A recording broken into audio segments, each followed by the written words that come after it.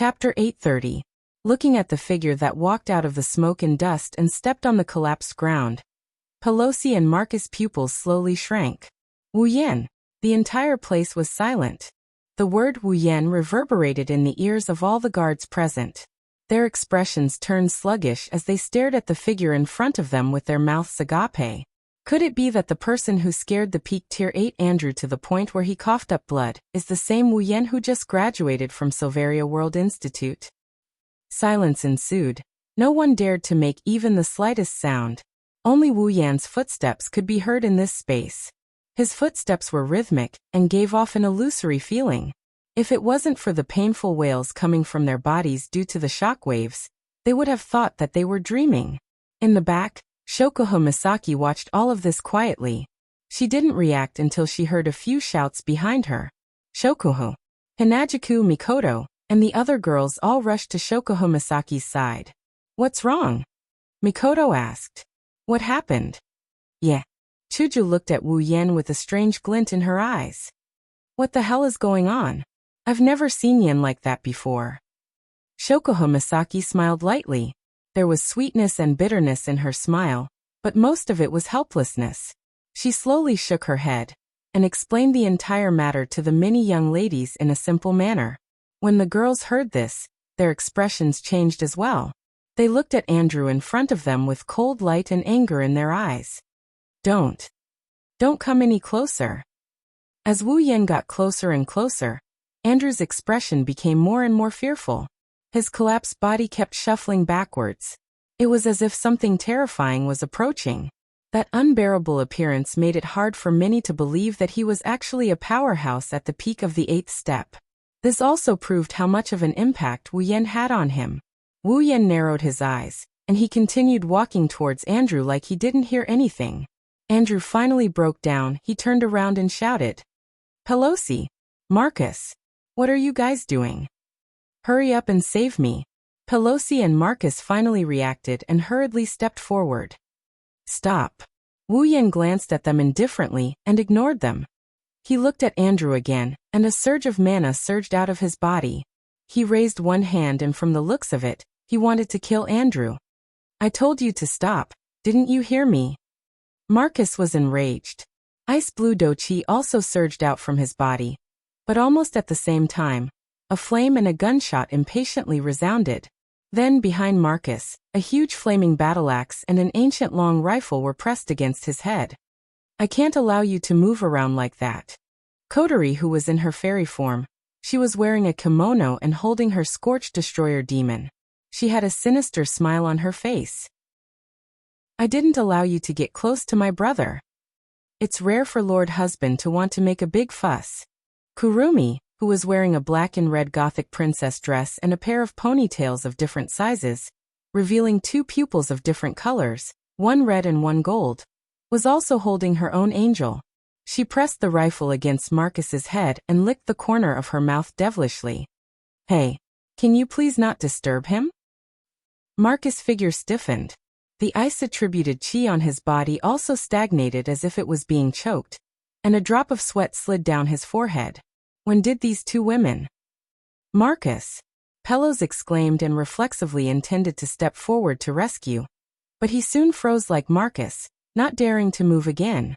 The reason was naturally because of a blue light sword and a slender hand that had been placed on his neck at some point in time. It was Ikaros and Astria. "Stand here and don't move." Astria's usual liveliness was gone. Her beautiful face was taut with tension. "If you move, I will cut you down." Ikaros didn't say anything. She just stared straight at Pelosi's face with her crimson pupils. Looking at this beautiful face in front of him, Pelosi didn't doubt that if he moved, his neck would definitely be broken by her. Two peak Tier 8 combatants fell into the hands of Kotori, Kurumi, Ikaros, and Astria in the blink of an eye. The surrounding guards all took a step back. Seeing that the three strongest people in charge of their own camp had fallen into the hands of others, they were at a loss. They didn't know what to do at all, and for a moment it almost caused chaos. "Pelosi-sama, Marcus-sama, Andrew-sama. Quick! Save the three lords. Let go of the lords. Calm down all of you." Pelosi raised his hand and shouted. Everyone, do not act rashly. Hearing Pelosi's words, the crowd slowly calmed down. In the end, it didn't cause any real chaos. However, Pelosi and Marcus's expressions were quite unsightly. Perhaps they didn't expect that they would be taken down by a few little girls in a single move. Pelosi. Marcus. Andrew's expression changed drastically when he saw this. It was also at this moment that a foot kicked him in the chest. Boom. Ah. Andrew held miserably. His body flew out in a beautiful arc and crashed into the ground not far away. Then the foot that kicked him came down from the sky and stomped on his chest. The ferocious force caused the air in Andrew's chest to leak out of his mouth and nose. He almost suffocated. Andrew. Pelosi's face trembled, and Marcus shouted angrily. Wu Yan, do you know what you are doing? You shut the F***ck up. Wu Yan roared at Marcus in a fit of rage. Marcus was stunned by Wu Yan's roar. His face turned from green to white. It's an ugly sight to behold. He, Marcus, has never been scolded by anyone before. Not even his elder brother, the patriarch of the Saito family.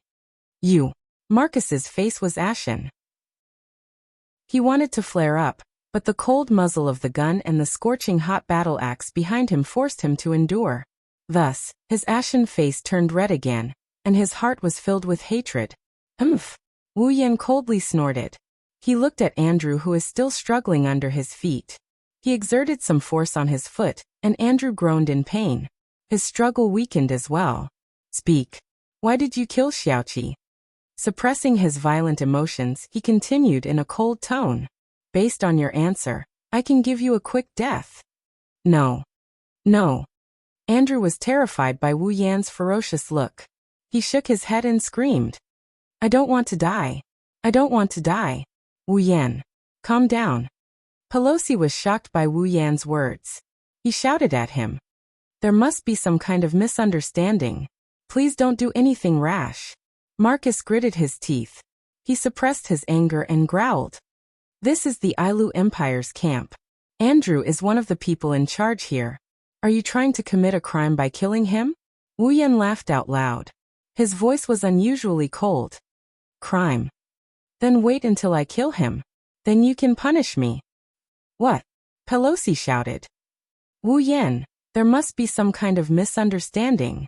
Don't kill the wrong person and cause unnecessary trouble. Misunderstanding. Wu Yan looked at Andrew coldly. Fine. Tell me, why did you appear in Xiaoqi's tent and try to kill her? Chapter 831. From the roar in the sky to the arrival of everyone in the camp, the explosion of the tent, the subduing of 3 peak rank 8 powerhouses, and the chaos that ensued, the entire process took only about 10 minutes. Everything happened too suddenly and too quickly. Even now, some people were still in a daze, unable to comprehend the situation. Similarly, Pelosi was no exception. Only Marcus, who was subdued by Kodori and Kurumi, knew what was going on. Only then did he know why things had developed to this point. Either Andrew didn't do his job well, or he was discovered in the middle of the attack. In the end, not only did Shokoho Misaki not die, but she also ended up like this. Things couldn't be worse than this situation right now. Marcus acted like he didn't know what happened, but inside, he was worried sick. He wasn't afraid that the situation in the camp would become chaotic. What he was truly afraid of was that if something really happened to Andrew, then it was very likely that everything behind this would be exposed. He might even be dragged into this mess. At that time, the situation would truly become serious. Therefore, no matter what, either Andrew died before he could say anything, or he absolutely could not let him die. Of course, the former wasn't so easy to achieve. Even with Marcus' insidious nature, he couldn't find a way in this situation. So Marcus simply chose the latter. Wu Yan. Marcus glanced at Andrew, who was being stepped on by Wu Yan, and he took the initiative to speak up. You said Andrew wanted to kill Shokoho Misaki. Do you have any proof? Yes. Yeah, Wu Yan. Compared to Marcus, Pelosi, who was kept in the dark, is much more cautious. Andrew is one of the people in charge of the camp. He doesn't have any grudges with Shokoho-san. They rarely interact with each other. Why would he want to kill her? There must be some misunderstanding. Wu Yan mocked. He didn't try to hide the anger in his heart that hasn't been extinguished. Are you saying there's something wrong with my eyes? How could I be wrong about what I saw with my own eyes? Sensing the fury in Wu Yan's tone, both Pelosi and Marcus sighed inwardly at how troublesome this is. A person in a fit of rage is usually unable to think rationally. It would be much harder for him to talk and negotiate a verdict. Wu Yan's rage is boundless and his rationality is on the verge of collapse. I'm afraid he won't listen to them. They didn't know how important Shokuho Misaki and the girls were to Wu Yan. Wu Yan wasn't just angry at Andrew, he was also angry at himself. He was angry at himself for not being able to make it in time, even if he used his teleportation ability. Fortunately, Shokuho Misaki didn't die. Otherwise, even Pelosi and Marcus, who stood up for him, would be implicated, let alone Andrew. They had to endure Wu Yan's anger. You saw it with your own eyes. It won't be convincing to others. Marcus looked at Wu Yan's face. Unless there's someone who can testify. Wu Yan's expression turned cold. Shokuho Misaki sighed. She stood up. Then if the victim testifies, it should be more convincing, right? Shokuho Misaki continued. Indeed, it was this person who snuck into my tent and tried to kill me. Kill you? Then how come nothing happened to you? Before Shokuho Misaki could finish, Marcus interrupted her. Andrew is a peak type 8. Miss Shokuho, I recall that you are not even a peak type 8 yet, let alone a peak type 8. A peak of the 8th step sneaked into the residence of someone who isn't even a high 8th step, and even used assassination methods. Yet he didn't even cause the slightest bit of harm to that person. The corners of Marcus' mouth curled up. Miss Shokuho, this doesn't make sense. The crowd began to whisper among themselves. Some of them even nodded in agreement, thinking that Marcus was right. But who would have thought that Shokuho Misaki just looked at him with a faint smile and said, that's right. A peak type 8 being trampled on by a 25-year-old, who just graduated from an academy. That doesn't make sense. Marcus choked. Even Pelosi choked. They knew that Shokuho Misaki was mocking their so-called strength theory. Let's put aside whether it makes sense or not. Marcus muttered to himself before he spoke to Wu Yan.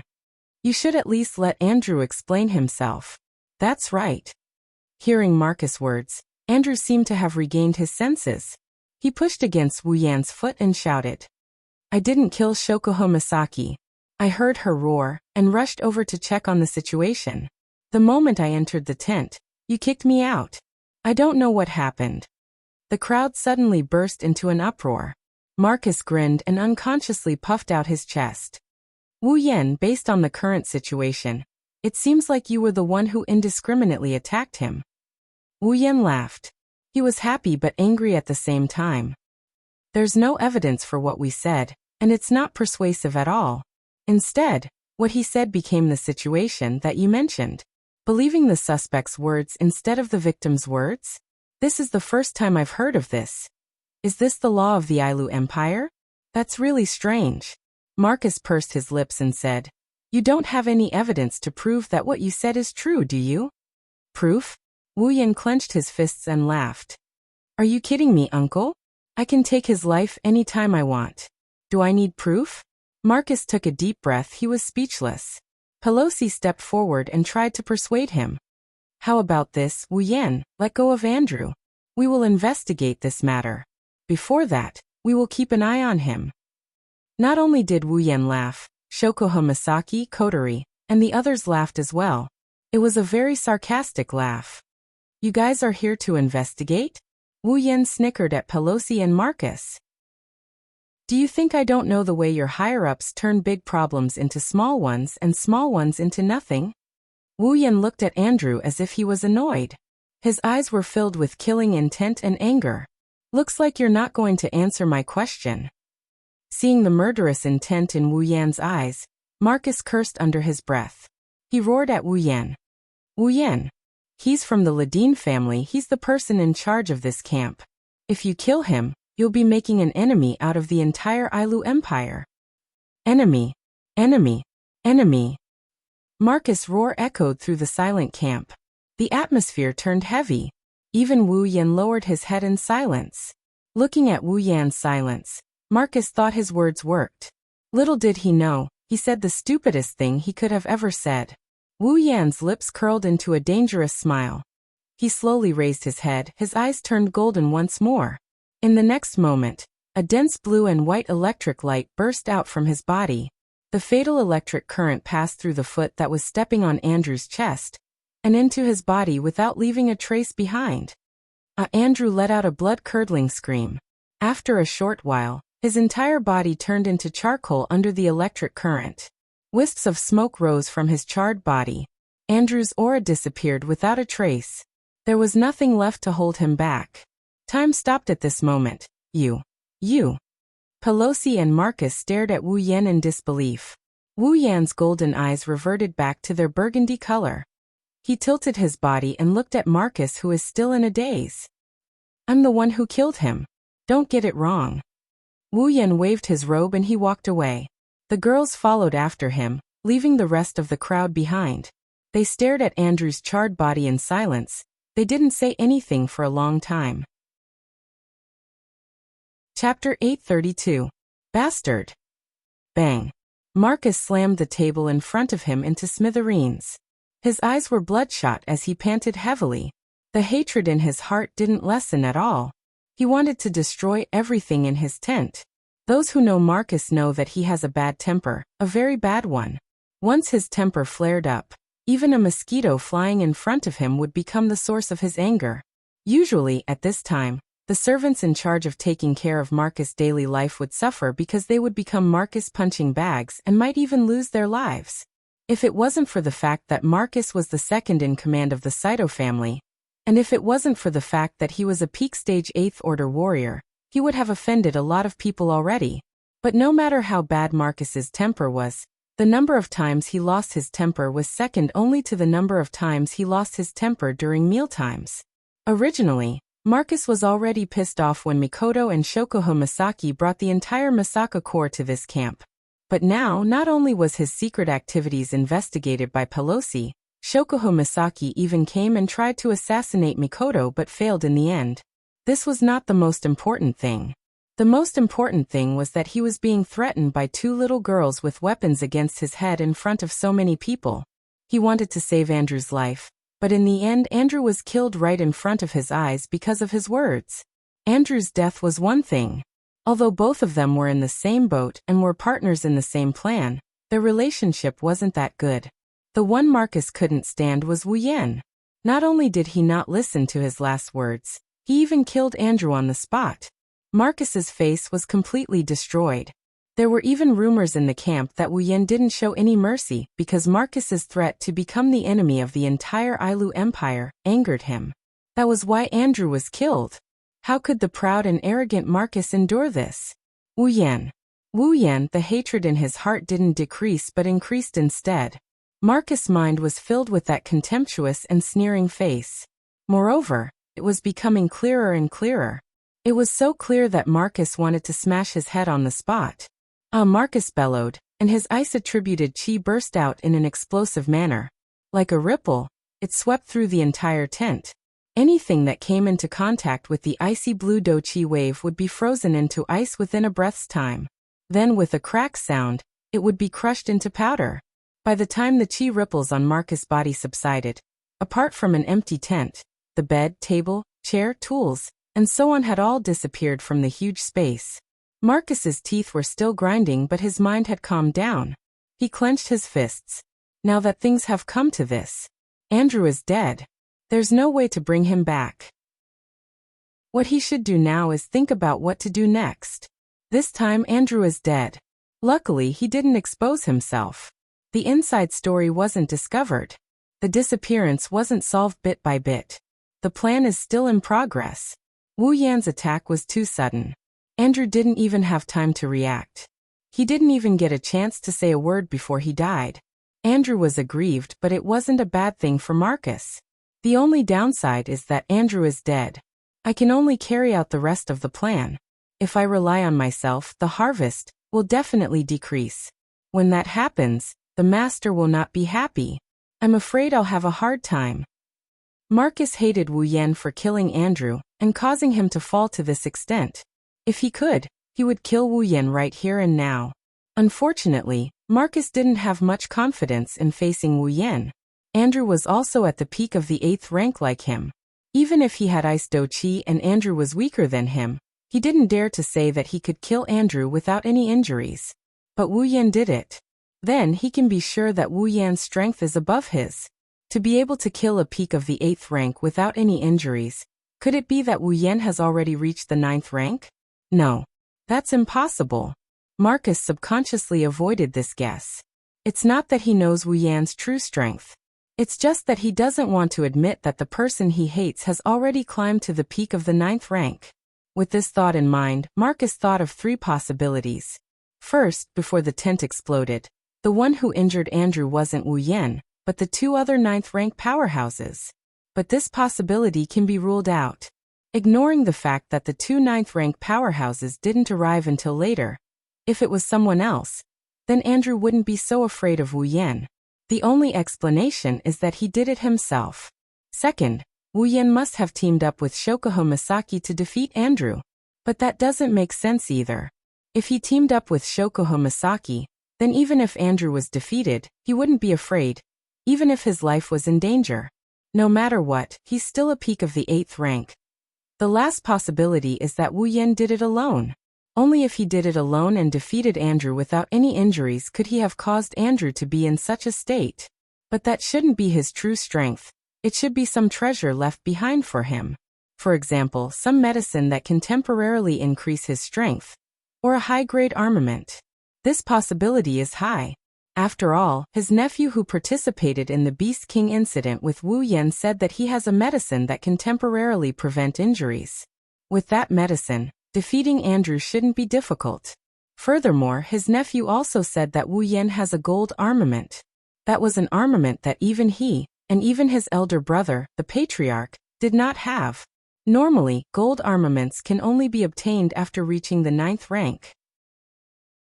For example, his father, the previous head of the Saito clan, had a gold armament. Other Type 9 powerhouses also have one. Other than Type 9 powerhouses, it's almost impossible for a Type 8 to have a gold armament. Come to think of it, in the Spalier World Academy, only Princess Sylph managed to obtain a gold armament during the auction. Others like Kaya and Jaffer, who were the pillars of the royal family, did not manage to obtain a gold armament even though they were also at the 8th rank. One can imagine how valuable a gold armament is. Wu Yan must be a Type 8 powerhouse. To be able to become the strongest student in the Spalier World Academy, he must be stronger than Shokuho Misaki. Shokuho Misaki was a mid-Type 8 while Wu Yan should be a high-Type 8 powerhouse or even a peak Type 8. A high-rank 8 warrior with a gold armament would be able to defeat a peak rank 8 warrior without a gold armament without a single injury. That would not be impossible. There are 3 possibilities but Marcus didn't consider them. Wu Yan has been using his true strength since the beginning. To defeat a peak Type 8 powerhouse without any injuries, Wu Yan doesn't need to reach the 9th rank. With endless martial arts and the true ancestor's bloodline, he could already challenge those of a higher rank when he was still at the peak of the 7th rank. Now that he has mana and an endless supply of spells, if he still can't defeat someone of the same rank, he'll be dead. Marcus took a deep breath and calmed his heart. Then he turned around and walked out of the tent. Chapter 833. Today's Behemoth Forest camp is much more orderly than usual. It's a little more oppressive than usual. Every guard couldn't help but recall what happened last night. When they passed by Shokuho Misaki's tent, they couldn't help but glance at the empty space in front of them. When they saw the black marks on the ground, they couldn't help but feel fear. A peak rank 8 warrior, a member of the Ladin family, one of the 3 great families of the empire, one of the leaders of the Behemoth Forest camp. Just last night, right in front of their eyes, he was killed while still alive. The culprit is still in the camp. He hasn't left. The other 2 leaders and the guards sent by the Ladin family didn't go after him. All of this was beyond the comprehension of these ordinary guards. They didn't know what the higher-ups were thinking. Why would they allow a murderer who killed the person in charge of the camp to continue staying in the camp? Why would no one bother him? But they had a feeling that a storm was coming. Coupled with the horrifying disappearance of the low-level garrison, Although the camp was still operating normally, an oppressive atmosphere lingered around the entire camp, causing everyone's heart to feel heavy. If this continued, it was likely that after a certain period of time, the pressure would accumulate to the point where their nerves could not bear it. In that case, it wouldn't be strange for the guards to go crazy. Noticing the situation in the camp, Pelosi started contacting the Ailu Empire's royal family, leaving aside Marcus' actions for the time being. Regardless of the situation in the camp, the mysterious disappearance, or the death of Andrew from the Ledeen family, if it was just one or two items, it would be fine, but if they were all added up, even Pelosi felt a little overwhelmed.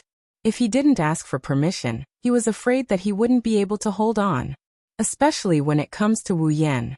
Andrew from the Ledeen family was killed. This is a huge matter. Andrew was a peak rank 8 warrior, and his position in the Ledeen family was second only to the patriarch. Other than the patriarch and the rank 9 powerhouse behind the scenes, Andrew was the head of the Ledeen family. Pelosi can imagine how angry the Ledeen family would be if such a person was killed while he was in charge of the camp. If things go wrong, the relationship between the two sides would be irreparable. Pelosi obviously couldn't care less about this level of problem. After all, on the surface, Andrew was still managing the camp for the Ailu Empire, helping the imperial family. The one who killed him was the fiancé of the Ailu Empire's imperial family.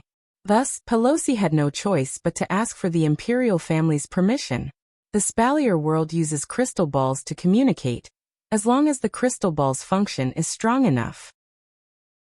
No matter where they are, they would be able to communicate with people far away. Andrew's death may have only happened yesterday, but it was already known by almost everyone in Ailu Empire. Of course, the Ledeen family was one of them. The entire Ledeen family was furious. Not long after Pelosi reported the situation, the head of the Ledeen family had already reported it to the Ailu Empire's royal family. They had no choice. They wanted to cause trouble for Wu Yan. They wanted nothing more than to kill Wu Yan. However, even though the Ledeen family was powerful, if they really went all out against Wu Yan's group, then Wu Yan himself would be a problem. Ikaros and Flandrachan, these two rank 9 warriors, were the first obstacle they had to overcome. The Ledeen family, on the other hand, only had one rank 9 warrior. Not to mention, behind Wu Yan's group was a demigod warrior whose whereabouts were unknown, Yakumo Yukari. Go to their doorstep? The patriarch of the Ledeen family must have eaten something wrong to do this. They had no choice but to go to their parents. However, Wu Yan's group didn't belong to any faction in the Spalier world. Therefore, the only thing the Ledeen family could do was to go to the imperial family. After all, Wu Yan was the imperial family's son-in-law. Because of this, Kite was already having a headache. The stage 9 powerhouses of the Ledeen family had already brought up the idea of killing one of their family's top combatants multiple times in the council meeting. They would definitely not let this matter rest. Andrew's death happened while he was guarding the giant beast forest camp. Strictly speaking, he was working for the Ailu Empire. His death wasn't just a matter of the Ledeen family, it was a matter of the entire empire. Even the Ailu Empire's royal family and the other two families couldn't stay out of it. Therefore, the Ledeen family's rank 9 warrior took the opportunity to propose a collective punishment for Wu Yan. But who would be stupid enough to go along with him? If anything went wrong, Yakumo Yukari would come for revenge. Moreover, the Ailu imperial family and the Lori family were on good terms with Wu Yan. They wouldn't agree to punish Wu Yan. Similarly, other than the Ledeen family, the Saito family was also on bad terms with Wu Yan. After all, Yukari severely injured a rank 9 warrior of the Saito family in front of the council. The Saito family's Bing Ling also ran into a wall with Wu Yan many times. Bing Mian almost died because of Wu Yan. Although it was his own doing, he reaped what he sowed. Therefore, there were 2 votes against and 2 votes for the punishment. This matter escalated to the point where the 12 rank 9 warriors of the academy were dragged out. Of course, there was no conclusion in the end. Yakumo Yukari was an obstacle that no one could ignore. The Ledeen family could only return to their home base with a heart full of grievances. However, since the matter had escalated to this stage, many people couldn't stay out of it. The Ledeen family wouldn't let this matter rest either. The Ladine family couldn't afford to offend a demigod warrior. They wouldn't dare to cause too much trouble, but they wouldn't mind giving out a little bit of trouble. In the central area of the giant beast's forest, outside Pelosi's and Marcus' tent, the guards sent by the Ladine family were already standing there. Chase them out! Chase them out! Chase them out! Chase them out! The members of the Ladine family were all gathered in the campsite, and they raised their armors while shouting at the two people in charge who were standing at the entrance of the tent. The surroundings were filled with people who had come to watch the show, and many of them could roughly guess what was going on. Pelosi and Marcus glanced at each other, shook their heads, and sighed. Pelosi had a troubled look in his eyes, while Marcus was completely gloating. Be quiet. Pelosi frowned and shouted coldly. What do you think this place is? Is it downtown? Pelosi's scolding had some effect. The crowd gradually quietened down, but they didn't leave. It was obvious that they weren't going to let this matter rest. Not long after, one of the leaders walked out. Sir Pelosi. Sir Marcus. He bowed to the two people in charge of the camp, but his tone wasn't polite at all. We know that our actions have caused trouble for you, my lords, but please understand that we really cannot stay in the same place with a group of criminals who do not obey the camp's management, act alone, and do things without any scruples. Therefore, please drive these outsiders out of the camp, my lords. Otherwise, we really can't be at ease. Yes, yes. As soon as the leader finished speaking, someone immediately responded. Who knows when they'll attack us if they're unhappy? We're not their opponents.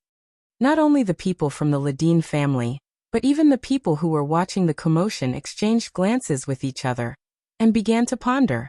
Some of them also responded, and it seemed that they had the same concerns as Linley. As time went by, more and more people responded. At this point, there were so many voices that they couldn't be separated. If this continued, everyone in the camp would participate in this matter. Things were getting serious. Chapter 834. That's right. Who would dare to live in the same camp as a person who didn't care about anything and killed at will? Wu Yan did mention that Andrew ambushed Shokuho Misaki last night. However, Wu Yan didn't have any evidence to back up his claim. He didn't go through a thorough investigation before killing Andrew.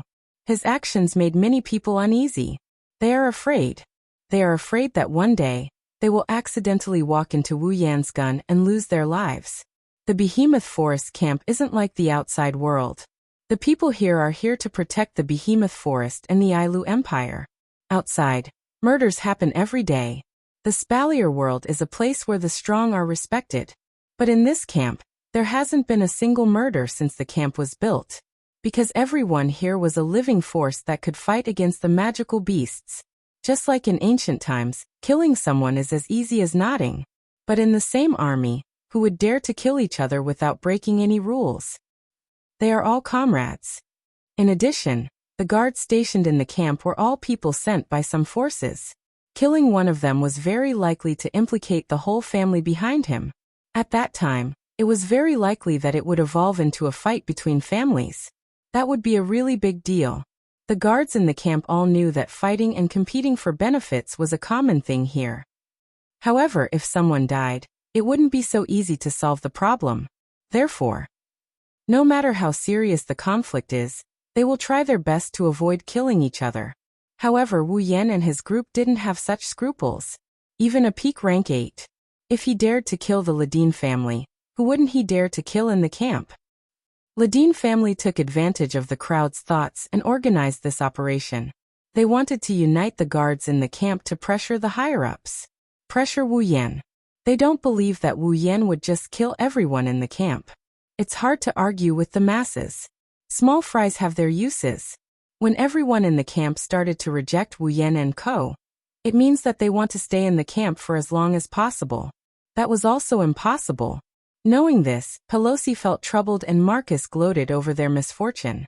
If Wu Yan and co. were to be kicked out of the camp, he would be the happiest person to be the one who would feel the most joy. However, they had forgotten about it. There's no need for Wu Yan and his group to stay in the camp. If it weren't for the Misaka sisters, Wu Yan would have left with the group of girls. Who wants to stay? The Misaka sisters hunted for resources in the giant beast's forest every day. Killing demonic beasts gave Wu Yan quite a bit of EXP. However, those EXP are nothing compared to the treasures inside the ring of gold. Every member of the party is tier 8 and above, it's just a bland meal for them. It would be a pity to abandon them. Besides, if Wu Yan really wanted the resources and experience from killing magical beasts in the Behemoth Forest, he didn't have to stay here. There was more than one entrance to the Behemoth Forest. He believed that the camps of the Baruba and Fea empires would be there. They should be happy to accept his group's arrival. It could only be said that the Ladine family's wishful thinking had worked. But in the end, a small problem was still a small problem. Of course, it was a big problem for Pelosi and Marcus. Hearing the responses around them, how could the two of them not understand the nature of the Ledin family's operation this time? The two of them could only curse in their hearts.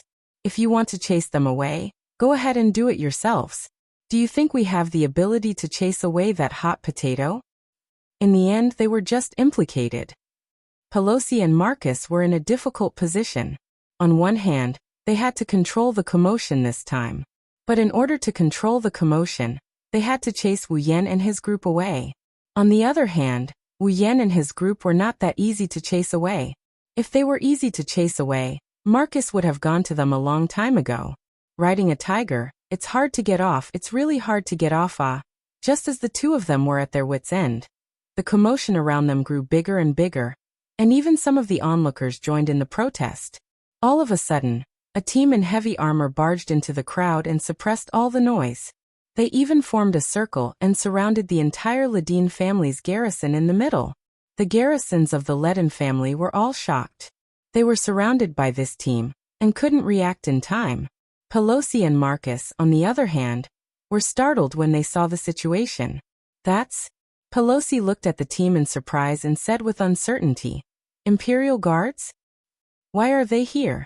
Marcus furrowed his brows. Aren't the Imperial Guards in charge of searching for the Beast King? Aren't they not restricted by the camp? Yes, the guards sent by the Ailu Empire's royal family were tasked with searching for the Beast King. Even though they were stationed in the camp, they weren't under Pelosi's command. Instead, they were directly under the Ailu Empire's emperor. Normally, due to the task of searching for the Beast King, it's hard for anyone to meet the Ailu Empire's Imperial Guards. But now they're all gathered here. The sudden change caused the surrounding crowd to fall silent. They looked at each other as they watched the change in the middle of the field. Just like the people from the Ladine family, they did not react for a long time. At this moment, a figure flew over from the other side of the sky and landed on the top of a tent in an instant. Seeing that figure, Pelosi and Marcus were stunned. And then their faces abruptly changed. "Old Patriarch!" Pelosi shouted in surprise. "Thunder! Thunder King!" Marcus had a bewildered look on his face. The newcomer is the Lei Wang. The Thunder King's elderly face contained a trace of dignity. He stood with his hands behind his back, standing at a high spot. The corners of his eyes, which were filled with wrinkles, opened slightly. His eyes swept across everyone present like lightning. All the guards who met the Thunder King's gaze lowered their heads in pain, their hearts filled with shock. The aura of a Tier 9 warrior. So powerful. Gathering to cause trouble? It was a soft sentence, but it was like a sharp sound that pierced through one's eardrums, causing everyone's ears to hurt. The Thunder Sovereign's face was cold as he said, "Who gave you this right?" Silence, a deathly silence. "Do you know how many cities in Ailu Empire are waiting for you to provide them with resources? Do you know how much damage the camp will suffer? Do you know how much damage your families will suffer? Do you know how much damage your families will suffer?" Everyone present was slightly taken aback. Immediately after, they lowered their heads in shame and did not say anything else. Even the guards from the Ladine family gritted their teeth and lowered their heads. The loud and colorful demonstration just now was completely suppressed by the Thunder King with just a few words. Seeing everyone lowering their heads, the Lei Wang's expression softened. In a flash, he landed on the ground. "All of you go back. Do what you need to do. Someone else will take care of the rest." Upon hearing that, The crowd immediately dispersed and returned to their posts and jobs. The people from the Ladine family also ran away with their tails between their legs. They couldn't ignore the words of a Tier 9 warrior. At the sight of this, Pelosi heaved a huge sigh of relief. Together with Marcus, whose head was lowered and whose expression could not be seen, he walked up to the Thunder Monarch. He opened his mouth, but just as he was about to say something, the Thunder Monarch extended his hand and interrupted him. "Where is that little guy?" Pelosi and Marcus tilted their heads in confusion. By the time they realized who the little fellow the Thunder King was talking about was, Pelosi hastily spoke. "Old Patriarch, Wuyan should be at the border of the camp." The Leiwang nodded and waved his hand. "You two can go back as well." Hearing the Leiwang's words, the two of them bowed. "Yes." Chapter 835. While the camp is in an uproar, Wu Yan is enjoying a cup of black tea in his own tent. He looked like he's taking a warm bath. The girls around him felt very comfortable looking at him. However, although they felt comfortable inside, they didn't seem to be in a good mood. Instead, they looked a bit annoyed by this scene. "Come, little Yan." Shoko Misaki sat beside Wu Yan with a sweet smile on her face. She took a small piece of food from her plate and delivered it to Wu Yan's mouth like a little girl in love.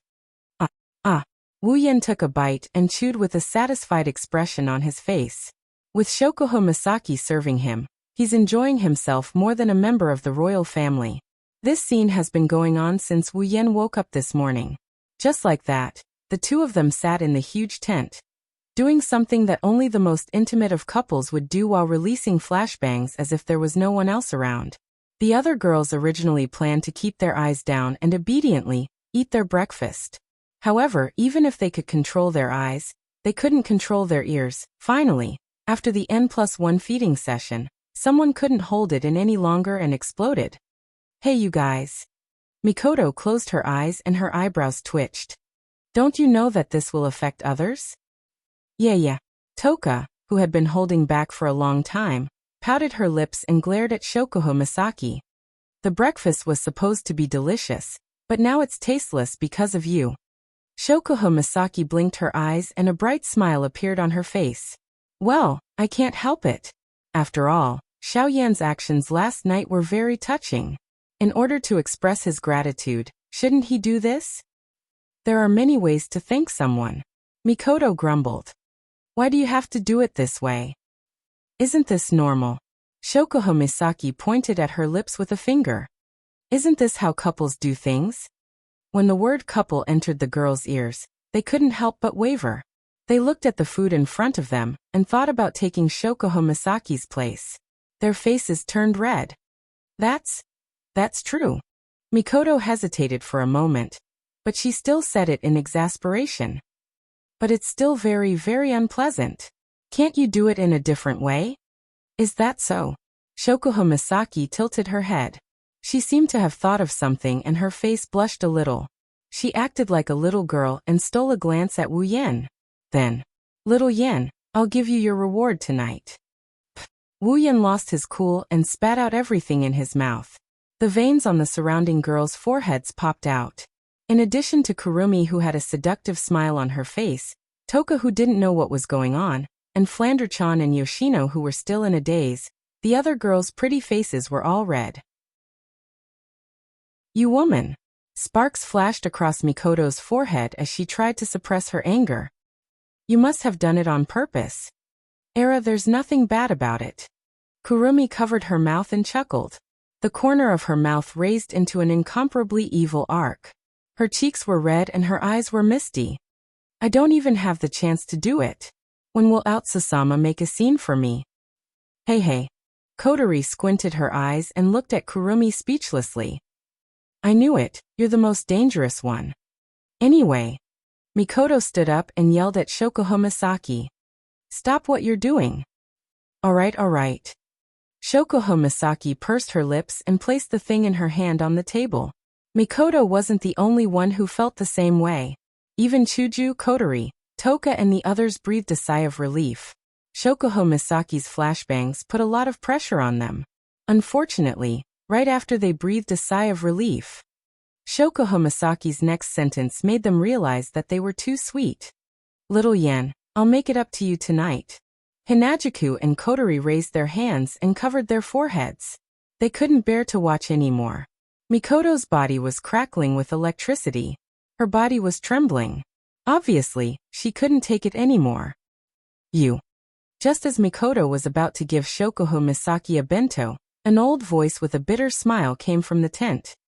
The campsite is about to be turned upside down because of you two, and here you are flirting with each other. I really don't know what to say about you two. The noisy crowd was startled and quickly turned their heads to look at the source of the sound, which was the entrance of the tent. There, the Thunder King was looking at them with a helpless expression. He looked like he wanted to say something but was unable to express it, looking extremely conflicted. Grandpa Lei Wang. Wu Yan stood up in shock. Why are you here? Why am I here? I'm here to watch a good show. Lei Wang grumbled at Wu Yan. You caused such a big ruckus that His Majesty almost lost his throne. If I didn't show up, who knows what kind of ruckus you guys would have caused in this camp. Wu Yan scratched his face awkwardly and mumbled. Is it that serious? What? What do you think? Lei Wang rolled his eyes. The person in charge of the campsite, the second in command of the Ladine clan, one of the 3 major clans. He was a pinnacle tier 8 and you killed him just like that. Tell me, is it serious? Yes. It does sound serious. Wu Yan pursed his lips and looked at Lei Wang. But if I had to choose again, I would still kill him. That's right. Let's not talk about one more time. Even if it happens 1,000 times, 10,000 times, Wu Yan wouldn't show any mercy. It wasn't just because the girls were his reverse scale. It was also to tell the world that anyone who dares to touch the people around him must be prepared to die. The girls behind Wu Yan felt a warm feeling in their hearts. Shokoho Misaki couldn't help but smile sweetly. Lei Wang paused and laughed bitterly. You. Lei Wang sighed and his expression turned serious. He asked Wu Yan in a serious tone. Little guy, I have a question for you.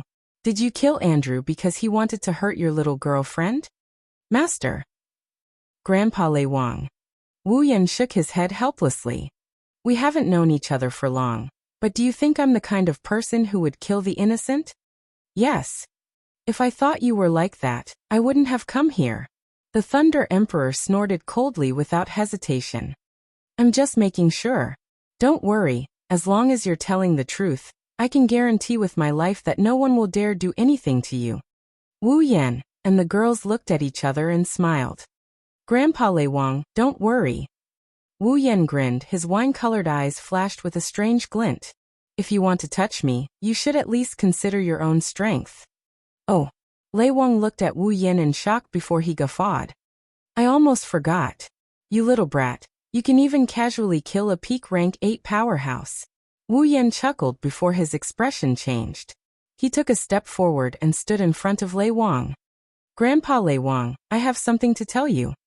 Lei Wang retracted his smile when he saw Wu Yan's serious expression. Looking at you, it seems like it's something important. Not really, just a suspicion. Wu Yan whispered something into Lei Wang's ear. Lei Wang listened quietly and his expression changed after a while. Shock, anger, suspicion, all sorts of emotions flashed across Lei Wang's face. In the end, he nodded at Wu Yan and did not say anything else. The girls didn't say anything, they seemed to know what was going on. Chapter 836. Late at night, after a day of activity, every guard in the camp seems to be tired. They all went to bed early and are now sound asleep. In the dark of the night, the camp is dotted with flames. That is the sign of a bonfire burning.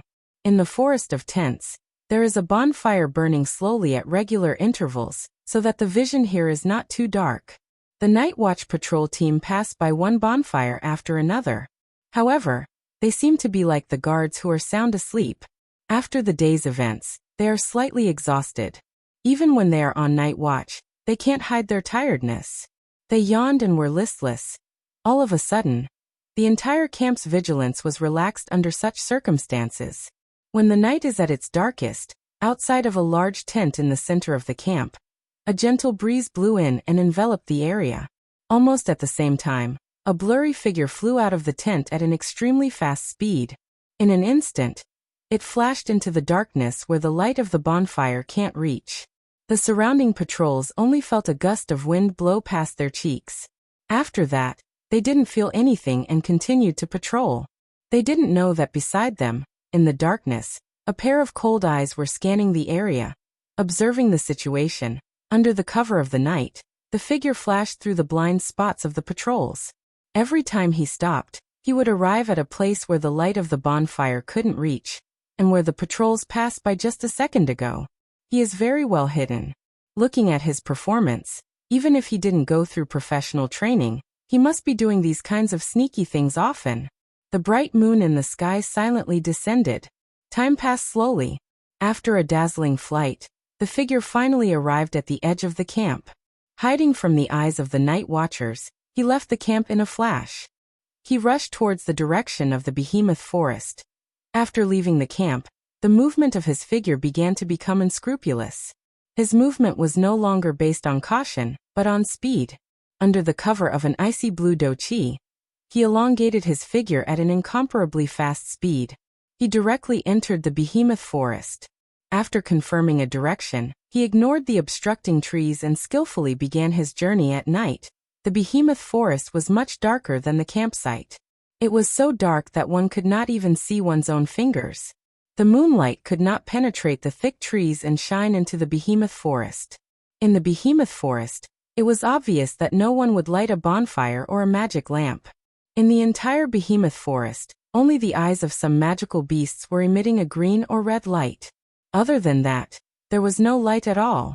Ignoring the surrounding demonic beasts, his figure flew forward at the fastest speed possible. Looking at his proficient appearance, this wasn't the first time he had walked this path. With this kind of speed, he didn't know how long it took for him to reach the end of the trees. In front of him, an open space appeared in front of him. Seeing this empty space, the eyes of the figure hidden in the darkness narrowed slightly. Clearly, this empty space was his destination. However, not only was there not the slightest bit of joy from reaching their destination in his eyes, it was instead filled with indescribable caution and fear. His fearful expression caused his flying figure to slow down quite a bit. However, after a flash, his figure once again increased his speed. He continued to fly forward until he passed through the forest. Standing in the open space, the moonlight lost its object and shined on the figure, exposing his full appearance to the air. Impressively, it was Marcus. Marcus raised his head and looked forward. At the end of the open space, there was a barren mountain. There was not a single blade of grass growing on the barren mountain, giving it a lifeless appearance. In the middle of the mountain, there was a very well hidden and not easy to attract attention to. There was a cave. The cave was small and the entrance was small. However, upon closer inspection, the inside was very spacious, at least 100 meters in diameter. Looking at the pitch-black cave entrance, Marcus gradually lowered his head and lost his mind. His memories returned to that day. That was not long after the Beast King's existence was confirmed. In order to build a camp that could resist the invasion of magical beasts, Marcus, Pelosi, and Andrew were ordered by their respective patriarchs to bring a group of people to the behemoth forest. Just like the other two empires, they built a camp. After the establishment of the camp, Marcus was the first to understand the potential value of the camp. He wanted to fish in troubled waters and collect the resources that the people in the camp worked hard to hunt every day. Most of them would be turned over to his family, while a small portion would be pocketed by him to enrich his own pockets. Originally, everything was going well. However, during a coincidental trip, he and Andrew coincidentally discovered this barren mountain in the behemoth forest. They also discovered this strange cave. This strange cave that had never been discovered before naturally attracted the attention of the two. Relying on their skills and courage, the two peak 8th rank powerhouses did not hesitate and directly entered the cave. Who knew that after entering, there would be nothing inside, only an empty space. Seeing this, Marcus and Andrew looked at each other, a little disappointed. After all, in the behemoth forest, there might be some hidden treasures. The two entered the cave with this thought in mind. There was nothing wrong with this idea. Unfortunately, they were too blinded by greed. It was this greed that caused them to fall into eternal damnation. The two thought that there was nothing in the cave, but suddenly, they discovered a figure in the deepest part of the cave. The two were shocked. They did not expect that there would be traces of someone in such a place. At this time, the figure also discovered them. Noticing Marcus and Andrew, the figure hastily attacked without saying a word. The two of them were scared out of their wits as soon as they saw the two of them. They could not even resist. The two peak 8th rank powerhouses were instantly defeated and subdued by the figure. Marcus and Andrew were terrified. They thought that they were going to die, but they didn't expect that when they closed their eyes and waited for death, the other party didn't kill them. Instead, he asked them if they were willing to be his slaves. People under the eaves have no choice but to lower their heads. In this situation, the two did not dare to refuse. They quickly nodded and agreed, but in their hearts, they did not have the slightest intention of submitting. They started to fantasize about escaping. Unfortunately, their wishful thinking was completely destroyed by the figure's next move. It wasn't anything strange or shocking. The other party just stuffed two strange-colored insects into their stomachs. It was these two insects that caused Marcus and Andrew to lose the ability to resist. Because these two insects seemed to be able to live in a person's body and listen to the other's orders. When the other ordered the insects to bite, the insects would bite, and the target was their internal organs. Without a doubt, the two were once again scared out of their wits. They repeatedly said that they would not betray their master's orders, and would die for their master. Since those two insects can bite their internal organs, it would only take a few minutes for them to completely devour their internal organs and crawl out of their bodies. Under the threat of life and death, no matter how unwilling the two were, they could only acknowledge the other as their master and work for him. However, the strange thing was that the other party did not make things difficult for the two of them, nor did he ask them to do anything earth-shattering. He only asked them to send a few humans to him every day, and they must have cultivated before. As for their rank, the other party did not have any requirements. Such a strange order, of course. Marcus and Andrew were full of doubts, but they didn't dare to ask anything and respectfully agreed. This was the cause of everything. Because of this, Marcus and Andrew had the idea of sending the low-ranked guards to this place. As for what happened to those people, the two had no idea. Chapter 837. Looking at the pitch-black hole in front of him that seemed to represent the abyss, Marcus smiled bitterly. Back then there were two of them, but now he was the only one left. Even with Marcus's temperament, he couldn't help but feel a burst of sorrow, accompanied by a strong sense of sympathy. Who knew if he wouldn't be able to come the next time? Marcus forcefully shook his head, as if he wanted to get rid of the thought that made his heart tremble. He took a deep breath of the cold night air, and calmed the complicated emotions in his heart. He lifted his foot and walked into the cave before him. The surrounding light rapidly dimmed at a speed visible to the naked eye. The surrounding atmosphere became deathly silent and frightening. Even the temperature seemed to have dropped a little. Marcus was already used to all of this. He expressionlessly walked inside, until he reached the end of the cave. Marcus's footsteps suddenly stopped. The tall rock wall was 10 meters in front of him.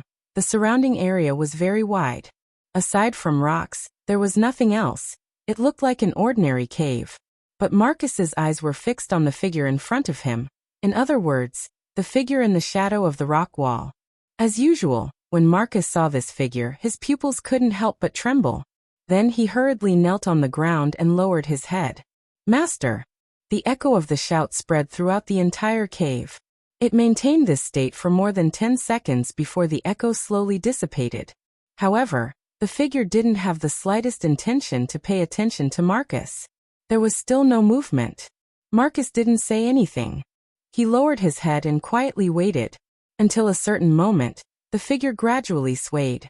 It seemed to be moving. Accompanying it was a calm and indifferent voice. "Why are you empty-handed?" A simple question directly swayed into Marcus's heart. It caused a trace of fear to appear on his face. He could feel that as these words were spoken, a monstrous pressure descended from the sky and mercilessly pressed down on his body. His shoulders fiercely sank. His bones also made a caw-caw sound of friction. It was as if the pressure wanted to crush Marcus into pieces. The ice-attributed chi within his body unexpectedly stopped circulating. Although it wasn't the first time Marcus had faced such a situation, cold sweat still trickled down Marcus's back in fright. Master, Marcus said with a hoarse voice. Today there was a situation in the camp. Situation? The silhouette repeated his words calmly. The originally indifferent voice became even colder. The first time, someone interfered. Last time, that trash died. What is it this time? Marcus's face paled. He couldn't help but swallow a mouthful of saliva. Although the figure's voice was no different from before, Marcus could clearly feel the anger contained within. According to the situation, if he doesn't give a good explanation, he won't be able to escape death. One wrong word and he will die. This is the style of the master he spoke of, even if he was still useful to him. But if he angered the other party, Marcus knew that the other party wouldn't show any mercy. Master. Marcus could only grit his teeth and whisper.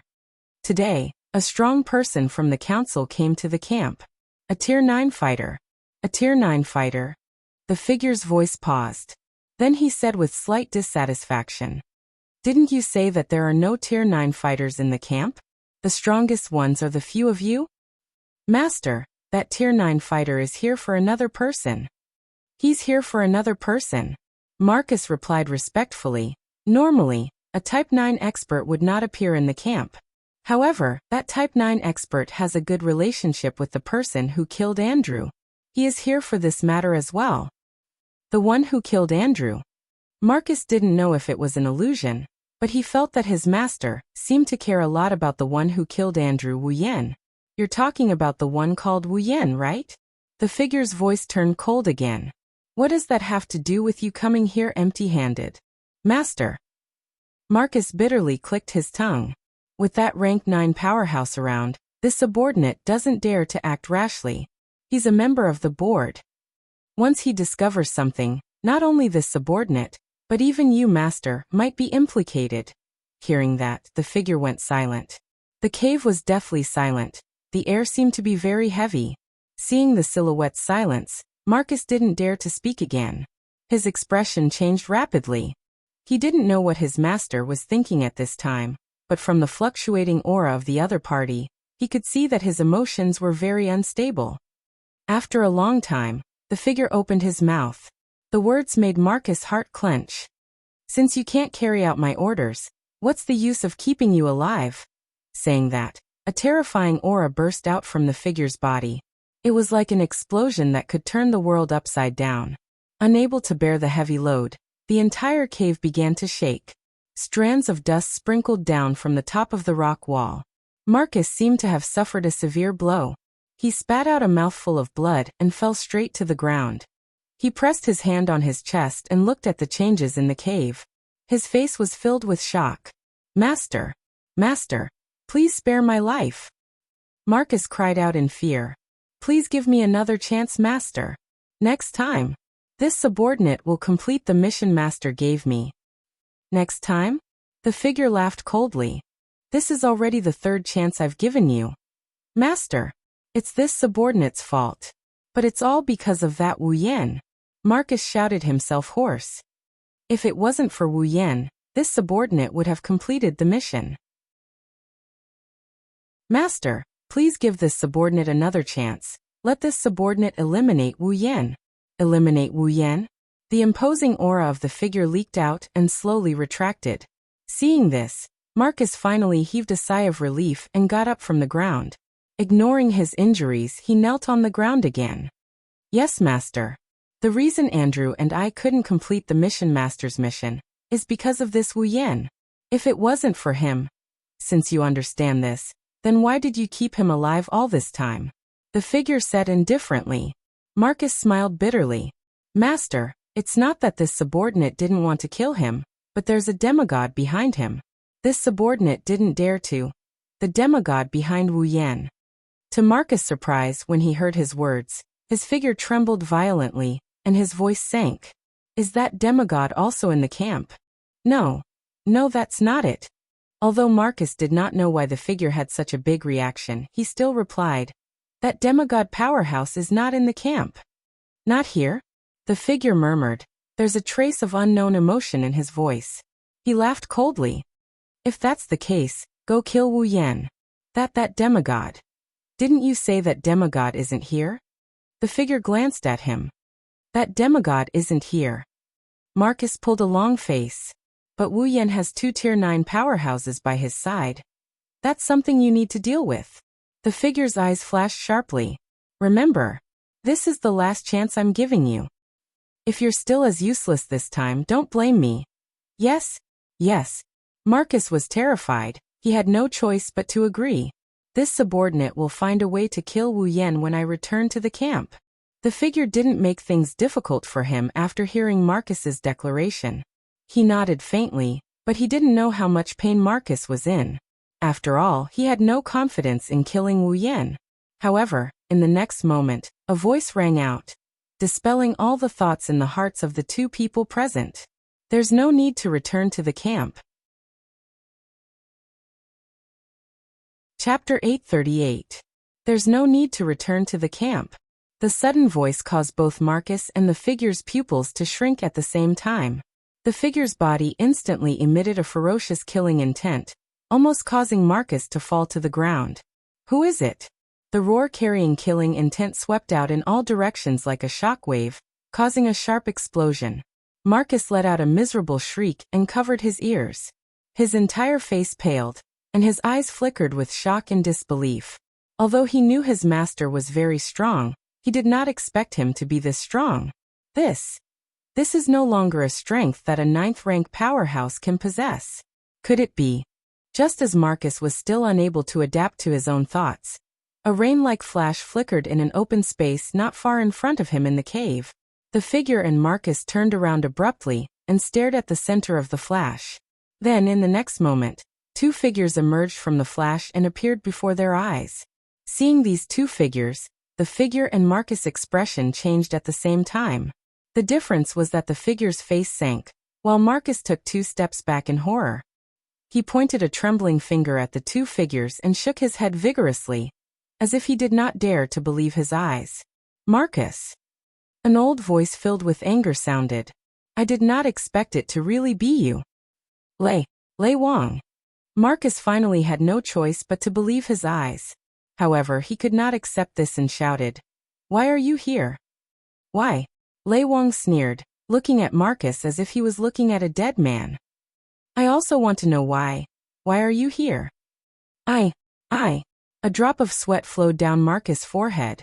For a moment he did not know what to say. He could only stand there and step back with a helpless expression. Seeing Marcus like this, Lei Wang's cold face could not help but reveal a trace of sorrow. Originally, when the little guy told me you had a problem, I did not believe him. But I did not expect that you would really do something detrimental to the camp. Little fellow. Marcus was stunned. He immediately turned his head and looked at the other figure standing beside the Thunder King.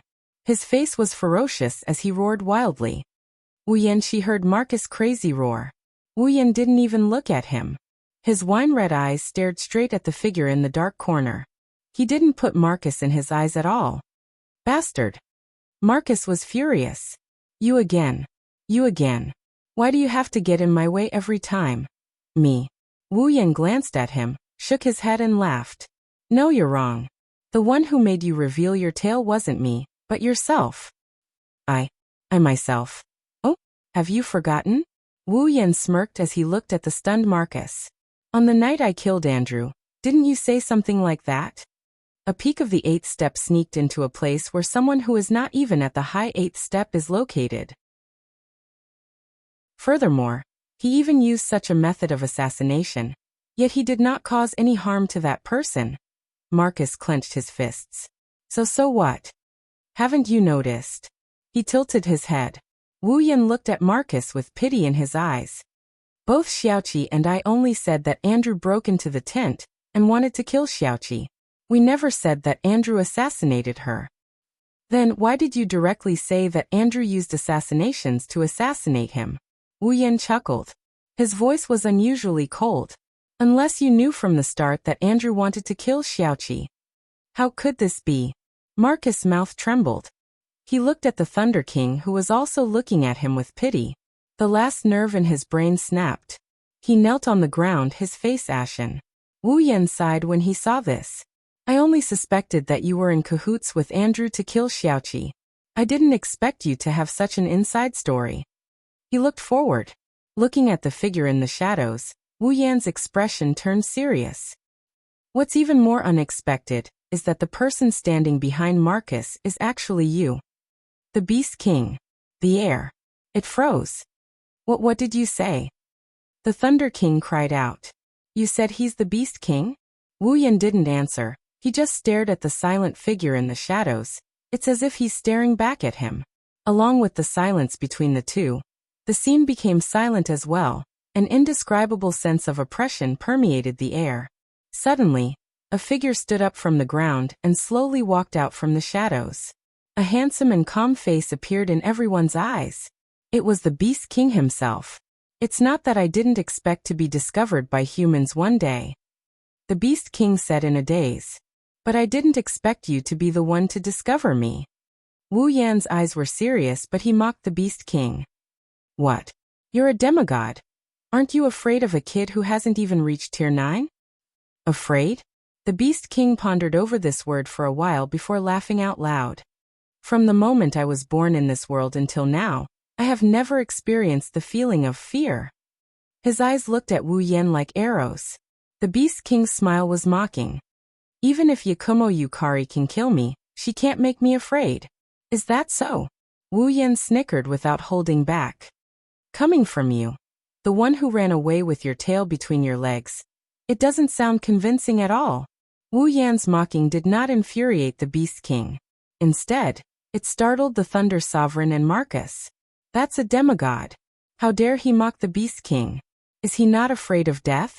Ran away? The Beast King shook his head. He did not show any signs of anger. It's just a stopgap measure. You're even talking about expedient measures? Wu Yan flinched and then he laughed. You're becoming more and more like a human. The Beast King's expression darkened as he said angrily. You're still as sharp-tongued as ever. Same here. Wu Yan's expression turned cold. I've always remembered the care you gave us back then. This time the Beast King was surprised and laughed out loud. What? Are you trying to take revenge? As if amused by his own words, the Beast King let out a series of thunderous laughter, causing the Thunder Lord and Marcus' eardrums to hurt. Without Yakumo Yukari, can you do it?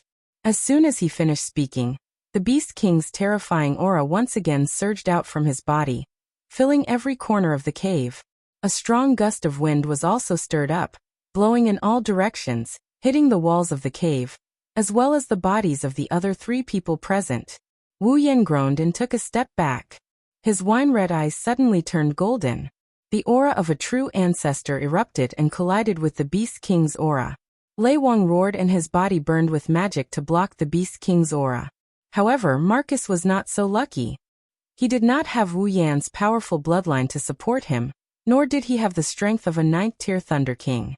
Under the full force of the Beast King's aura, he had already fainted on the ground. Grandpa Thunder King, Wu Yan shouted. Leave this place first. What? Lei Wang exclaimed. Little guy, you're not joking with me, are you? Don't worry. Wu Yan grinned. He stared at the Beast King without a trace of fear in his eyes. I won't do something I'm not confident in. Lei Wang's expression turned gloomy. He looked at the Beast King, then at Wu Yan. He clenched his teeth and channeled his magic power to envelop himself and Marcus, who was still on the ground. Little guy. Lei Wang lowered his head and growled. Don't die. Wu Yan nodded indifferently. Lei Wang smiled bitterly and did not delay any longer. He disappeared with Marcus. Only the 2 of them were left. Chapter 839. Pressure invisible to the naked eye collided with each other, and the surrounding space emitted creaking sounds like wood being twisted. The ground beneath the feet of the 2 people facing each other in the distance had already started to crack inch by inch. Before the fight had even started, the cave was already showing signs of not being able to hold on. Hua! The Beast King narrowed his eyes as he looked at Wu Yan, who seemed to be able to resist his full aura. You're obviously very weak, but your aura is comparable to mine. If you were at the same level as me, no, if you were only one level lower than me, I wouldn't even have a chance of winning. The Beast King raised an eyebrow with interest. You're neither human nor demonic beast. I'm really curious as to what kind of existence you are. The Beast King's tone was relaxed when he said that. That was only natural. In front of a demigod like him, a peak tier 8 was nothing but an ant.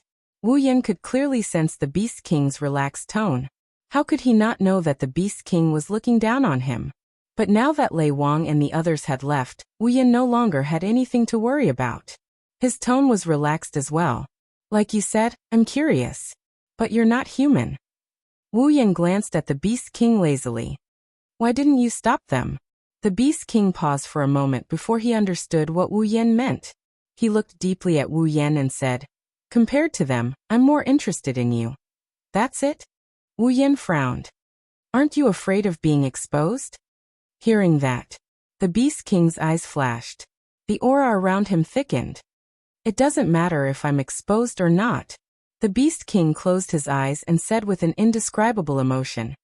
Yakumo Yukari's injuries are almost fully healed. There's no need to continue hiding. Hearing the Beast King's words, Wu Yan remembered that the Beast King was hiding because Yukari had injured him. Fully healed? Wu Yan's eyes narrowed. He waved his hand and said, impossible. Z told me about the injuries she left on your body. It would take at least a year or so for him to recover. It's impossible for your injuries to heal so quickly. This is all thanks to those two trash. The Beast King licked his lips as if he had thought of something. Without the food they brought over, how could I have recovered so quickly? Wu Yan's pupils shrank. Could it be that those missing low-level guards? He saw Wu Yan's shocked expression. The Beast King said happily, that's right. Although they were just a bunch of ants. But it's still pretty useful. Wu Yan was silent. He lowered his head. The bangs on his forehead covered half of his face, making it impossible for the Beast King to see his current expression. However, the Beast King's heart suddenly tightened. A sense of foreboding welled up in his heart. Wisps of inexplicable blood energy suddenly appeared around Wu Yan's body. They swirled around him like a whirlwind. The Beast King was shocked to discover that his sense of foreboding had turned into a sense of crisis. This is impossible. While the Beast King was still in shock, Wu Yan finally raised his head. His golden eyes shone with a ferocious light. That's good too. Wu Yan's ethereal voice came out of his mouth. When we fight, we don't have to worry about anything. As soon as he finished speaking, thump thump, a heartbeat sounded from Wu Yan's body. Almost at the same time, the blood energy around him retracted and shot toward Wu Yan's chest. In a moment, it had completely melted into his chest. The space suddenly darkened. Third red jade. Activate. A sea of blood energy rose from Wu Yan's chest and wrapped around Wu Yan's body. His entire body was dyed red. A wave of air blew toward the Beast King. The Beast King's expression changed. He raised his hands to resist the wave of air. There was some fear in his heart. What the hell is going on? In front of him, Wu Yan's body trembled. A blood-red light, deeper than any blood energy, flashed from his chest and illuminated a small shadow. One could vaguely see that the small shadow was a red jade engraving. Red jade mode. Activate. All the blood energy in his body rushed back into Wu Yan's body, as if it had never appeared. However, Wu Yan's aura skyrocketed. Along with it, a force flowed into Wu Yan's body. Under the influence of this force, Wu Yan's peak rank 8 strength began to rise at an unimaginable speed. Peak rank 8. Rank 9. Beginner rank 9. Intermediate rank 9. Advanced rank 9. Peak rank 9. No. It still hasn't stopped. Impossible. The Beast King finally let out a roar of disbelief. His eyes were filled with shock. In just a few seconds, Wu Yan's aura had reached the demigod rank. It had surpassed the Beast King's aura at his peak. Even as strong as the Beast King was, he couldn't help but tremble. It wasn't just because Wu Yan's rank had skyrocketed to the demigod rank. More importantly, the Beast King felt a familiar aura from Wu Yan's body. It was the aura of the person who had seriously injured him and reduced him to this state. Yakumo Yukari. Yakumo Yukari. The Beast King clenched his fists. He looked at Wu Yan, whose aura was still skyrocketing. His expression hardened. Although I don't know what you've done, I won't let you continue. The Beast King stomped hard on the ground, breaking the solid rock beneath his feet.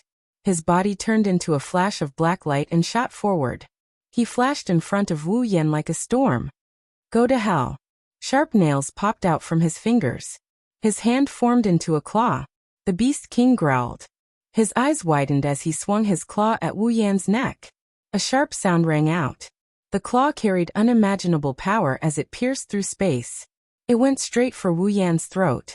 Wherever the claw passed, it caused ripples in the air. It was just like when the gate of Babylon was opened. If this claw hit, then even a demigod would die without a doubt. Unfortunately, Wu Yan wasn't human. He was a vampire with unlimited regenerative abilities. Moreover, he wouldn't be hit by the Beast King. Just as the Beast King's claw was about to pierce Wu Yan's throat, a hand reached out from below and grabbed the Beast King's wrist. Don't be hasty. A cold and indifferent voice sounded in front of the Beast King. The Beast King looked up. What he saw was no longer the golden pupils from before.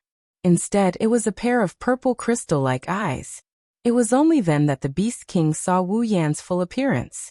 Not only were his eyes purple, even his black hair had turned golden. It even reached his waist. Long blonde hair, purple pupils. He looked exactly like Yakumo Yukari. The Beast King's expression changed. He roared and struggled to break free from Wu Yan's grip. He jumped back reflexively to put some distance between himself and Wu Yan. However, his eyes were fixed on him. His eyes were unprecedentedly serious. His relaxed demeanor had completely disappeared. Oh. Seeing the Beast King's reaction, Wu Yan opened his mouth in shock. Looks like you're really afraid of Yukari. You. The Beast King's expression changed rapidly. His face was filled with bewilderment. What the hell did you do? What did I do? Wu Yan tilted his body and he replied nonchalantly. It's nothing, I just borrowed someone else's power for a bit. Borrowed someone else's power? The Beast King gritted his teeth. Yakumo Yukari? Wu Yan looked at the Beast King's gloomy expression. He didn't answer. He lowered his head and looked at his hands and the golden hair that reached his waist. His purple eyes revealed a trace of nostalgia. This is Yukari's power? So strong. Wu Yan clenched his fists. A devilish smile appeared on his face. At this moment, Yakumo Yukari's figure overlapped with Wu Yan's. He raised his head and looked at the Beast King, who was on high alert. All right, let's get started. After all, I don't have much time in this state. Chapter 840. The Beast King has more or less calmed down. He is a demigod after all. Even if he is a demigod, his mental fortitude is not weak. He calmed himself down and took a deep breath. He doesn't know how Wu Yan managed to borrow Yakumo Yukari's power, but with her power, he is no longer an ant he can kill. If he doesn't go all out, death is not impossible. I must go all out. Clap. The Beast King clasped his hands together, and a terrifying aura surged out from his body. Roar! The Beast King didn't open its mouth, but the roar of the beasts reverberated throughout the cave. It was as if tens of thousands of lions were roaring at the same time. The sound waves rippled through the air and dust as they surged towards Wu Yan with a force that could topple mountains and overturn seas. Bang bang bang bang bang. Wherever the sound wave passed, the ground was blasted apart. The sound of explosions rang out incessantly. The walls of the cave were shattered into pieces. Countless pieces of gravel were like porcelain, shattering into pieces before being crushed into powder. The might of a demigod. How terrifying. If Wu Yan was at the peak of Tier 8, he would have been crushed into powder like the pebbles. But now that he has entered Yukari's red jade mode, Wu Yan's face was expressionless. He didn't make any extra movements. He just reached out and waved his hand lightly. Dong! The 100-meter-long airwaves and dust that were raised by the oncoming sound waves suddenly froze, as if even time had stopped. Then they trembled all over, and without any sign, they suddenly disappeared and fell silent. The Beast King sucked in a breath of cold air. Having fought Yakumo Yukari before, he knew what Wu Yan was doing. The realm of being and non-being. Wu Yan paused. Then he smiled. As expected of someone who fought Yukari before. Looks like the realm of being has left a deep impression on you. The Beast King clenched his fists. He felt bitter. How could he not remember such a terrifying ability? He was slightly shaken. The Beast King gritted his teeth. A pair of fangs protruded from his mouth. His eyes were also like those of a lizard, becoming ferocious in an instant. It was nothing more than borrowed strength. He might not be a match for the real deal, but against the imposter. I don't believe I can't beat him. Boom. It stomped its foot on the ground, causing the ground to ripple. However, it did not crack like before. Instead, it rippled like a rice cake and wriggled behind the Beast King. Bone Beast. The Beast King let out a low growl and stomped his foot once more. Several bones that were thicker than a human body suddenly grew out of the ground, forming several burly and extremely ferocious white bone beasts behind him. Roar! Roar! Roar! Several bone beasts roared, as if they had been dead for a long time and had turned into white bones. Their jaws opened and closed as they roared. Go! Roar! An earth-shattering roar sounded. Under the Beast King's control, the bone beasts bared their fangs and brandished their claws as they pounced towards him. Facing so many monsters, Wu Yan's face showed no fear. With his current strength, killing these guys was as easy as blowing off dust. The Beast King thought that Wu Yan's strength was borrowed and not his own, so it was impossible for him to use it well. However, he did not expect that Wu Yan had the infinite martial training. In front of the absolute skill of mind, technique, and body, as long as it existed in Wu Yan's body, it would be maximized for him to use it. Therefore, under Yukari's Red Jade mode, Wu Yan's strength was comparable to Yukari's, and in terms of technique he even surpassed Yukari. Coupled with the realm of being, the enemy in front of him was just a clown. Facing the bone beasts, Wu Yan stretched out his hand and waved it again. In the next moment, the space in front of Wu Yan suddenly split open, as if something had sliced it open. A fissure spanned a full 50 meters of space in front of Wu Yan, and with a strange sound, it collapsed. Under the Beast King's gaze, the black fissure expanded, hiding Wu Yan's body behind it. And within the fissure, there were countless creepy eyes of all sizes. As the bone beast spun, the eyes in the fissure looked forward, directly ignoring the incoming bone beasts and looking at the Beast King. Being stared at by these eyes, the Beast King felt a chill run down his spine. Go! Behind him, Wu Yan pointed a finger forward. Instantly, rays of black light shot out from the eyes in the fissure, whistling through the air like a storm, shooting towards the incoming bone beasts. Not good. The Beast King had never seen Yukari's fissure ability before, so when the raindrops of black light shot towards him, the Beast King was startled, and with a flash of green light in his eyes, he disappeared from where he stood. Just a step too late. A dozen or so rays of black light blasted the ground where the Beast King was standing, landing on empty space, and the Beast King managed to dodge them in time. But the bone beasts were not so lucky. Chi. Roar. Miserable roars accompanied the black light, and in the blink of an eye, several bone beasts were crushed into nothingness, not even leaving a bone behind. Pung. At this moment, an earth-yellow mana storm instantly erupted from an area not far in front of them. Wu Yan frowned, turning his head to look at the huge magic storm. There, the Beast King stood in the middle of the storm with a ferocious expression, faint traces of lightning flashing across his body, bringing about a series of loud rumbling sounds that made one's heart tremble. The huge magic storm was nearly 10 meters in diameter, and a vast demonic aura spread out from it. Such a demonic aura could only be possessed by a magical beast. As the king of magical beasts, the demonic aura of the Beast King was so evil that even Wu Yan could not help but have a solemn expression on his face. Such a spectacular scene was completely created by the Beast King relying on the magic within his body. It could be seen that the Beast King had a vast amount of magic in his body, and even as a true ancestor with an unparalleled amount of magic, he could not compare to it for the time being. It was obvious that the Beast King was preparing a powerful spell. A ferocious suction force was emitted from within the magic storm. Under the tearing force of the storm, the hard ground seemed to be experiencing an earthquake as cracks as thick as an arm continuously spread out. The entire cave began to tremble at this moment, and collapsed one after another.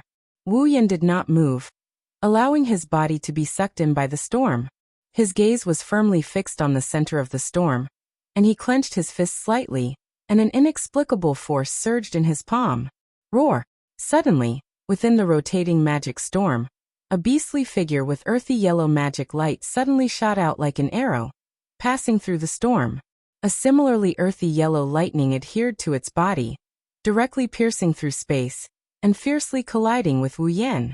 The speed of the beastly figure was extremely terrifying, and in a flash, it pounced in front of Wu Yan. In a hurry, Wu Yan could not react in time. By the time he reacted, he hurriedly waved his hand, and the space in front of him distorted again, and the gap suddenly opened. Roar!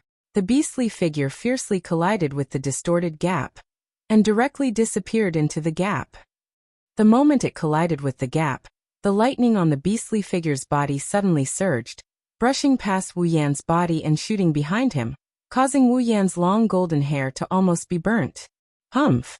Within the magic storm, a cold snort faintly sounded, and with a flash of light, the storm rolled, and a snake completely formed by magic power shot out, directly towards Wu Yan's head. Feeling the sound of wind breaking above his head, Wu Yan's body moved slightly, and directly appeared more than 10 meters away. Chi! The snake figure trembled, and once again rushed out, like a maggot in one's bones, and directly shot towards him. Just as his body stabilized, the sound of wind breaking entered his ears again. Wu Yan frowned slightly, and immediately became a little angry. Raising his hand, a rich fluctuation emerged from the palm of his hand. Immediately, he viciously grabbed at the snake figure that was flying towards him. A grip! Bang! The world seemed to have lost its color. Chapter 841. Pung! With a muffled sound, a dazzling halo suddenly illuminated the entire space within the cave. Clang! Within the halo, another strange sound rang out. It was the crisp sound of metal clashing against metal. In front, the Beast King was in the middle of the magic storm. The halo lit up the entire storm like a light bulb, causing the Beast King to squint as he stared at the center of the halo. Although there was no way to see the situation within, the Beast King could sense the strange ripples within. That was the power of the realm. Is he using the power of the realm again? The Beast King's face was filled with a troubled expression. Then he ruthlessly dug his sharp claws into the magic storm, and slashed with all his might. For a moment, the entire magic storm stopped. Then there was a continuous whooshing sound as the storm spun in the opposite direction at an even faster speed. Then snake shadows formed by magic power continuously formed from the storm. They raised their heads, hissed, and shot out explosively, engulfing the center of the halo in all directions. Clang, clang, clang, clang, clang. The overwhelming number of snake shadows poured down like rain and rushed into the halo, causing a series of crisp sounds to ring out in the dilapidated cave. Hearing this strange sound, the Beast King knew that his attack had failed once again. His entire face darkened as hatred flashed in his eyes. His entire body shook. Within the storm, an even more majestic magic ripple spread out and fused into the spinning storm. The storm instantly expanded a little. The boundless magic that filled the sky suddenly intertwined with each other, and formed a huge beast shadow. Floating in the center of the storm, the Beast King's expression was cold as he pointed his finger at the halo below and shouted coldly, "Beast attack!" Roar! The beast shadow raised its head and roared, as if it had a life of its own. Its huge body directly turned into a beam of light. As if it had pierced through space, it appeared above the halo in a flash. Roar! In the next moment, the beast shadow flew into the halo, causing a series of ripples. Wherever it passed, the halo instantly collapsed. It was clearly light, but it shattered like glass and rushed straight into the center. Seeing this, the Beast King was overjoyed. However, just as he was about to rejoice, a beautiful jade-green halo quietly emerged from the beast figure. Then it slowly dissipated. It was like an exquisite lotus flower that was blooming. The emerald light was entwined in it, and it was breathtakingly beautiful. However, the Beast King's expression changed when he saw this beautiful scene.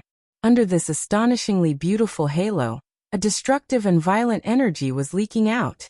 The moment the lotus blossomed, the beast's shadow also charged in fiercely. It collided with the center of the lotus halo.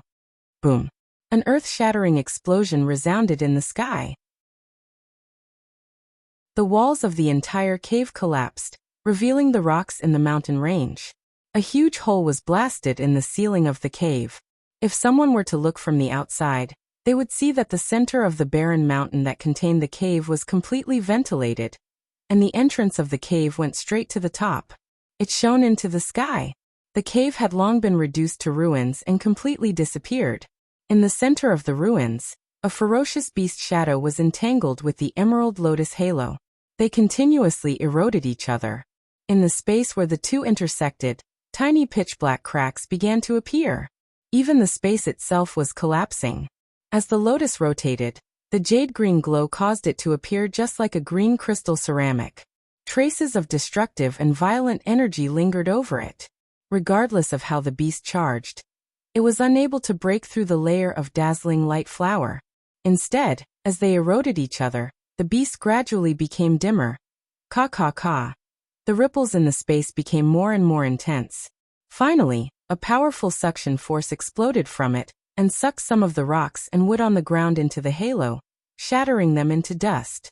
The beast's shadow grew dimmer and dimmer, and the demonic energy on its body also slowly dissipated.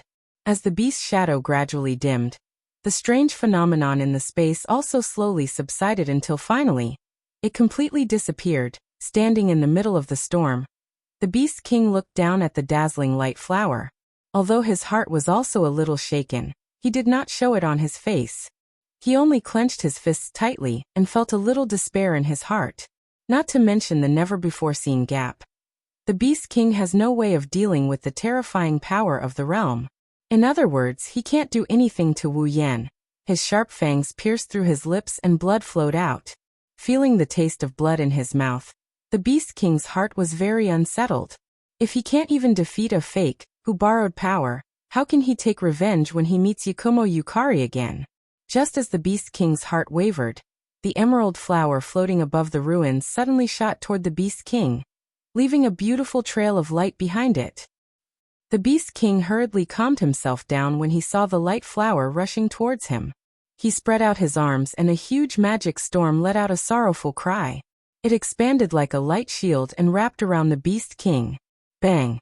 Just as the light barrier was formed, the light flower suddenly flashed and exploded on top of the light barrier like a bomb thrown into water. Like a magnificent firework, the berserk energy charged downwards. Circles of ripples rapidly spread over the seemingly sturdy magic energy light barrier. The speed at which the ripples spread became increasingly faster. Finally, it was unable to withstand the frightening destructive power and burst apart. The light flower rushed up and hit the center of the light barrier without mercy. Boom!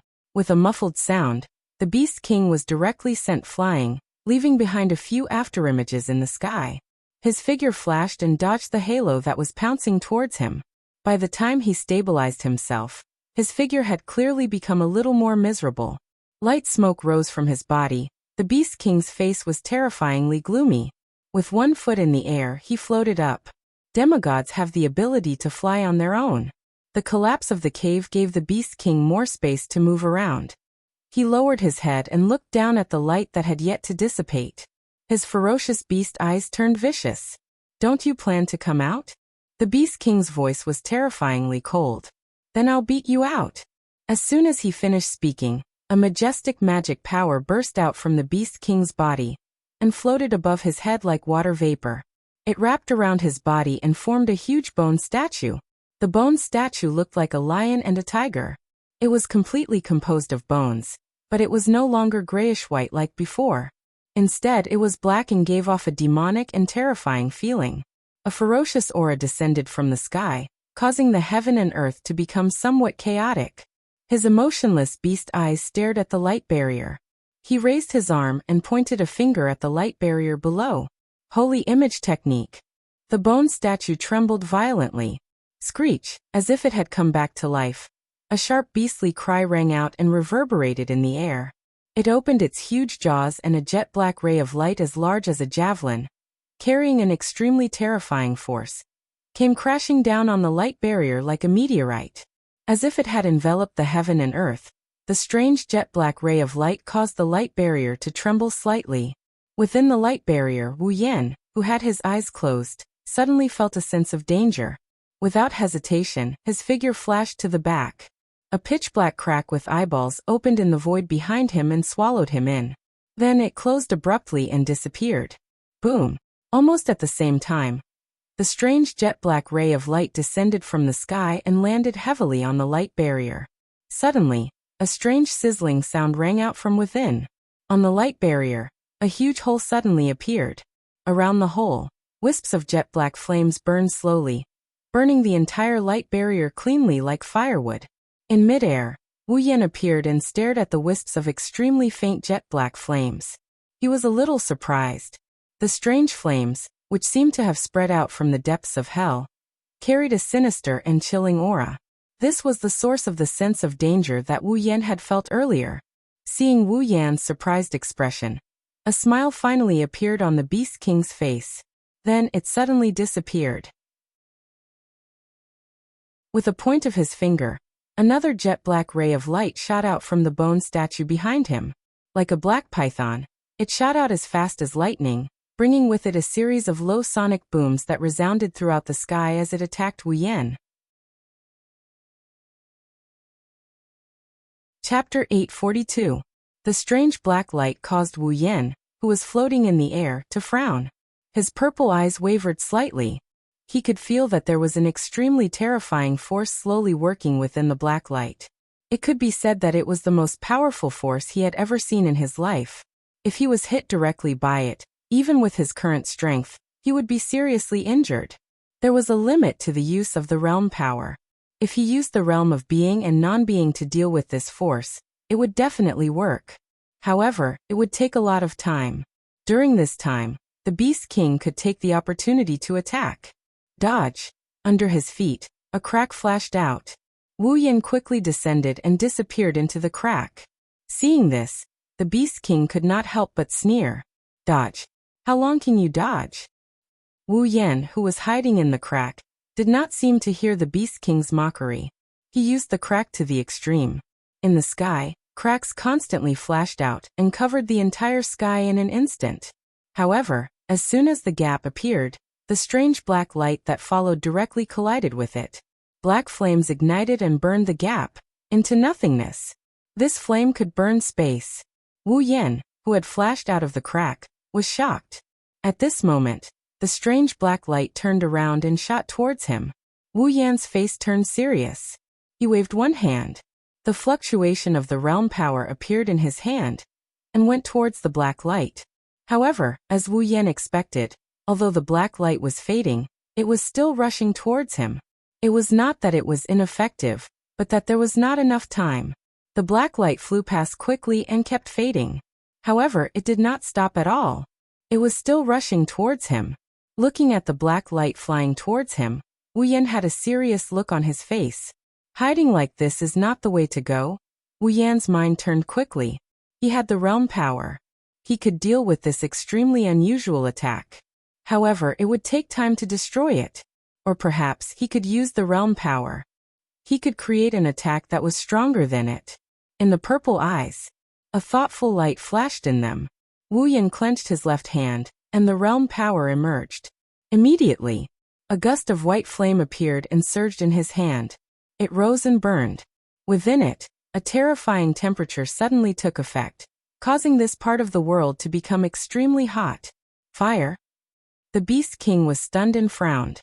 Is it the realm power again? The Beast King harumphed coldly. He had already developed a bit of hatred for the power of the realm. No matter what you do, I will not hesitate. The Beast King waved his claw. The speed of the huge strange black light increased sharply and rushed towards Wu Yan. However, Wu Yan did not even raise his head. He leaped back and dodged far away.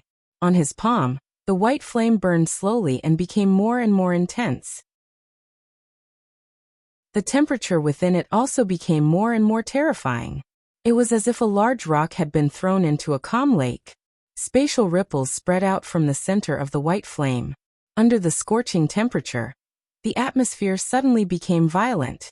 When the white flame burned to the size of a millstone, Wu Yan's figure finally stopped. He raised his head and looked at the Beast King in front of him. On his palm, the dense white flame suddenly transformed into a fiery glow and shot towards the strange black light that was heading towards him. The space shook violently. Pitch-black spatial cracks split open along with the white flame. It was as if ink had been spilled on a piece of paper. It drove the atmosphere of this part of the world, and a fierce wind suddenly rose. Heaven and earth also became violent. The Beast King's expression changed violently. A sense of horror welled up in his heart. Within the white flame, he truly felt an extreme sense of danger.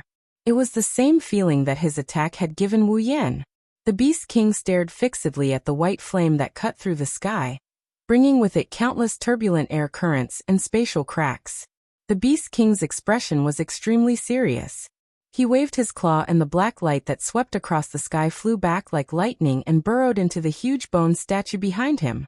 As the strange black light burrowed into the huge bone statue suddenly became much more solid. The terrifying aura that permeated the air also became more and more intense. A vein popped out on his forehead as the Beast King roared. Holy image technique. Full power. Screech behind him. The bone statue raised its head to the sky and let out a sharp beastly cry. The pitch-black light expanded greatly. The vigorous black light squirmed on the bone statue for a moment. A moment later, all of it condensed into its mouth, forming a vortex that resembled a black hole. A terrifying magic fluctuation swept out from the black vortex, also stirring up the surrounding atmosphere and rolling into a whirlwind. The temperature was the exact opposite of the scorching heat brought about by the white flame. The black vortex caused the temperature of heaven and earth to continuously drop. Roar! The Beast King's expression was ferocious.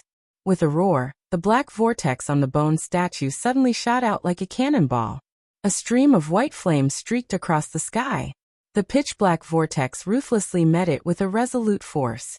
The next moment, boom! A thunderous explosion suddenly sounded, stirring up countless ripples. The airflow that the two brought along with the enormous sound wave seemed to have substance as it crazily poured down from the sky. The wild and ferocious fluctuation stirred up the dark clouds in the sky until they began to churn. Amidst the explosion, the pitch-black vortex quietly exploded. Without any sound, it turned into pitch-black flames that surged out. Together with the white flame, it was like a huge wave in the sea, crashing into each other with a loud bang. The entire sky had turned into a world of flames in an instant. White and black filled the entire sky, dividing it into two halves. In the white sea of fire, the temperature rapidly rose, while the black sea of fire crazily froze the air. The two waves of fire covered the sky at this moment, and the thick layer of dark clouds was actually evaporated into nothingness. The white and black waves of fire spread out, burning each other towards their respective masters. Wu Yan and the Beast King's expressions changed. One quickly opened up a gap to swallow the oncoming waves of fire, while the other burned with magic to form a bone shield, blocking all the aftershocks. Fortunately, it was only the aftershocks. Otherwise, the two of them knew their own attacks. This degree of resistance was not much different from not having any. In the center of the black and white sea of fire, the two colors of fire constantly collided. Under the waves of fire from both sides, ripples of energy undulated. The two sides seemed to be fighting to a standstill, each with their own territory, but not long after, a strange phenomenon suddenly occurred. A small dot of light flashed from the center of the collision between the two flames, and then rolled up. The white and black flames rushed into the dot of light at the same time, and in just a moment, they were completely swallowed by the dot of light. The sky suddenly fell silent. Kacha! A crisp and soft sound quietly rang out in the silent sky. The sound was very soft, but it still did not escape Wu Yan and the Beast King's ears. The two of them only felt their hearts tighten. They suddenly raised their heads and looked forward. Their eyes fixed on the small dot of light, and their pupils shrank. There, a small spatial crack was spreading around the dot of light. The crack was not conspicuous, but with Wu Yan and the Beast King's eyesight, they could see it clearly. The moment they saw it, their faces changed dramatically. This was because they could faintly sense a destructive force fluctuating in the dot of light. Kacha! Kacha kacha! The dot of light trembled, and as it trembled, the small spatial crack also spread wider. The faint kacha kacha sound slowly rang out, and in the end, it was almost a continuous sound. Could it be? A thought came to their minds. Wu Yan and the Beast King's hearts jumped, and they quickly retreated. The moment they retreated, the dot of light stopped. Boom! A terrifying spatial storm, accompanied by white and black flames, surged out from it. It expanded at an unimaginable speed, and engulfed the retreating Wu Yan and the Beast King. A roar devastating the world. Chapter 843. Woo woo. The sharp sound of the wind was like the sound of a siren. In the sky, the black space storm was like a circle of shock waves, wildly flashing in all directions. The white flames and the black flames were driven by the space storm and turned into flaming meteors. They either rose up and shot into the air, or swept away and exploded in all directions. Some fell down and smashed into the ground. In the surroundings, the trees that had been standing for God knows how many years were blown away like chopsticks by the wind. Some of the trees that were hit by the two colored flames were directly turned into ashes in an instant. This was still the best. The trees that were blown away by the spatial storm were crushed without even a sound, as if they had never existed in the first place. How terrifying! The barren mountain that originally contained the cave had been completely turned into a pile of gravel, scattered on the ground like rubbish. The intact open space was like a dry wasteland, inch by inch cracking. The water in it had already dissipated under the effect of the flames. It was likely that it would be a matter of hundreds or thousands of years before it would be restored to its original state. The two different colored flames flowed along with the spatial storm in midair, making people wonder if it would continue like this forever. Fortunately, it didn't seem to have any intention of continuing to stay in this world. Although it was still wreaking havoc, compared to the beginning, its scale was already much weaker. On the other side of the white and black sea of fire, in midair, a crack full of eyeballs opened up, spitting out a figure. If one looked carefully, they would find that before the figure came out, the figure stumbled for a moment, looking quite embarrassed. It seemed that, before entering the crack full of eyeballs, he was in a hurry, standing on the side of the crack without flames and the space storm. Wu Yan slightly raised his head, exposing his face to the air. He was panting slightly, his face slightly pale. After using such a powerful move like the white flames, even with the omnipotence of the realm power, he could not bear it. Although its power was terrifying at the same time, its consumption had reached a frightening level. Wu Yan could even feel that the demonic power that he had because he was in Purple's red jade mode was a little weak at the moment. He raised his gaze and looked straight at the raging dual-colored sea of fire and the spatial storm. Wu Yan's purple eyes still had a trace of lingering fear. If he didn't escape in time, even if he didn't die, he would have lost a layer of skin. Wu Yan did not relax just because he escaped. After all, the spatial storm was too terrifying. His white flames and the Beast King's black flames were equally powerful. Wu Yan did not want to be pulled into the storm again, because of a moment of relaxation. He took a few deep breaths. After calming his breathing, Wu Yan narrowed his eyes and looked at the weakening spatial storm and sea of fire. How is the Beast King?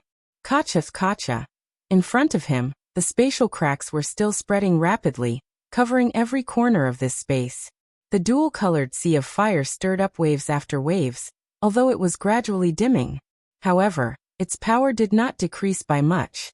In this world of spatial storms and dual-colored flames, even a peak Type 9 powerhouse would not be able to return alive if they entered. Boom! Suddenly, from a corner of the area, a loud and clear sound of something crashing could be heard.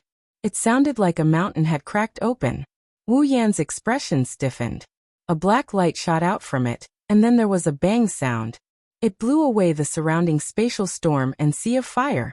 The spatial storm and sea of fire that covered the sky and earth spread out in all directions at an extremely fast speed. The shocking energy of the storm, and the varying temperature of the sea of fire, cut many spatial cracks in the process of spreading out. As they spread out, they were mixed with fierce air waves. Once again, the entire ground was plowed. Wu Yan's purple eyes stared at the place where the strange sound came from. Some sparks flew past him with sharp winds, but it did not distract him in the slightest. He just continued to watch like this. Vaguely, Wu Yan saw a dense flow of demonic energy surging from that corner. A moment later, the flow of demonic energy suddenly contracted, and then expanded. Then, a figure pushed by the flow of demonic energy flashed out like lightning and stood in front of him. It was the Beast King. However, his appearance had changed greatly. The beast's skin clothes on his body had become tattered, and his hair was curled up, emitting wisps of smoke. The skin on his body was slightly charred, and his face was completely covered by a pale white color. A trace of blood dripped from the corner of the Beast King's mouth, dripping onto the bone statue that had wrapped around him at some point in time. It added a bit of red to the pitch-black bones. It was obvious that the Beast King was not as capable as Wu Yan, who could use the gap to escape the spatial storm and the dual-colored sea of fire. He had completely withstood the attack this time. Wu Yan's eyes turned cold. His body moved, and a gap appeared and swallowed his body. When the gap appeared again, he was already behind the Beast King. At the same time the gap appeared, a sharp black light shot out from the bone statue towards Wu Yan, who had just come out of the gap. Wu Yan sneered. He pointed his finger, and a gap appeared in front of the black light. Bang! The sound of a collision rang out, and the dark light turned into pitch-black flames that burned the gap into nothingness. The gap had only blocked the dark light for less than a second, but that 1 second was enough. Wu Yan pointed his finger again, and a beam of light shot out from the tip of his finger. Like a cannonball, it slammed into the Beast King's figure in the bone statue. Bang! When the light beam exploded, the violent impact caused the Beast King to let out a muffled groan. It could no longer stabilize its body and fell down, heavily smashing into the ruins of the ground. Pfft! The Beast King spat out a mouthful of blood. The unusual pain caused him to clutch his chest, and his mind went blank. Before he could regain his senses, a crack filled with eyeballs opened up beside him. Holy statue! Alarm bells rang in his heart, causing the Beast King's consciousness to be pulled back in advance. He let out a low roar, and the bone in the sky swayed and disappeared in an instant. When it reappeared, it had already protected the Beast King and the pitch-black bone. Bang, bang, bang, bang. At the same time, a few black and white balls of light smashed into the bone statue, causing a cloud of dust to rise. But the Beast King was not harmed. Wu Yan's face did not show the slightest bit of surprise. He closed his eyes, and his palm gently reached forward. His body flashed forward, and he appeared in front of the bone statue. The corners of his mouth curled into a cold smile. His palm gently pressed against the pitch-black body of the bone statue. The Beast King's pupils slowly shrank to the size of a needle. In the next second, a voice slowly rang out. The realm of being and non-being. As the voice fell, a strange wave of energy rose from the area where Wu Yan's palm and the bone statue's body touched, and it took effect on the bone statue. Clang! A strange sound was emitted along with the energy wave. It reverberated like a ripple. The entire pitch-black bone statue actually began to erode in the ripple. Its color gradually dimmed. Traces of cracks spread out from the pitch-black bones. In a short while they covered the entire bone statue. Bang! Like a porcelain bowl. The bone statue directly shattered into pieces that filled the sky. Looking at the fragments that filled his vision, the Beast King's heart trembled violently, as if it was a reef that had been hit by a huge wave. Then, a fierce look flashed across the Beast King's eyes, and he activated the little bit of demonic power left in his body. However, before he could react, a figure appeared in front of him in a ghost-like manner. The hand that had just been on the bone statue was gently placed on the Beast King's thick shoulder. A cold murmur slowly rang out, causing the Beast King's body to stiffen. It's over. In his heart, a fatal sense of danger surged up along with a familiar energy. The realm of heaven and earth. The voice that fell into the Beast King's ears was no less than a death sentence, and it became the declaration of the end of this battle. Boom! The sky shattered, the earth cracked. Chapter 844. Boom! An earth-shattering roar echoed throughout the behemoth forest, even reaching the campsite outside the behemoth forest. In the campsite, all the patrols in the middle of the night were shocked by the loud noise. They reflexively raised their heads and looked towards the source of the sound. They were completely dumbfounded. Not to mention them, even the guards who were startled awake by the noise and walked out of their tents to check the situation were also stunned on the spot. They all looked into the distance in a daze, disbelief, and shock. Countless emotions surfaced on their faces and eyes. What did they see? It was like the end of the world. Was this a dream? Countless people who were awake, those who were unconscious, those who were just sleeping, and those who were patrolling at night, all had the same thought at almost the same time.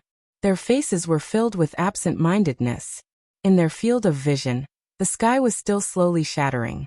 They could also feel the ground trembling slightly. It was obvious that not only the sky, but the ground in that area was also suffering from a destructive attack. Heaven and earth were in that area. It had long become a luxury, not a single bit was left. Without a doubt, if this phenomenon continued, then sooner or later, the campsite would also be included. The guards in the campsite were all at a loss as to what to do. Some of them were desperately shouting, while others ran towards the direction of the higher-ups, seeking instructions. Some of the more timid guards even began to escape from the campsite. In an instant, the entire campsite was in chaos. Don't panic. Don't panic. In the center of the campsite, Pelosi shouted at the top of his lungs. Even he was inexplicably frightened. But it was not to the extent of causing a commotion because of an unknown phenomenon. He suppressed the shock in his heart. Pelosi raised his hands. He shouted loudly, "Everyone gather here for me. Wait for orders." Hearing Pelosi's words, the guards recovered from the sudden situation that caused them to be at a loss. Although the clamor was still there, it was not as chaotic as before. However, the operation was no longer as chaotic as it had been at the beginning.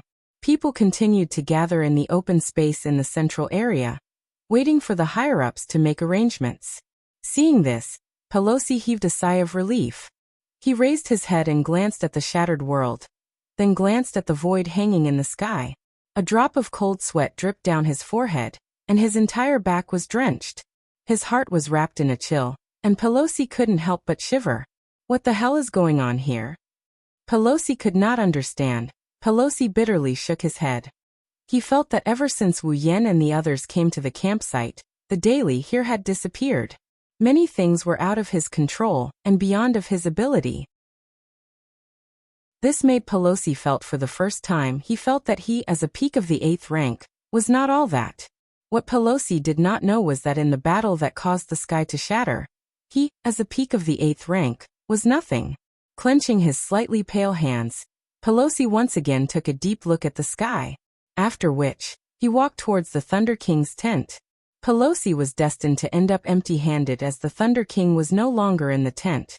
The shattered sky attracted the attention of the people in the campsite. It did not escape the eyes of Chuju, Mikoto, Shokuho Misaki, Kotori, and the others. The girls came out of their tents and looked at the scene of the apocalypse. Even they were shocked. Too scary. Looking at the black hole hanging in the sky, Hinajiku couldn't help but mutter. The sky shattered. Isn't that terrifying? What the hell is going on? The fearless Mikoto shrunk her neck in fear. Did something happen in the giant beast forest that gave us a headache? Shokuho Misaki narrowed her eyes and exchanged glances with Kotori. Both of them seemed to be deep in thought, causing the girls around them to be confused. From the looks of it, you two seem to know something. Kurumi stood on her toes and tilted her head. Not really. Shokuho Misaki sighed. I just have a feeling that it's not a natural phenomenon. Mikoto rolled her eyes and retorted. Isn't that the same as not saying anything? What kind of natural phenomenon could cause something like this? No, that's not what Shokuho meant. Kotori replied on behalf of Shokuho Misaki. She meant that the sky shattered because of someone's actions. Ha! Hinajiku and Mikoto looked at each other with an amused expression. Are you trying to say that the shattering of the sky was caused by someone? I'm afraid. Shokuho Misaki lowered her head. I think so, Kotori said with uncertainty. Hey, are you two joking? Kinuhata Sai was the first to react. Is there really someone who can shatter the sky? I think so too. Mikoto furrowed her brows. I don't believe anyone can do that, even if it's a demigod unless… Chuju laughed bitterly. Unless it's a celestial. But celestials don't exist anymore, right? Frenda hit the bullseye. That's the same as not saying anything. The girls laughed bitterly. Indeed, they have been discussing this for so long, and there's no way they can come up with anything.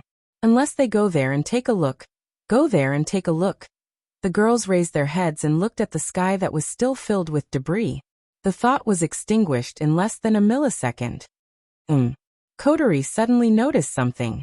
Ikaros, who was standing behind everyone, was looking at Wu Yen with her indigo eyes. In her eyes, a data box was floating back and forth. It was very unstable. What's wrong? Ikaros didn't turn around. She was still looking at the sky, but the answer that came out of her mouth shocked the girls. Master is there. What did you say? The girls were shocked. Mikoto screamed. You said that guy is there. Ikaros. Shokuho Misaki's expression turned serious. Can you sense Xiaoyan's presence? Ikaros shook her head. I don't know, but I know that Master is there. The girls looked at each other in confusion, but they didn't doubt her words. They knew Ikaros wouldn't lie, especially when it comes to Wu Yen. I'm afraid Ikaros is right.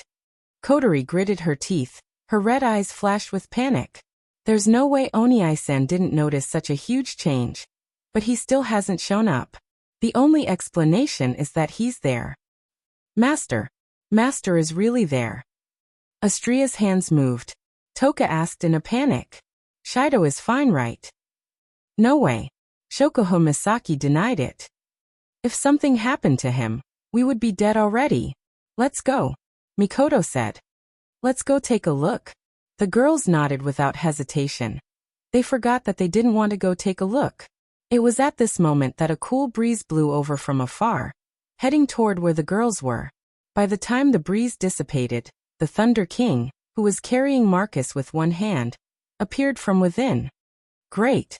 You're all here. Without waiting for the girls to speak, the Thunder King took the initiative to shout. Quick. Come with me to support the little guy. Lei Wang confirmed Wu Yan's whereabouts. The girls nodded and followed Lei Wang. They rushed towards the shattered sky in the behemoth forest. Chapter 845. The shattered sky isn't just shocking to look at. Only those who are in this world would know that there is a terrifying power comparable to a spatial storm here. Just as the people in the campsite had imagined, if the sky continued to shatter, by the time it reached the campsite would have no choice but to disappear. Unfortunately, the master who shattered this world doesn't have that much power. At a certain moment, the speed of the shattering of the sky started to slow down. Although it's not easy to notice, it is indeed gradually stopping until it completely stops. Under the empty black hole, the rain-like fragments from the shattered sky also slowly disappeared. The terrifying power contained in them gradually dissipated, and together with the things in the sky, they were crushed into nothingness. Then, the sky returned to normal. At a speed visible to the naked eye, the empty black hole was covered by a dark cloud and retracted, returning the curtain of night to the spalier world. After an unknown amount of time, when the empty black hole completely disappeared, the strange changes in the sky returned to normal. It was still silent. Only a little bit of starlight and moonlight were showing their existence. Everything seemed like nothing happened. Of course, if someone came to this world, they wouldn't think so. Not only did the sky shatter, the ground also disappeared. A huge crater with a diameter of more than a kilometer stood in this corner. It's as if the entire behemoth forest was dug out alive. Not to mention the magical beasts and creatures that were living here a moment ago. Even the trees are gone. Only in that huge crater several hundred meters deep, there are still two breaths. Looking up, Wu Yan bitterly smiled as he looked at the sky that returned to normal and the pitch-black crater that filled his field of vision. Her pale complexion made her look exceptionally sorrowful. His long golden hair fluttered without wind, gently fluttering, caressing his black robe. His purple eyes were filled with endless exhaustion. His chest was violently rising and falling. His rough breaths turned into hot breaths in this world that has returned to normal. showing his master's current state. He sensed the little Yao energy left in his body. The bitter smile on Wu Yan's face also turned into helplessness. Before he used the realm of heaven and earth, he had never thought of playing with such power, but in the end, he almost collapsed from playing with it. With infinite arms refinement, even if it's an unfamiliar power, he can perfectly control it. The same goes for his realm power. Under these circumstances, in Yukari's red jade mode, Wu Yan can be considered a Yakumo Yukari. At least, that's what Wu Yan thinks. But that wasn't the case. Being able to perfectly control one's abilities did not mean that one would be able to fight perfectly. No matter what, Wu Yan himself was only a little fellow, at the peak of the 8th step. Even though he had grasped the power of a demigod, he was still unable to adapt to it. As a result, even though there were no problems during the battle, Wu Yan did not fully understand what kind of power the realm of heaven and earth possessed. In a situation where he didn't understand the power of the skill, in order to guarantee that he could defeat the Beast King, Wu Yan had no choice but to go all out. In the end, it led to the current situation. He took a deep breath. Wu Yan lowered his head and looked at his feet. The Beast King was lying there. Only the last bit of clothing was left on his body. Everything else had been reduced to ashes. His skin had already rotted away. Strands of blood sprayed out from his body as if they were free of charge, dyeing him into a blood-soaked man.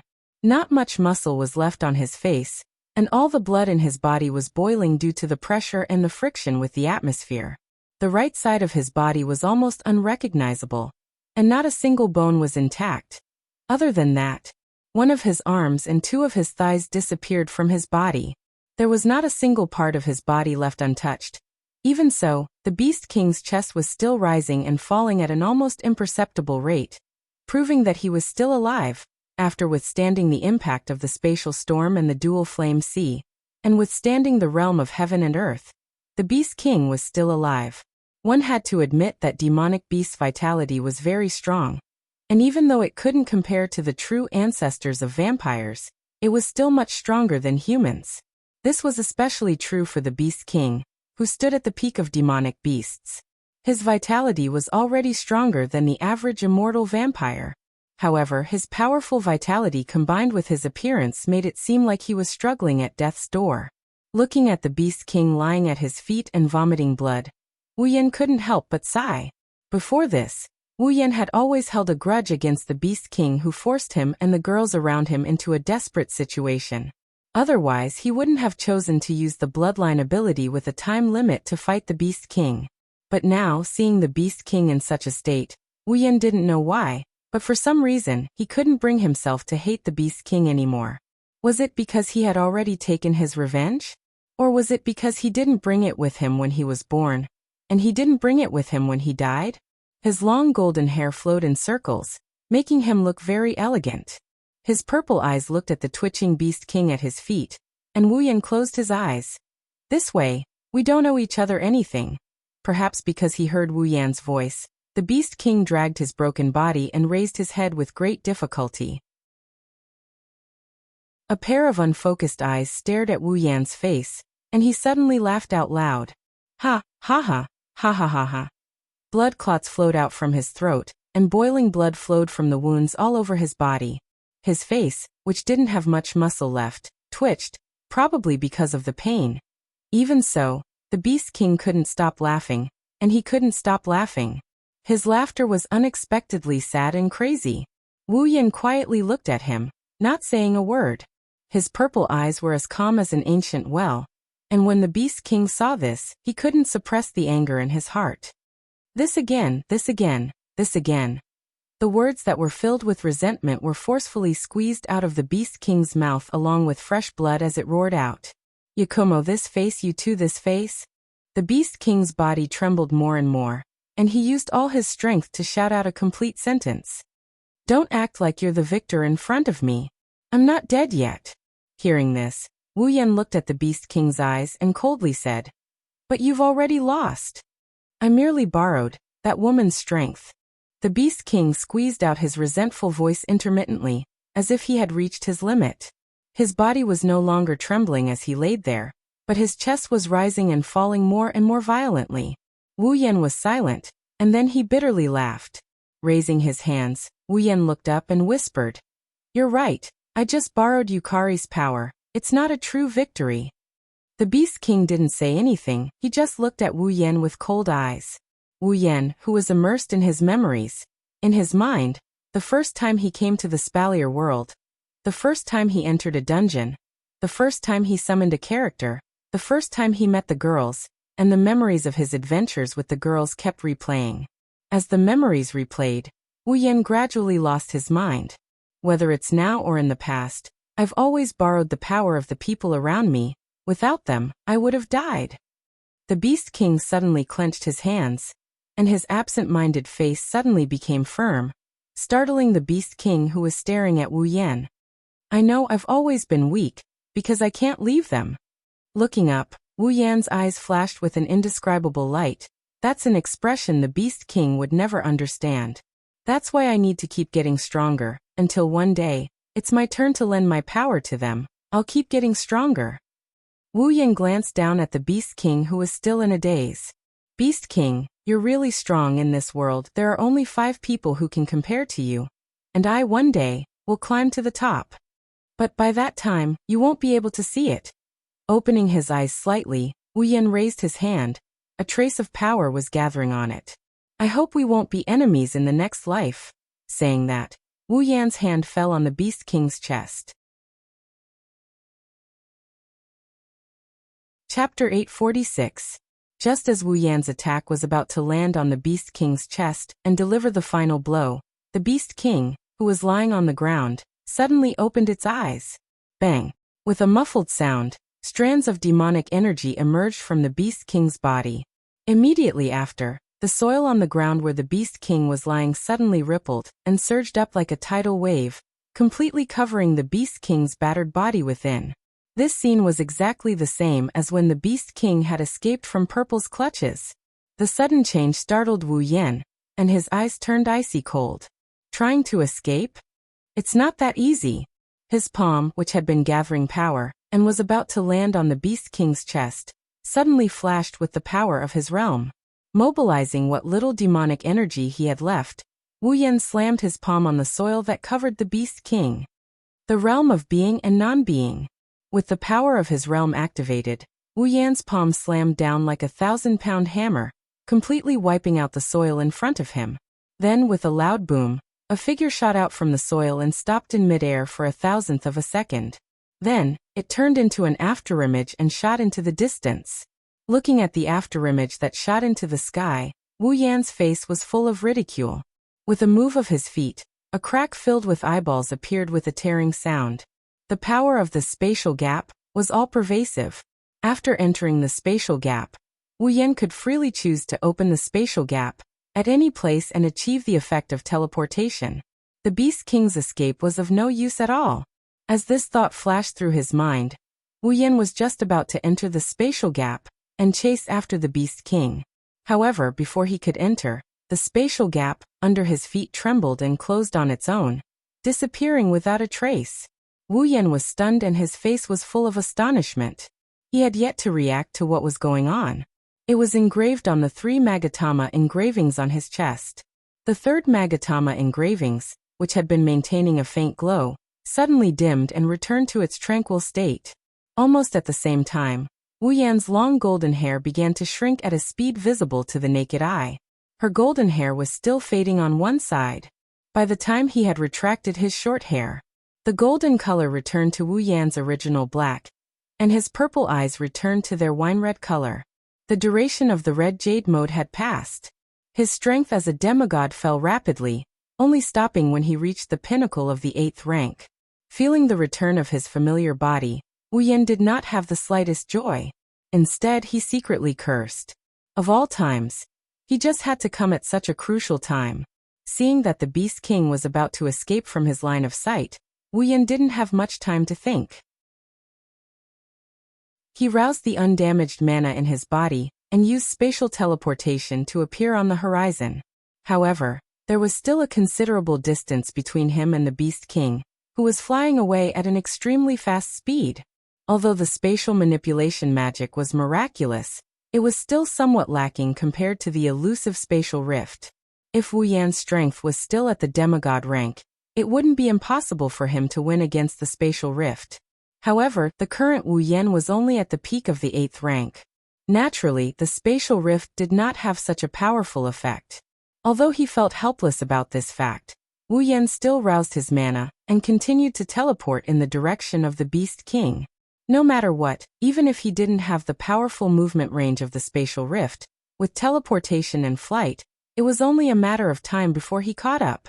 Looking at that broken figure, Wu Yan's eyes flashed with a cold light. You can't escape. In the sky above the behemoth forest, a streak of light flashed past like a bolt of lightning. In the blink of an eye, it rushed into a continuous mountain range in the behemoth forest.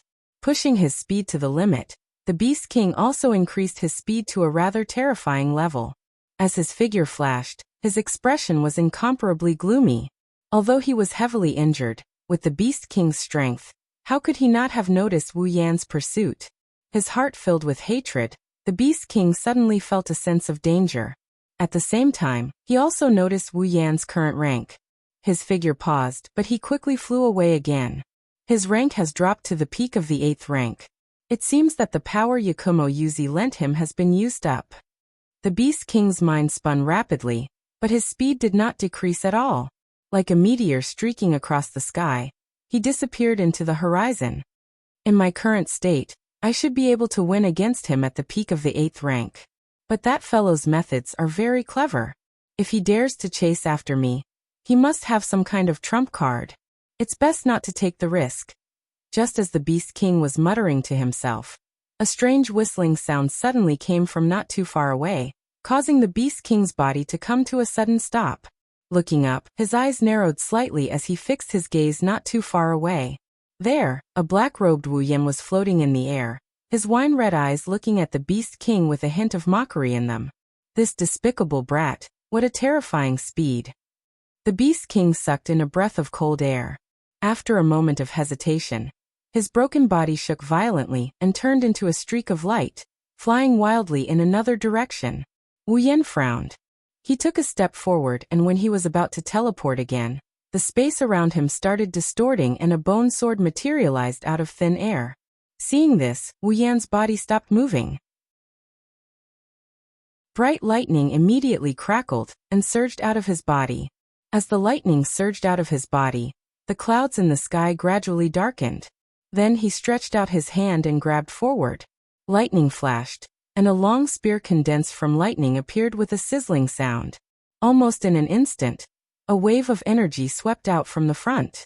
The bone sword that appeared out of thin air brought with it a whistling sound as it violently pierced towards Wu Yan. It's not a fight, but a hindrance? Seeing that the demonic energy on the bone sword was not very strong, Wu Yan immediately understood the Beast King's plan. The lightning spear in his hand carried an unparalleled amount of blue and white electricity, crackling nonstop. Then Wu Yan threw it out fiercely. Ding! The crisp sound of collision resounded throughout the entire sky. Hearing this sound, the Beast King's body rushed out like a ray of light.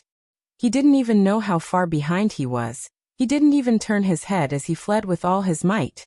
I never thought that there would be a time when I would be chased by a peak level 8 ant. Gritting his teeth, the Beast King's face became a little ferocious. Because of the change in his expression, the Beast King's face started to bleed, but he didn't notice. The killing intent and hatred in his heart had long surpassed the pain. But the Beast King didn't slow down in the slightest. His body streaked across the sky, and in the blink of an eye, he disappeared into the forest. This desperate escape continued for more than 10 minutes. Finally, the Beast King's speed started to slow down. The demonic energy supporting his rapid flight was already showing signs of exhaustion. At this moment, the Beast King's broken face was incomparably pale. The blood in his body flowed even faster. One of his severed arms and 2 of his thighs were dripping down like water. If the Beast King wasn't a magical beast and a human was in his place, even if he wasn't killed by Wu Yan, he would have died from excessive blood loss. The Beast King gritted his teeth and continued to fly forward. He had already seen Wu Yan's speed just now. It was extremely terrifying. If he stopped, it wouldn't take long for him to catch up to him. This thought flashed through his mind. Just as the Beast King was about to continue flying, a voice that he hated to the bone, and that made his heart tremble with fear, rang out behind him. I said, "You can't escape." The Beast King trembled all over and subconsciously turned his head. A moment later, in a space not far behind him, Wu Yan's figure appeared. Seeing this scene, the Beast King's pupils shrank. That's teleportation? The Beast King finally understood how the other party was able to catch up to him with just the strength of a peak level 8. Gritting his teeth, the Beast King fiercely swung his only remaining arm. Immediately after, 4 bone spears that shone with a cold light appeared around his body. Under the control of the Beast King, they shot towards the figure behind him. As for the Beast King himself, the moment the bone spears shot out, he turned around and hurriedly fled again. Chapter 847. As soon as he appeared, Wu Yan's expression changed. 4 thick bone spears shot out from the front like ribbons, twisting at different angles during the shooting process, mercilessly stabbing towards his front, back, left, and right from 4 different directions. Judging from the mana fluctuations on the 4 bone spears and the explosive sounds, it was clear that the Beast King wasn't just trying to obstruct him with this attack. Even though his magic was about to run out, the Beast King did not hesitate to use a powerful spell. He was very bold. After all, the reason why the Beast King was able to drag its battered body and escape at such a high speed was because of the support of its magic power. Once the magic power in its body is depleted, the Beast King would no longer have any chance of escaping. Umph! Wu Yan snorted and turned his head. He looked in the direction the Beast King had escaped and smiled coldly. His body disappeared with a bang. As soon as he left, the 4 bone spears stabbed into each other and collided with each other. Under the pitch-black night sky, the Beast King's body was wrapped in a stream of light as it dashed through the giant beast's forest in an arc. His aura has disappeared. The Beast King glanced behind him and frowned. He did not think that Wu Yan had given up on chasing him. Based on what he saw just now, the other party must have used that mysterious teleportation technique again. Can we shake him off? As soon as he finished speaking, the Beast King's voice changed abruptly. He waved his hand and a powerful magic power shot out, slamming into the void in front of him. Bang! The magic hit the empty space and the space rippled. A figure slowly emerged from it. It was Wu Yan. Seeing this, the Beast King immediately retreated. Wu Yan immediately teleported. When he reappeared, he was above the Beast King's head. Do you still not understand? He looked coldly at the Beast King. Wu Yan said in a low voice, "If we're competing in speed, there's no way you can beat me." The Beast King clenched his fists and sneered. "So ruthless. Looks like you're much more decisive than the first time we met." Wu Yan chuckled when he heard this. There was a hint of mockery in his smile. "It started when you planned to kill the most important people around me. I didn't plan on letting you live for long. Whether it was Andrew or not, whether it was Marcus or the Beast King, they were normal people. Wu Yan could not be bothered with them. But if you touch his reverse scale, don't think you'll get away with it." As soon as he finished speaking, Wu Yan's eyes turned gold. With a swoosh, he charged towards the Beast King. "You're at the peak of the 8th level." The Beast King was infuriated when he saw Wu Yan charging at him. He channeled his magic power into his palms, and he extended his sharp claws. The Beast King also rushed out and collided with the former. Boom! A huge wave of magic and a thunderous sound resounded in the sky above the forest. The explosive airflow swept out. Like fireworks, dust flew in all directions from the collision. Both of them flew backwards and pulled apart some distance. The Beast King endured the pain in his body and stared at Wu Yan on the other side of the smoke. There was some shock in his eyes. Although he was now seriously injured, he was still a demigod. In this state, it might be a little difficult to fight against a 9th level. But against a 8th level, even if the other party was at the peak of the 8th level, the Beast King had no reason to lose. But in fact the collision just now was evenly matched. This Wu Yan was not a simple person. While he was daydreaming, opposite him, Wu Yan's figure trembled and strangely disappeared on the spot. Immediately after, he flashed out from the space behind the Beast King. Raising his hand, A bluish-white electric current containing surging magic power struck the Beast King's back like lightning. Thunder Light Fist. Boom. A low muffled sound was heard. The magic power on the surface of the Beast King's body flowed rapidly and forcefully resisted Wu Yan's attack. However, his body started to sway slightly. Seeing that the body wrapped in magic power could not bear the burden and was shaking, Wu Yan narrowed his eyes. With a clench of his hand, bluish-white electric light filled his entire body. With a flick of his finger, the bluish-white electric current whistled through the air with a crackling sound. It was entwined in the scorching atmosphere and shot out explosively. With the Beast King's experience, he could of course see that these few small electric currents were definitely not something that he could withstand in his current state. A trace of fear flashed in his eyes. The Beast King's figure retreated rapidly, but he was cursing loudly in his heart. He was clearly at the peak of the 8th level, but his attack was comparable to that of a 9th level. This Wu Yan was simply a monster. You still want to escape? Wu Yan waved his hand and the electric current that flew out suddenly increased in speed. Like a thunderbolt, it violently struck the Beast King's body. Boom. After being struck by the electric current, the magic power surrounding the Beast King's body quickly dimmed by a lot, causing him to turn pale with fright. Before he could react, another electric current followed closely and violently struck the Beast King's chest again. Boom. With a muffled sound, the Beast King was hit by the electric current head-on. With a muffled groan, he smashed into the forest below. Boom, boom, boom. Wu Yan's palm danced and several electric spears formed by electric current shot out explosively. All of them struck the Beast King's body. A series of muffled sounds rang out, mixed with the Beast King's miserable cries. Damn it! Large amounts of blood sprayed out from the impact of the electric current. The magic power wrapped around the Beast King's body became thinner and thinner. The Beast King's face was malevolent, and his eyes flashed with a crazy light. Don't think that you can have your way with this. Looking at Wu Yan, who was looking down at him from above, the Beast King took a deep breath. His chest slowly puffed up as he raised his head and roared violently. Roar! The deep roar rapidly reverberated from the Beast King's mouth, turning into a sound wave. With a boom, it exploded in the sky above the behemoth forest and scattered in all directions. Seeing this scene, Wu Yan deeply furrowed his brows. In his heart, a bad premonition quickly rose up, causing him to raise his hand reflexively. Li, Wu, Ing. Just as Wu Yan was about to use the railgun to directly end the Beast King, a series of continuous beast cries suddenly rang out from the horizon not far away. Wu Yan's movements froze, and he abruptly turned his head to look at the source of the sound. With one look, his face immediately froze on the spot. All he saw was a group of flying magical beasts emerging from the behemoth forest below. An endless stream of flying magical beasts continuously flew over here. Not good. Wu Yan's face also changed. The Beast King coldly laughed and loudly shouted, "Attack!" Li, Wu, Ing. Under the Beast King's command, the group of magical beasts did not hesitate at all. Flapping their wings or using flying magic, they quickly rushed towards Wu Yan.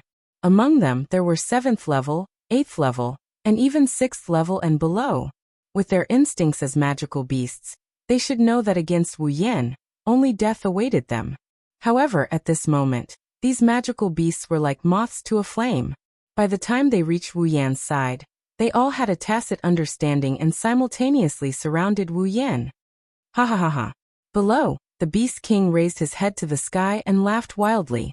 His body moved, turning into a ray of light and quickly disappearing into the depths of the forest.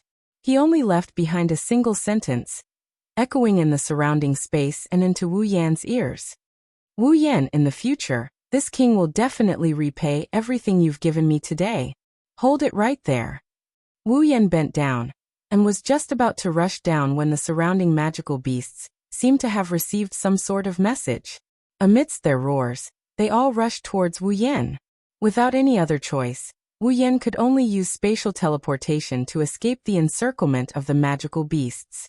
He slowly emerged below and scanned his surroundings. However, he had already completely lost track of the Beast King's aura and traces. A sullen fury rose from Wu Yan's chest. Feeling the magical beasts continue to pursue him from behind, Wu Yan roared angrily, his voice echoing through the forest. In the next moment, the overwhelming horde of magical beasts covered Wu Yan's figure. Chapter 848.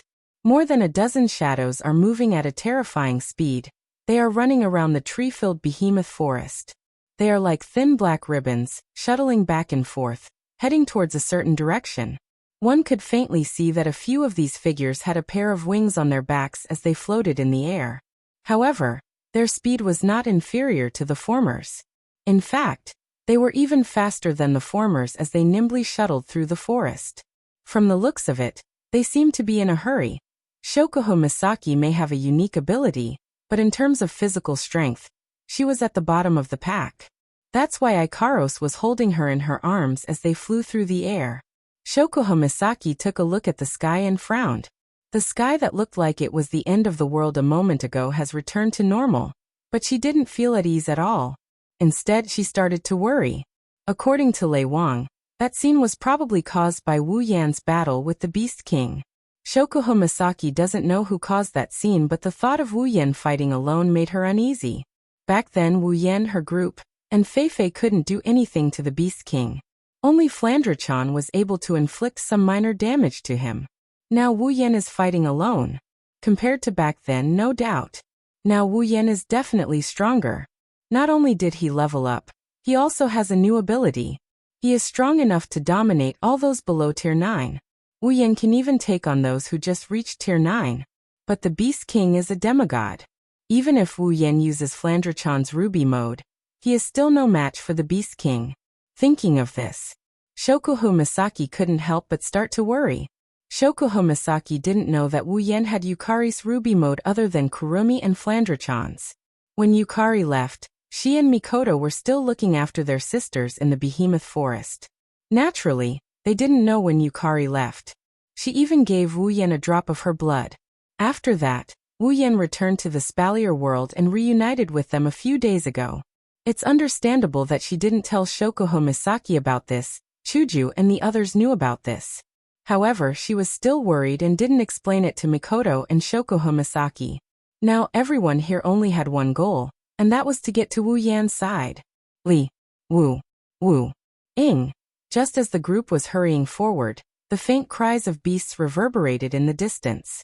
The Thunder Sovereign, who was most sensitive to wind, was the first to hear this sound. Did you guys hear a beastly roar? Beastly roar.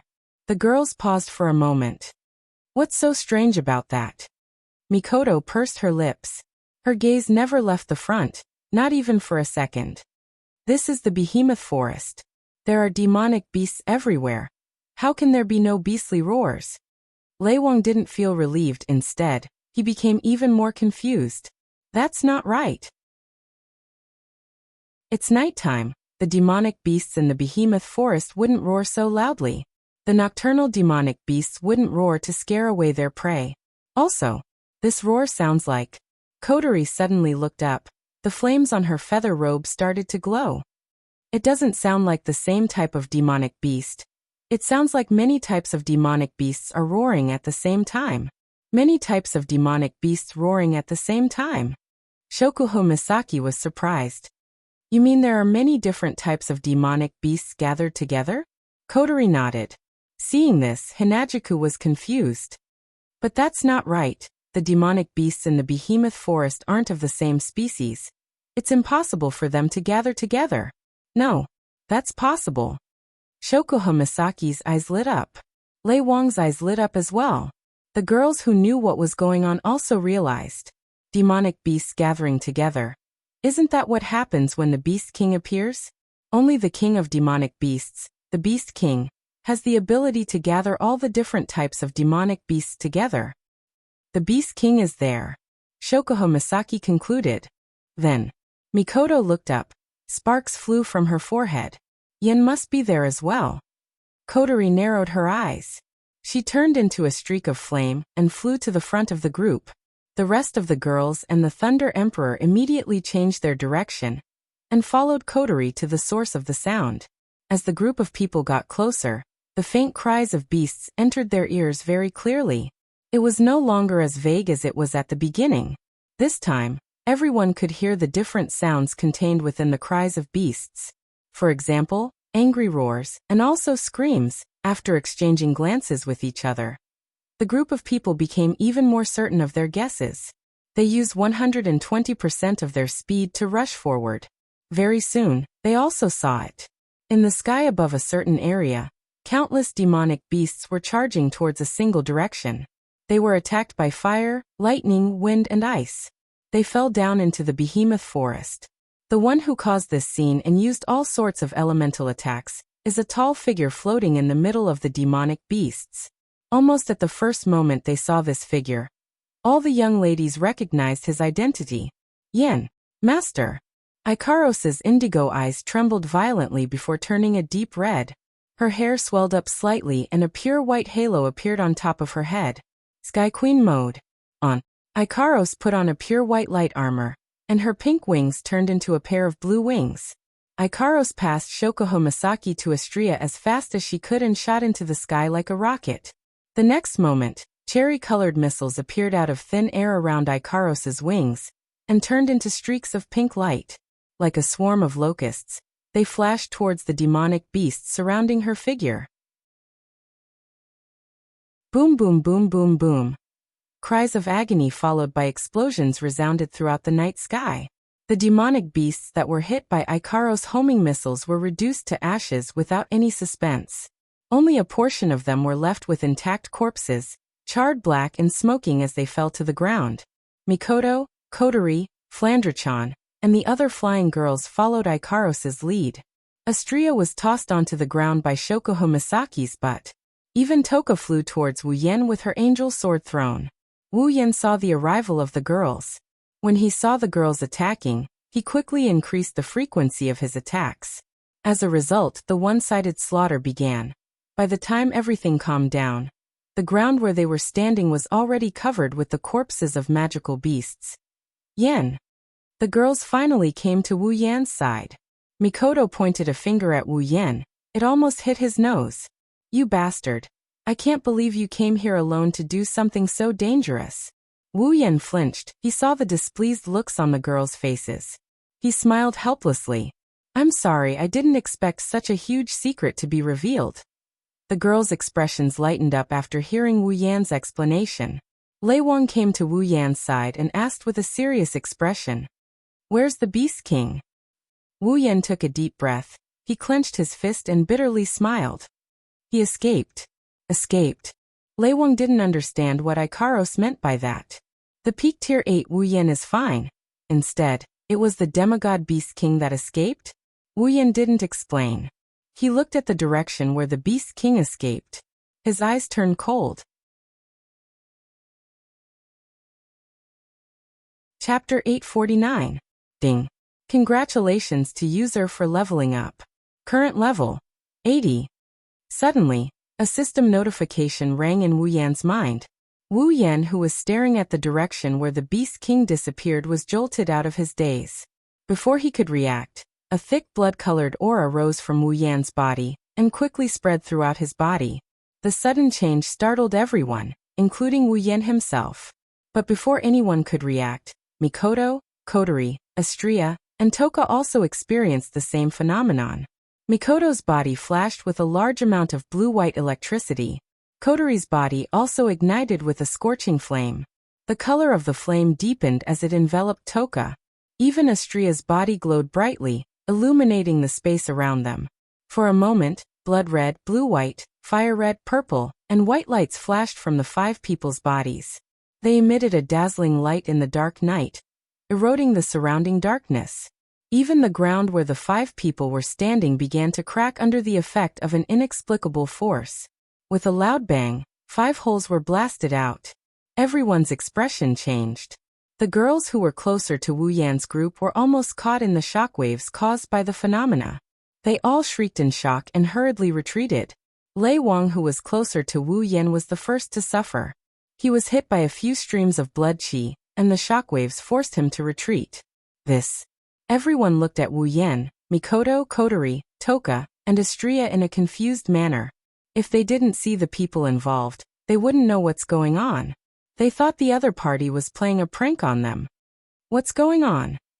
Lei Wang clutched his aching chest as he stared at Wu Yan and company. His face was filled with shock. He could feel that as the 5 people's strange phenomena occurred, their auras were becoming stronger and stronger. Their auras were slowly rising until now. It had already surpassed the strength of an ordinary peak tier 8.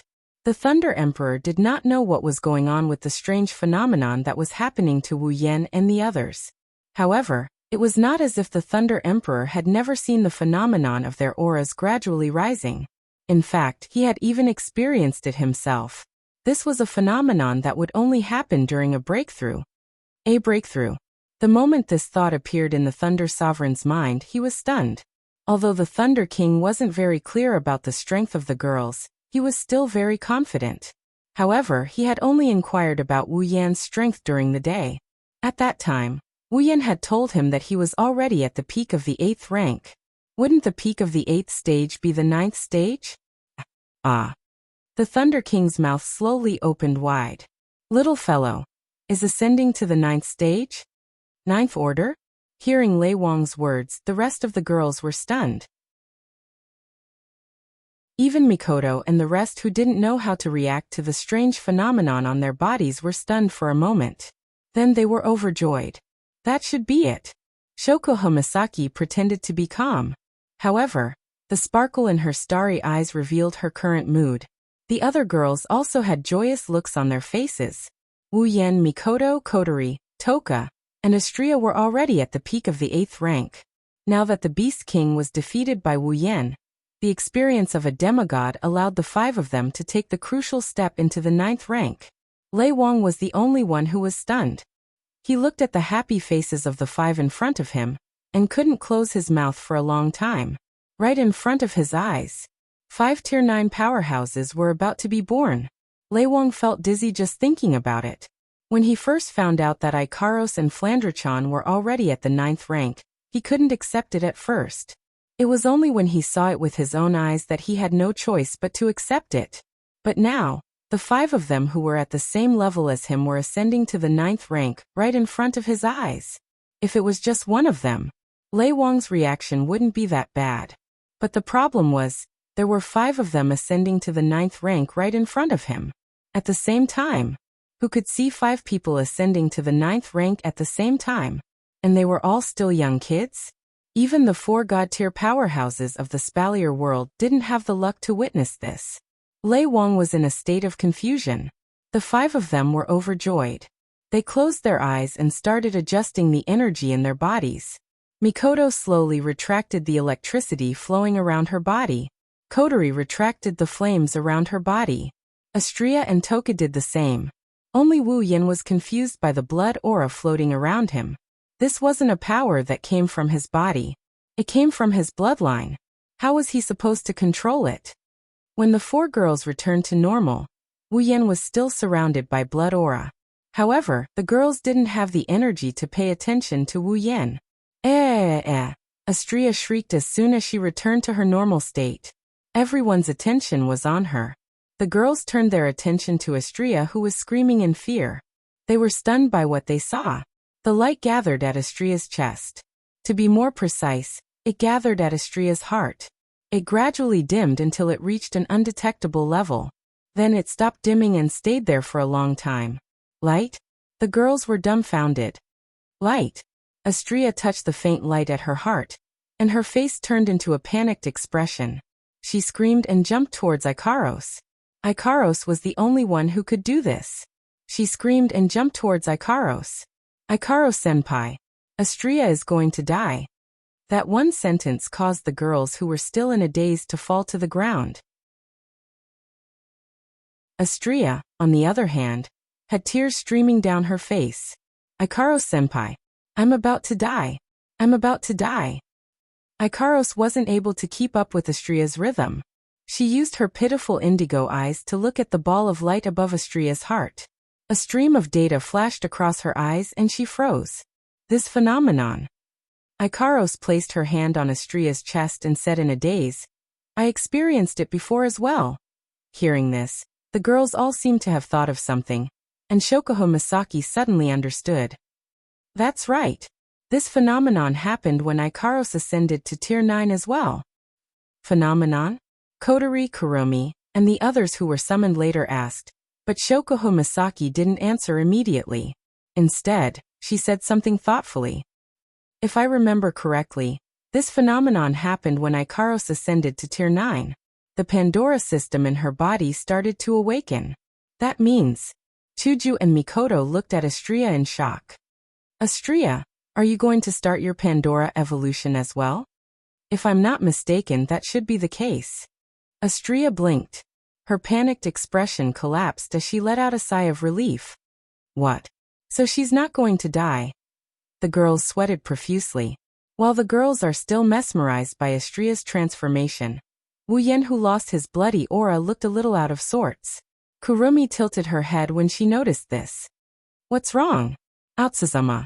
Wu Yen snapped out of his daze. He felt warmth in his heart when he saw the concerned looks on the girls' faces. He quickly shook his head. It's nothing, don't mind it. Wu Yen grinned as he immersed himself in his sea of consciousness. The system notification that rang in his mind just now. Ding! User's level has met the awakening requirement of True Ancestor Bloodline. True Ancestor Bloodline ability has been automatically awakened. Please choose one of the 3 options below as a Bloodline ability. 1. Mist Transformation. 2. Blood Pact. 3. Vassal Beast Summon. Chapter 850. Behemoth Forest, the campsite. A night had passed. The apocalyptic sky had disappeared into the distant horizon like a dream. After the initial chaos, the campsite once again returned to its peaceful state. The guards who were patrolling around the campsite forced themselves to stay awake and began their mission for the day. However, no matter if it was their mind or body, they were all abnormally exhausted, causing the entire campsite to be filled with a dispirited atmosphere. They couldn't be blamed. The events that had happened in the camp these past 2 days had tormented these pitiful guards.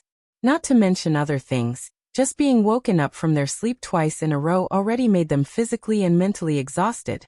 First, it was Wu Yen who was furious and woke up all the guards in the middle of the night. The matter of Andrew's death caused everyone to lose the sleep they had the night before. Last night, such a ridiculous phenomenon occurred, causing everyone to be in a state of panic. It was impossible for them to sleep. It had only been 2 days, but so many things had happened. Even though the guards in the campsite were all warriors and magicians, they were still somewhat overwhelmed. It was only natural for such a phenomenon to occur. At this moment, in a large tent in the center of the campsite, there should only be 1 or 2 high-ranking officials. However, at this moment it was filled with a black mass of figures. All sorts of noises mixed together, buzzing incessantly, causing one to feel as if they were in a beehive, causing one to feel extremely irritated. Almost all of the high-ranking officials in the campsite were present, discussing animatedly. At the same time, all of them were looking at the main seat in the tent. Over there, a figure was seated on a high seat. That dignified face that had intimidated all the guards yesterday was currently in a state of absent-mindedness. For a long time, he did not speak. Although it had only been a day since the Thunder King had arrived at the campsite, the impact he had received was definitely greater than that of the other garrison members. That was only natural. Think about the council, formed by the 3 great empires and the 9 great clans. There were only 12 ninth-grade powerhouses. However, in the campsite, there was a small group that didn't belong to the council. There were 7 ninth-grade powerhouses, and the rest were all peak 8th-grade powerhouses. Although the overall strength of this small group couldn't compare to the entire council, that wasn't too far off. Regarding last night's collective advancement event, the Thunder Sovereign had yet to recover from his shock. Even when they followed Wu Yen and the others back to the camp, they were still in a muddle-headed state. How great was the impact on the Thunder Sovereign? The Thunder Emperor thought very highly of Wu Yen. He knew that there would come a day when this mysterious little fellow would stand at his level, or even surpass him and become a demigod. That wasn't impossible. However, the Thunder King hadn't expected this day to come so soon. Not to mention Wu Yan himself. Even the girls around him were all extremely talented. They were not weaker than Wu Yan, and some of them were even more talented than Wu Yan. Now the small group that he used to take care of as his juniors had become a force that he, or the entire Spalier world, couldn't ignore. It was only at this moment that the Thunder Sovereign felt that he had underestimated them in the past. Of course, the Thunder Sovereign was more surprised. He still couldn't let go of the fact that 5 kids who weren't even 25 years old had advanced to the 9th grade at the same time. The Thunder Sovereign didn't believe that it was a coincidence. Wu Yan and the others might have an alternative cultivation method that allowed them to have such terrifying potential and speed of advancement. Realizing this, even the Thunder Sovereign couldn't help but be tempted. If he could obtain such a cultivation method, the Lori family would become the pinnacle of the continent in just a matter of time. As for himself, it was very likely that he would obtain the opportunity to advance to the demigod level. Demigod! The Thunder Sovereign's heart began to heat up. His ancient eyes were filled with an unusual fanaticism. However, when he remembered that the one who had such a method was Wu Yan, he had no choice but to suppress the desire in his heart. He clenched his fists and exhaled deeply as if he had given up on his greed. Lei Wang might be tempted by this so-called cultivation method, but Wu Yan's close relationship with his granddaughter Lulu aside, Lei Wang's upright and plain-spoken personality wouldn't allow him to have any dirty thoughts towards a group of juniors he's on good terms with. What's more, Wu Yan is very likely to get together with his granddaughter. When the two of them get married, this little guy with limitless potential would be on his side. Also, with the attitude of the girls around him, it's unlikely that they would leave this little guy. When the time comes, what's the difference between this little group of people with terrifying potential and strength and joining his own family? The Thunder Sovereign's biggest headache was the fact that Princess Sylph was already engaged to Wu Yan. When Lulu married Wu Yan, wouldn't she have to be his concubine? How could that be? Old Patriarch. Thunder Emperor's thoughts had already started to drift away. As the second in command of the Lori family, Pelosi couldn't help but cough when he saw Thunder Emperor's state. This caused Thunder Emperor to wake up from his daze. The Thunder Sovereign hurriedly suppressed his fanciful thoughts and slowly swept his gaze across the room. All the noise in the room disappeared. The Thunder Sovereign nodded slightly and looked at the empty space in the center. There, a figure was kneeling there with a pale face. It was as if he had lost all hope. It was Marcus. Sigh. The Thunder Sovereign let out a long sigh. The excitement from his fanciful thoughts vanished when he saw Marcus. Only regret and sympathy remained in his heart. All the upper echelons present also looked at Marcus, and their expressions gradually changed. Some were resentful, some were indifferent, and some were taking pleasure in his misfortune. Pelosi looked at Marcus, whose face was ashen, and sighed softly. He then looked at the Thunder Monarch. Old Patriarch, how should we deal with Marcus? Do we even need to ask? One of the higher-ups said sternly. He colluded with the Beast King and harmed his comrades. He betrayed the entire Spalier world. He must atone for his sins with his death. Yes, atone for his sins with his death. Everyone expressed their anger one after another, causing the scene to become noisy. However, these people did not notice that Marcus, who was kneeling in the middle, had a sinister expression on his face for a split second, but it quickly disappeared. The Beast King wiped his face and waved his hand. His voice was a little hoarse as he said, Marcus' actions have indeed betrayed all of humanity. However, it's still up to us to decide whether to execute him or not. The Thunder Sovereign glanced at Marcus. The sympathy in his eyes disappeared. All that was left was indifference. No matter what, he is the brother of the head of the Saito family. His father is also an elder of the council like me. I have already reported his punishment to the higher-ups. The final decision will be made by the council. Hearing this, the group of higher-ups had nothing more to say, and they all stopped talking. Just then Marcus suddenly looked up. Lord Thunder Sovereign, since you have heard my conversation with the Beast King, you should know that I was forced to do this, right? So what? The Thunder Monarch glanced at Marcus indifferently. In the end, you still betrayed the entire human race. That is an undeniable fact. In other words, Marcus smiled. It was a strange smile. Am I going to die this time? The Thunder King frowned. He had a vague feeling that something was amiss with Marcus, but he still said, "This is not something I can decide. The true judgment will be carried out by the entire council." Huh. Marcus laughed softly. Soon after, his laughter grew louder and louder. In the end, it turned into a loud laughter. Ha ha ha ha. Hearing Marcus' laughter, everyone present felt an inexplicable palpitation. Even the Thunder King felt an inexplicable sense of irritation. Frowning, he waved his hand. "Take him down." 2 8th-rank guards immediately came in from outside the tent and suppressed Marcus. Marcus lowered his head. His lips curled into a twisted smile.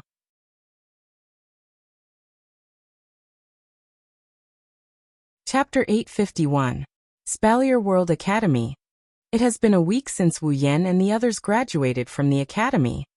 This week, the academy returned to the peaceful life Wu Yan and Co had before they entered the academy. Cultivating, earning credits, dueling, living a life of 3 points and 1 line between their residences, the arena tower, the merchant district, and other resource areas. It's a very regular routine. Actually, many students weren't used to such a routine. It wasn't that they liked excitement, but rather, in the past few months, they had gotten used to news that would pop up from time to time. For example, some unknown person had suddenly defeated a ranked expert, or the 12 top powers of the academy had been challenged, or the rank number 1 had been kicked off the stage, and so on and so forth. It was a big news that would shock anyone who heard it. However, after Wu Yan and company left the academy, all of these major events calmed down and returned to normal. It's only been a week and some of the students are already sighing and complaining about the lack of passion in Silveria World Institute. The higher-ups of the institute don't know whether to laugh or cry. They're cursing the bastard who caused this to happen, but they've forgotten that some of the girls around him are even more perverted than he is. No one knows how long this situation will last, but in short, the academy was as peaceful as ever. In the central area, on the top floor of a towering iron tower, which was also the arena tower, the 12 elders of the council had once again gathered together. They had rushed here from all over the world and started the second big meeting since the birth of the Beast King. The 12 decision-makers of the Spalier world came here personally for a meeting. That was something that would only happen when an event that affected the entire Silveria world happened. Although the decision-makers of the council were different every time, this year, other than the time when the Beast King was born, there wasn't a single meeting of this sort that was held. In the history of the Spalier world, some of the elders of the academy didn't even hold a meeting like this. After all, if something big enough to affect the entire Spalier world happened every year, the world would be a little too dangerous. 2 meetings in one session. But the number of such meetings in the history of the Spalier world didn't exceed 5. The 12 elders of the academy could feel it. The Spalier world is becoming more and more restless. It was as if the peace had already begun, and there was even a premonition that a storm was coming. The elders looked at each other and saw the same emotion in each other's eyes. They smiled bitterly. "Old Lei, you explain." Kite sighed and said to the Thunder Sovereign. Lei Wang nodded and took a step forward. He raised his voice and said with a serious face, "In this meeting, there are 2 things that I would like to explain to everyone." Hearing the Thunder King's words, the elders present perked up slightly. However, if one were to take a closer look, they would discover that among these elders, there was one who was somewhat reluctant. Firstly, I believe all of you should have already received some information, right? The Thunder King swept his gaze across the crowd. Is it about the discovery of the Beast King? The Emperor of the Baruba Empire looked at Lei Wang. The Thunder King nodded. Then the faces of the 12 elders all darkened. I was the one who discovered Lei Wang's tracks personally. Lei Wang ignored the sudden change in expression and said expressionlessly, I have good news and bad news to share with everyone here. Everyone held their breaths, allowing the Thunder Emperor's calm voice to resound clearly. Let me share the bad news first. Lei Wang shook his head and sighed. The Beast King had a battle with Lord Purple and was severely injured. Moreover, he was severely injured. Everyone already knows about this, right? The bad news I want to tell you is that when I saw the Beast King, his injuries had already healed. What? Everyone's faces changed. Carter spoke up.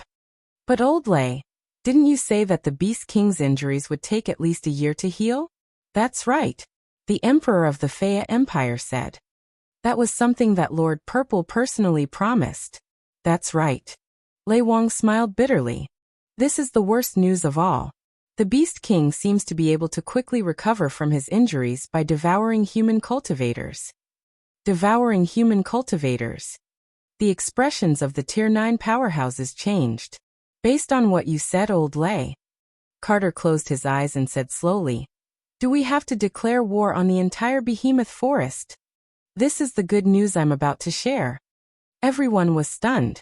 Seeing this, the corners of the Thunder King's mouth curled up slightly. Although the Beast King's injuries were healed, he was severely injured again. Severely injured again. Everyone's expressions turned strange, and then joyful as they asked in unison.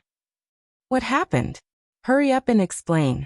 Actually, I'm not too sure myself. Lei Wang scratched his face awkwardly. At that time, I discovered the Beast King with that little fellow. That little fellow immediately persuaded me to leave. By the time I rushed over with reinforcements, that little fellow said that the Beast King was once again heavily injured and had escaped. Little fellow. Carter narrowed his eyes and smiled faintly. Is it Wu Yan? Lei Wang nodded, causing Carter to laugh. That little fellow is really involved in every major event. Wait. I have a question. Fei Air Emperor waved his hand and looked at Lei Wang. You said that you and that little fellow Wu Yan discovered the Beast King's tracks and he persuaded you to leave, right? Yes. Lei Wang paused for a moment before replying. Isn't that strange? The Baluba Emperor also spoke up, his eyebrows furrowed. According to the reports, Wu Yan is a peak tier 8, right? Not only did a peak of the 8th step dare to face a demigod Beast King alone, but he even persuaded you, a 9th step powerhouse, to leave. Isn't this a little too illogical? The other Grand Elders all nodded and began to whisper amongst themselves. Kite did the same. It does seem illogical.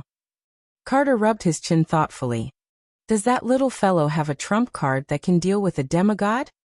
How is that possible? Carter's words caused many Tier 9 experts to laugh out loud.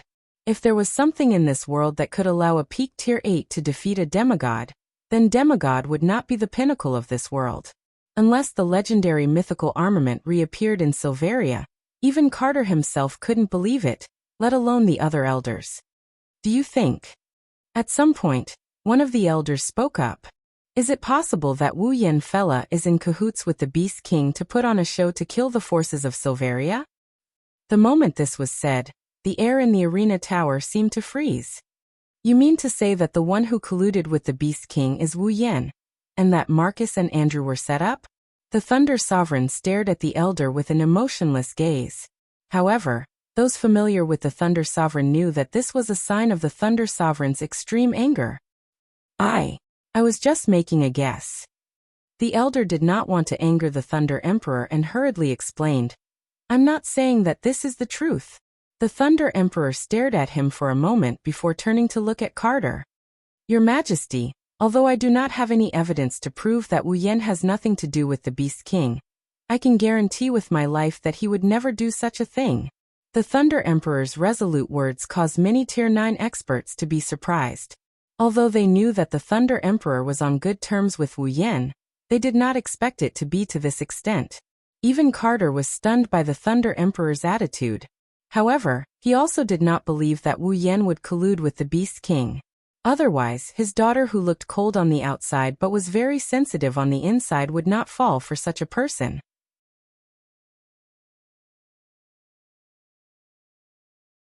Chapter 852. I also think that Wu Yan wouldn't collude with the Beast King. Kite played along with the Thunder King's words, indicating which side he was on. Sylph, Feifei, and the others were also part of the expedition to the Behemoth Forest. According to them, the Beast King wanted to kill Wu Yan and the girls around him. Based on Wu Yan's personality, it's unlikely that he would help the Beast King. After saying that, Kite looked around at everyone. Also, don't forget that the one who defeated the Beast King was the demigod behind him. With Lady Violet as his backing, Why would he collude with the Beast King who is weaker than Lady Violet? That's right. That's true. Everyone looked at each other, seemingly agreeing with Carter's words. Only the Baruba Emperor was still frowning. But this still doesn't make sense. The Baruba Emperor crossed his arms and glanced at Lei Wang. Lei Wang said that Wu Yan told him that the Beast King was heavily injured again. At that time, he was the only one facing the Beast King, right? Could it be that he really injured the Beast King? The Baruba Emperor had a slight smile on his face. No one answered the Baruba Emperor's question immediately. However, from the looks of disdain on their faces, it was obvious that they thought that Wu Yan was the one who injured the Beast King. Carter, who was standing with the Baruba Emperor and Fea Emperor in front of all the Tier 9 powerhouses, felt helpless. He sighed and said, Sylph said that when they fought the Beast King in the Behemoth Forest, they couldn't injure him even if they worked together. In the end, it was Lady Violet who stepped in and injured the Beast King. Lady Violet wasn't originally in the Behemoth Forest. However, at the critical moment, Wu Yan used some sort of summoning magic to summon Lady Violet to their side. Carter's eyes lit up. I think so. That little fellow must have used that summoning magic again to summon Lord Z over. That was why the Beast King was injured again, wasn't it? This statement received the unanimous approval of the senior elders, including the Thunder King. That should be the case. Lei Wang pursed his lips. There was a hint of envy in his eyes. It was the same for the rest of the Board of Elders. There was a hint of jealousy on their faces as well. To have a demigod realm expert at his beck and call to support him. What a great honor this was. One must know. Even if the Ailu, Baruba, and Fea empires each had a semi-god guardian deity behind them, they would only appear when the royal family or Silveria was facing a true calamity to help them survive. Normally, those semi-god guardians deities would hide behind the scenes. Don't even mention ordering them around, they wouldn't even respond if you called out to them. Yet Wu Yan has a demigod who can call. That's a good thing. In the end, all the good things were taken away by Wu Yan. Not only does he have a demigod to support him, he also has a group of girls with heaven-defying combat power and potential. It's as if he has all the good things in the world. The three emperors couldn't help but feel jealous. Not to mention the Tier 9 powerhouses from the families without a demigod. Humph. A white-haired elder sneered. I agree with the previous speculation. Maybe the reason for all the trouble in the Spalier world is because of this brat. Hearing this, Kite's and the Thunder Emperor's faces sank. Lei Wang sneered. I know your Ladine family suffered a loss in his hands. Andrew deserved it. Using public office to avenge a private grudge. That's all you can do. What did you say? The elder's expression froze. Anger flashed across his face. Is that not the case? Lei Wang curled his lips. Don't forget, Andrew is in cahoots with Marcus. They colluded with the Beast King to harm the entire Spalier world. You. The elder's face turned red. At this time, another elder with a gloomy expression lifted his head. He asked in a hoarse voice. Old Fogile, the second thing you want to talk about should have something to do with Marcus, right? The sound of the scene fell silent in an instant, and even the atmosphere became heavy. Seeing the old man's dispirited expression, the rest of the Type 9 powerhouses, including Kite and the Thunder Emperor, could not help but turn their heads away, their hearts filled with pity. Marcus and Andrew were the second in command of the Saito clan and Ladine clan respectively. However, with Andrew's death, while the Type 9 powerhouses of the Ladine clan were infuriated, they were not too sad. After all, while Andrew was a member of the Ladine clan, he did not have the bloodline of the Ladine clan, and could be considered half an outsider. However, Marcus was different. Not only was he a direct descendant of the Saito family, he was also the son of the gloomy elder. His own son betrayed the human race and was about to be executed. No one would feel worse than him. Lei Wang felt bad, but he still spoke up. That's right. How should we deal with Marcus for colluding with the Beast King to harm the people of the camp? The gloomy old man clenched his fist and took a deep breath of cold air, as if he was trying to suppress his emotions. He said, As far as I know, Marcus betrayed us because the Beast King planted a foreign object in his body that could threaten his life. He had no choice, but he shouldn't have died, right? What a joke. The Balba Emperor roared. No matter how much he had no choice, he still committed a crime that would endanger the entire Spalier world. The gloomy elder clenched his fists and turned his head away. No one could see his expression, but his back seemed to have aged considerably. Suddenly, the Thunder Sovereign's expression changed, turning incomparably ugly. Oldlay. Carter frowned when he saw this. What happened? The Thunder Lord clenched his teeth and said hatefully, "The magic cage I used to imprison Marcus has just been broken. I'm afraid Marcus has already escaped." What? The gloomy elder stood up and jumped in front of Lei Wang. He grabbed him by the collar. "Old Lei, are you telling the truth?" Lei Wang looked at the gloomy elder calmly. He didn't say anything, but the elder already knew the answer. Letting go of the Thunder Lord's collar, the gloomy old man's mouth trembled. He shook his head with a bitter smile and let out a long sigh. Then he turned around. His originally tall and straight back had bent down quite a bit, as if he was an old man on his deathbed. An aura of someone past his prime enveloped his body, causing many people present to sigh. Although Marcus's crime was unforgivable, but at the very least, he was forced. Even if he was sentenced, he might not necessarily be sentenced to death. In view of this, and with the gloomy old man's words, it was still possible to keep him alive. But now, Marcus had absconded for fear of punishment. There was no longer any possibility of survival. After taking a look at the gloomy old man, Carter turned around and announced, "From now on, Marcus will be listed as a felon. All families can dispatch teams to capture Marcus. Once his whereabouts are discovered, they are allowed to kill him on the spot." Yes. The rank 9 powerhouses of the families responded. The emperors of the Baruba and Fea empires also nodded. Only the gloomy elder didn't say anything. But no one would blame him. Also, the mission to find the Beast King is still to be carried out. Like before, report immediately if you discover his whereabouts. Carter looked at everyone and said, "Apart from that, don't forget to pay attention to the disappearance of large numbers of practitioners in your respective territories. The Beast Kings are able to quickly recover from their injuries by devouring human practitioners. Paying more attention to this information will help us find the whereabouts of the Beast Kings. After all, we won't be so lucky as to encounter another Beast King who has just recovered from his injuries." Everyone looked at each other and nodded their heads with heavy expressions on their faces.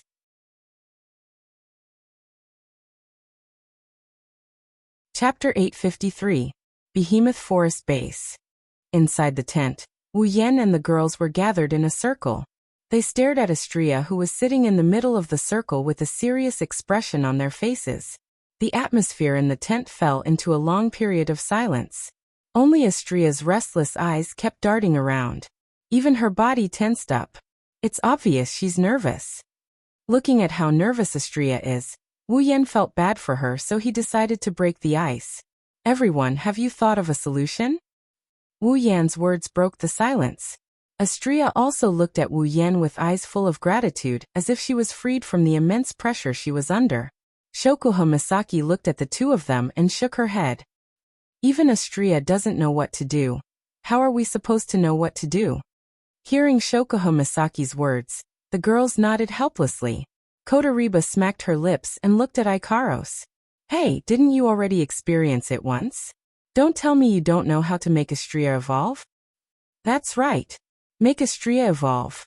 Pandora system." It's the evolution system installed in Ikaros and Astria. It was a system designed by Daedalus, the creator of the 3 first-generation angels, to prevent them from being emotionally restrained. It was an existence that allowed the angels to evolve when their emotions were at their peak. Last time, during the Beast King incident, Ikaros ascended to Tier 9. Her body grew to a level beyond what Daedalus set when he first designed her. This caused the Pandora system within her to show signs of awakening. When she faced the Beast King, she activated Pandora and successfully completed her evolution. Now, Astria has finally reached the 9th rank. The Pandora system in her body was upgraded to a level beyond what it was originally designed to be. Similar to Ikaros, the Pandora system showed signs of awakening. Astria's heart kept glowing. Now Wu Yan and the other girls are gathered here. They are here to figure out how to fully activate the Pandora system in Astria's body. They are here to help Astria evolve. Everyone knows. Once Astria evolves, not only will she gain a new combat form, but she will also gain a new combat form. Her strength and equipment will also receive a huge boost. Everyone clearly remembered that after Ikaros successfully evolved, there was a period of time when she overpowered the Beast King. Teaming up with Flandre-chan, they dealt the Beast King a blow for the first time, and it was also the only time they dealt any damage to him. Now that Astria has the same opportunity, he can't just ignore it. Ikaros' eyes glowed. It's unclear if she was analyzing the situation or her emotions were fluctuating. The Pandora system is designed to be used on angeloids so they won't be affected by emotions. Currently, the close-range combat angeloid Delta, Astria's Pandora system is running. Based on the information in the database, we determined that the condition for Pandora's evolution is a strong emotional fluctuation. A strong emotional fluctuation. Everyone muttered to themselves. Chuju walked up to Astria and circled her. How can we trigger a strong emotional fluctuation in Astria's emotional fluctuation? Everyone looked at each other and fell into a short silence once again. The reason Ikaros evolved last time was probably because Yen-chan was killed by the Beast King, right? Shokoha Misaki blinked and a strange smile appeared on her face. She turned to Wu Yan and said, "Well then, Yen-chan, how about you die again?" Cough cough cough cough. Wu Yan, who was deep in thought, was shocked by Shokoha Misaki's words. He started coughing violently and complained loudly. "Even if I'm a vampire, I'm not afraid of death, you bastard." "Well, it doesn't matter." Shokoha Misaki covered her mouth and giggled. "You said you're a vampire. Dying once won't make a difference." Wu Yan rolled his eyes at Shokoha Misaki. "Then why don't you die again?" Shokoha Misaki put on a pitiful expression and said with teary eyes, "Yen-chan, can you bear to do that?" "Yen-chan." Wu Yan's mouth twitched. "I might not have the heart to do that before, but now, I really want to sell you off." "Is that so?" Shokoha Misaki tilted her head and smiled brightly. "Then remember to sell me for a good price. I will get angry if I get too cheap." Wu Yan sweated. Strong emotions. Kotori looked down at Astria. "But it doesn't have to be under those circumstances, right?" "Yes." Ikaros evolved because Oniai-chan died once. She evolved out of anger towards the Beast King. If anger can do it, then other emotions should be able to help Astria evolve as well. Kotori pointed at the pearl in her hand. Joy, fear, sadness, these are all strong emotions. "I'm so happy." Toka, who was the closest to Astria, pounded her palms and shouted happily. "Then, how about we let Astria eat something delicious? She will be happy." Astria's eyes lit up and she nodded her head furiously. She almost wrote on the paper that she was going to use this method. "If it's fear." Mikoto pondered for a moment and raised her head. Her bangs flashed with a flash of electricity, and her hands started to fluctuate with a strong blue-white electric current. "Will it work if I use an electric shock?" Astria's smile froze on her face. Her head that was nodding furiously shook like a rattledrum. If electric shock is effective, then burning it should be effective too. Kotori narrowed her red eyes maliciously. "I am more than happy to help." A small bead of sweat slid down Astria's cheek. Era. Kurumi seemed to find it very interesting and revealed a devilish smile. "That sounds fun." Astria started sweating profusely. Her expression was no longer calm. "Can I help Astria-san by having fun?" Flandre-chan looked like she just heard the best news in the world. She ran over to Astria and jumped up and down. Her red eyes glowed with blood-red light. "Come play with Flandre-chan. Astria-san." Wu Yan and Ko started sweating when they heard this. Playing with Flandre-chan is a good idea for the current situation. If they aren't careful, they might break her. That would cause a lot of emotional turmoil. "Yuwa." Astria couldn't hold it in anymore. She jumped up from the ground and cried. "Everyone is bullying me." "Astria-chan, We're all trying to help you. Shokuho Misaki smirked. She looked like a sly person. That's why you have to listen to us. I don't want to. Astria shook her head without hesitation. However, the previous discussion had awakened some kind of terrifying nature in the girls. Each of them had a bone-chilling smile on their faces as they approached Astria. Astria-chan. Mikoto raised a ball of lightning with an excited expression on her face. Don't worry, it won't hurt. Flandra-chan jumped up from the ground and licked her lips. Come play. Come play with me. Astria backed off in fear, until she reached the wall. She stopped when she had nowhere else to run. The girls pounced on her with sinister grins on their faces. No, in the sky above the campsite, an extremely tragic scream began to slowly fluctuate. The sound was extremely mournful, causing one to be unable to bear to listen to it.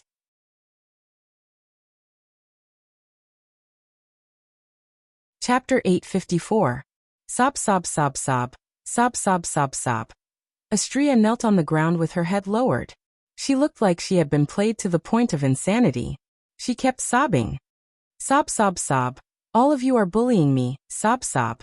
Inside the tent, the murmuring and sobbing had been going on for a full 15 minutes, causing the group of young girls to feel awkward.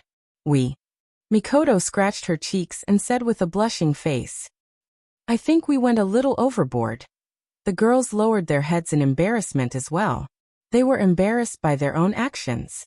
Of course, there were also some who wanted to push the blame onto Astria. It's all your fault, Misaka-san. While Mikoto was still in shock, Shokuho Misaki continued. Look, he made Astria-chan cry. Don't make it sound like I'm the only one to blame. Mikoto jumped up in anger and shouted. Aren't you very excited as well? But Misaka-san, if I remember correctly, you were the one who had the most fun just now. Shokuho Misaki pouted and sighed in exasperation at Seiji's failure to live up to her expectations. As expected of the Misaka-san who feels uncomfortable when she doesn't have any exercise. You bastard, stop talking to yourself.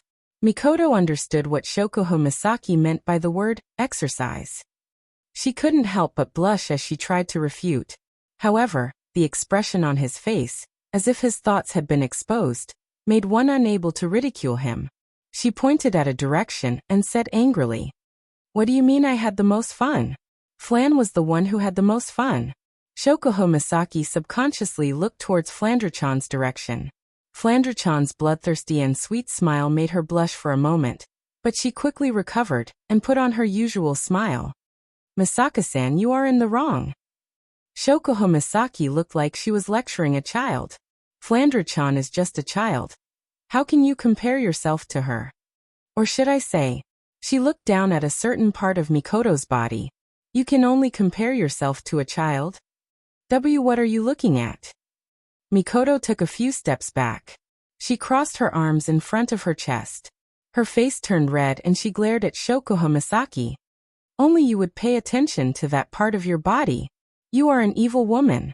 If you put it that way. Shokuho Misaki covered her mouth and smiled slyly. Misaka-san, you don't mind at all? Of course. I don't mind this kind of thing. Mikoto's hands tightened. Mikoto stuttered. She forced a fake smile on her face. With one look, one could tell that this girl was being arrogant. Is that so? Shokuho Misaki pursed her lips and pretended to be nonchalant as she shook a certain part of her body. Instantly, her breasts started to sway and it attracted the attention of a certain group of people. Mikoto and Hinajiku were one of them. Their gazes were filled with envy and jealousy. I have been paying attention to their diet every day, taking in the necessary nutrients and taking good care of them. Shokuho Misaki said in a casual tone that caused the girls to stiffen up. After all, a certain someone likes them a lot. When they heard that, all the girls looked in the same direction. In the corner, Wu Yan was sitting calmly on a chair. He looked like he had nothing to do with this. He was leisurely sipping on a cup of black tea. It was as if this had nothing to do with him. Not just Mikoto, even Hinajiku, Shokuho Misaki, and Kotori couldn't help but feel angry. Humph. Kotori snorted and turned her head away. Sit by the side and watch the members of your own backyard fight with each other? What a disgusting hobby. Chuju walked up to Wu Yan and snatched the cup from his hand. She glared at him with a scary expression. Of course, Wu Yan thought she was just trying to act cute. I say. Chuju put her hands on her hips and frowned. We're all busy dealing with Astria's matter. Why are you sitting here leisurely drinking your tea? Wu Yan blanked out for a bit when the cup in his hand was taken away.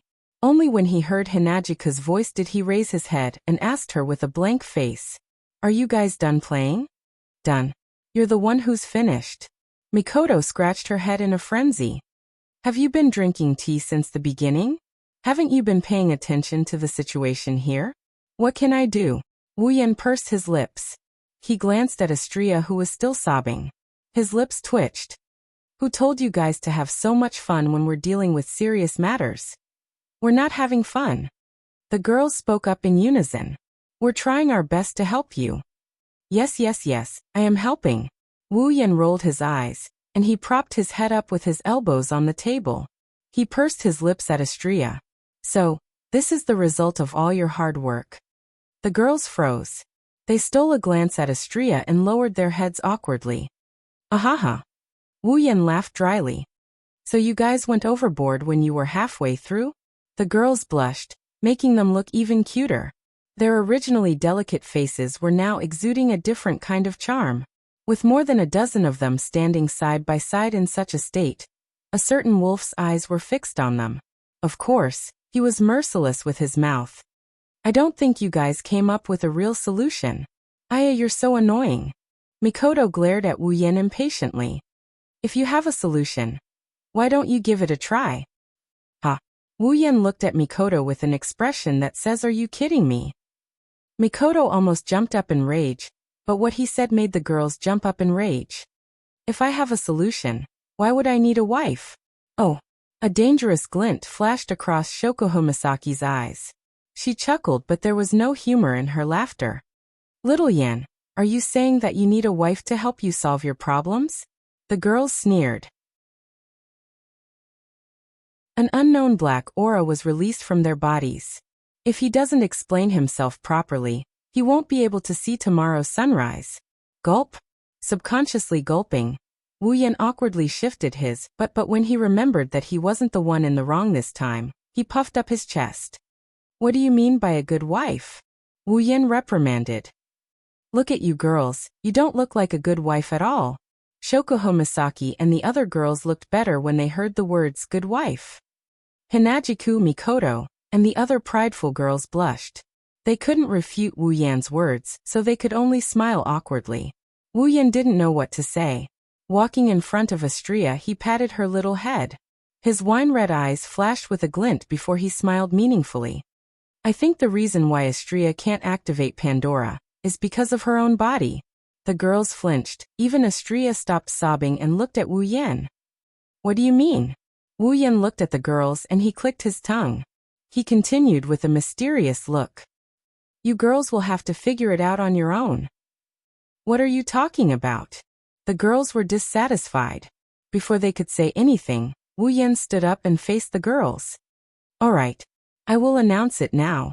Wu Yan puffed up his chest with a sinister smile.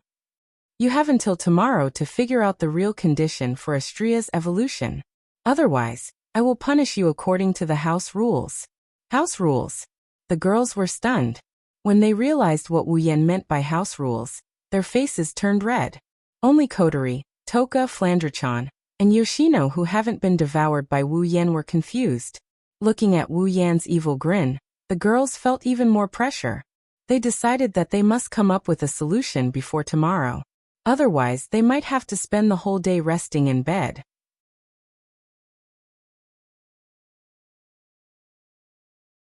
Chapter 855. At the southeastern end of the camp, there is a mountain range that is neither big nor small. There were many natural caves in the mountain range, surrounded by rocks, so it was impossible to set up tents here and provide a resting place for the garrison in the camp. In the past, the caves in the mountain range were only used to store some resources and act as a small base for warehouses. However, a few days ago, the nature of one of the caves here changed. From a warehouse of supplies and provisions, it had turned into a prison. The person imprisoned in the cage was none other than Marcus, who was awaiting the council's verdict. While the girls are racking their brains trying to figure out a way to activate the Pandora system for Astria, Wu Yan is happily watching from the sidelines. Something big is happening here. Illusory waves of light rippled faintly at the entrance of the cage cave. Strange sounds rang out from the waves of light, sounding like a bubble that would burst upon contact. However, those who were in the know knew that this was a magic spell personally cast by the Thunder King. As long as the person inside isn't above Tier 8, they won't be able to break it. Moreover, there were 2 8th tier guards guarding the magic cage. Trying to escape from here wouldn't be that easy. Inside the cage cave, there were 2 dim magic lamps that provided a weak light. After illuminating the interior for 3 breaths of time, 2 8th Order guards stood at the entrance of the cave as if they were standing guard. Their gazes frequently glanced towards the inner walls of the cave, their eyes filled with contempt and disgust. Look, look, look. That's the former second-in-command of the Saito family, one of the people in charge of the camp. Yeah, that's a big name. He's a peak Tier 8, he can deal with normal Tier 8 guards like us in a matter of minutes. I'm so scared. Too bad. He is now a traitor of humanity, he colluded with the Beast King and is now a prisoner. Ha ha ha ha. Marcus, who was sitting in front of the cave wall, didn't respond to the undisguised mockery. He didn't even raise his head. He looked like he was about to be sent to his death. The disheartened criminal made the 2 Tier 8 guards laugh even louder. The heavy iron shackles dragged on the ground, producing a series of ear-piercing clanging sounds. Marcus' face, which was covered by shadows, didn't have the slightest trace of death. Instead, it gave off a chilling aura. Marcus had been locked up for almost 3 days since he entered this place, but these 3 days felt like a century to Marcus. Sensing the taunting and thought-provoking gazes from the 2 guards, his expression became even more indifferent. His heart, however, was filled with hatred. He wished he could immediately kill them, destroy their corpses, and leave this damned place.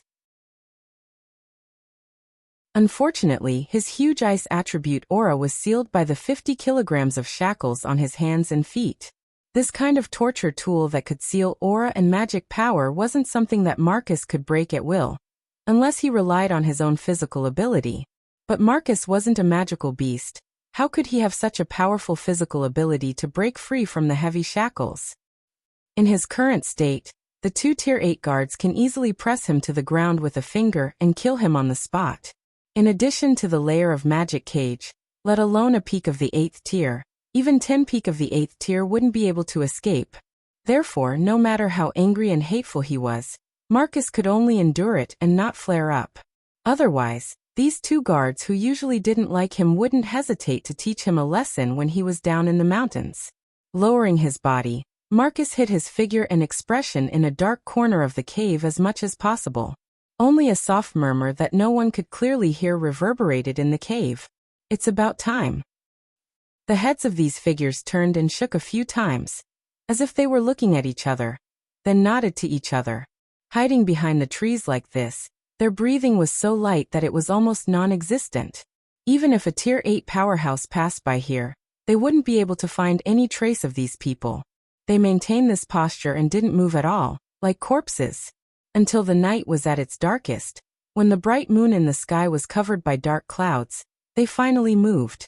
Like torpedoes shot out from the water, they leaped out with a whoosh, and arrived in front of the cage cave in an instant. 2 of the figures at the front gathered their do-chi and used their battle skills to heavily smash the magic cage that enveloped the entrance of the cave. Looking at the level of their do-chi and the power of their battle skills, these 2 were at least 8th order intermediate powerhouses. Bang! With a muffled sound, the magic cage shook violently. Without any suspense, it was broken, and several figures flew into the cave at the same time. By the time the 2 Tier 8 guards realized what was happening, several figures had already arrived in front of them. Combat skills that contained the sound of breaking air landed on the 2 guards who were caught off guard. Bang! Bang! Ah! With 2 muffled sounds, the 2 guards screamed as they fell backwards. Before they could even react, their necks were grabbed by 2 pale white hands. Crack! Crack! A teeth-numbing kacha sound rang out in the next second. Two Tier 8 guards were killed by a sneak attack just like that. They could no longer make any sound. Whoosh, whoosh, with the sound of flying, a black figure flashed in front of Marcus. A total of 4 people lined up in front of Marcus. Boss! Low and powerful voices sounded from the 4 figures. Judging from the aura emitted from their bodies, they were all powerhouses of the 8th Order, and all of them were at the high level of the 8th Order. When the 4 of them appeared, Marcus' expression improved a lot. He nodded silently. Seeing this, one of them stepped forward and unlocked the shackles on Marcus. Marcus is the second in command of the Saito family. Over the years he has secretly trained a few loyal subordinates. He didn't use them much, but he didn't expect them to come in handy at this time. Is everything ready? Marcus moved his hands and said with a cold face. The person who unlocked the shackles nodded. We've already arranged our escape route. Some obstacles have also been cleared. Very good. Marcus said faintly. He then walked towards the cave entrance. The 4 loyal subordinates quickly followed. The moment he walked out of the Cage Mountain Cave, the sealed dochi seemed to emerge in hindsight. Billowing icy blue streams of air drifted from Marcus' limbs, causing the temperature in the air to drop to the extreme. Marcus looked at his hands and looked at the night sky above the camp. He clenched his fists so hard that his bones made a grinding sound. I have been holding back for a long time. When he said this, Marcus' tone was low, but it revealed a shocking amount of resentment and hatred. His body burned with a terrifying aura. Behind him, the 4 loyal subordinates lowered their heads, not daring to look at him directly. They had been with Marcus for a long time, but they had never seen such a leader. They were familiar with Marcus's temper, and they knew that if they provoked him at this time, only death would await them. After a few seconds, Marcus raised his head again. The corner of his mouth curled up, and he laughed like a devil. His eyes were filled with malevolence. Marcus looked at a certain area in the camp. His eyes were filled with killing intent. It was the area where Wu Yan's tent was. Wu Yan. Wu Yan. Marcus growled resentfully. Just you wait, I will not let this go. Under the dim light of the night, Marcus and the other 4 disappeared from their original spot and rushed towards the outside of the camp, disappearing without a trace.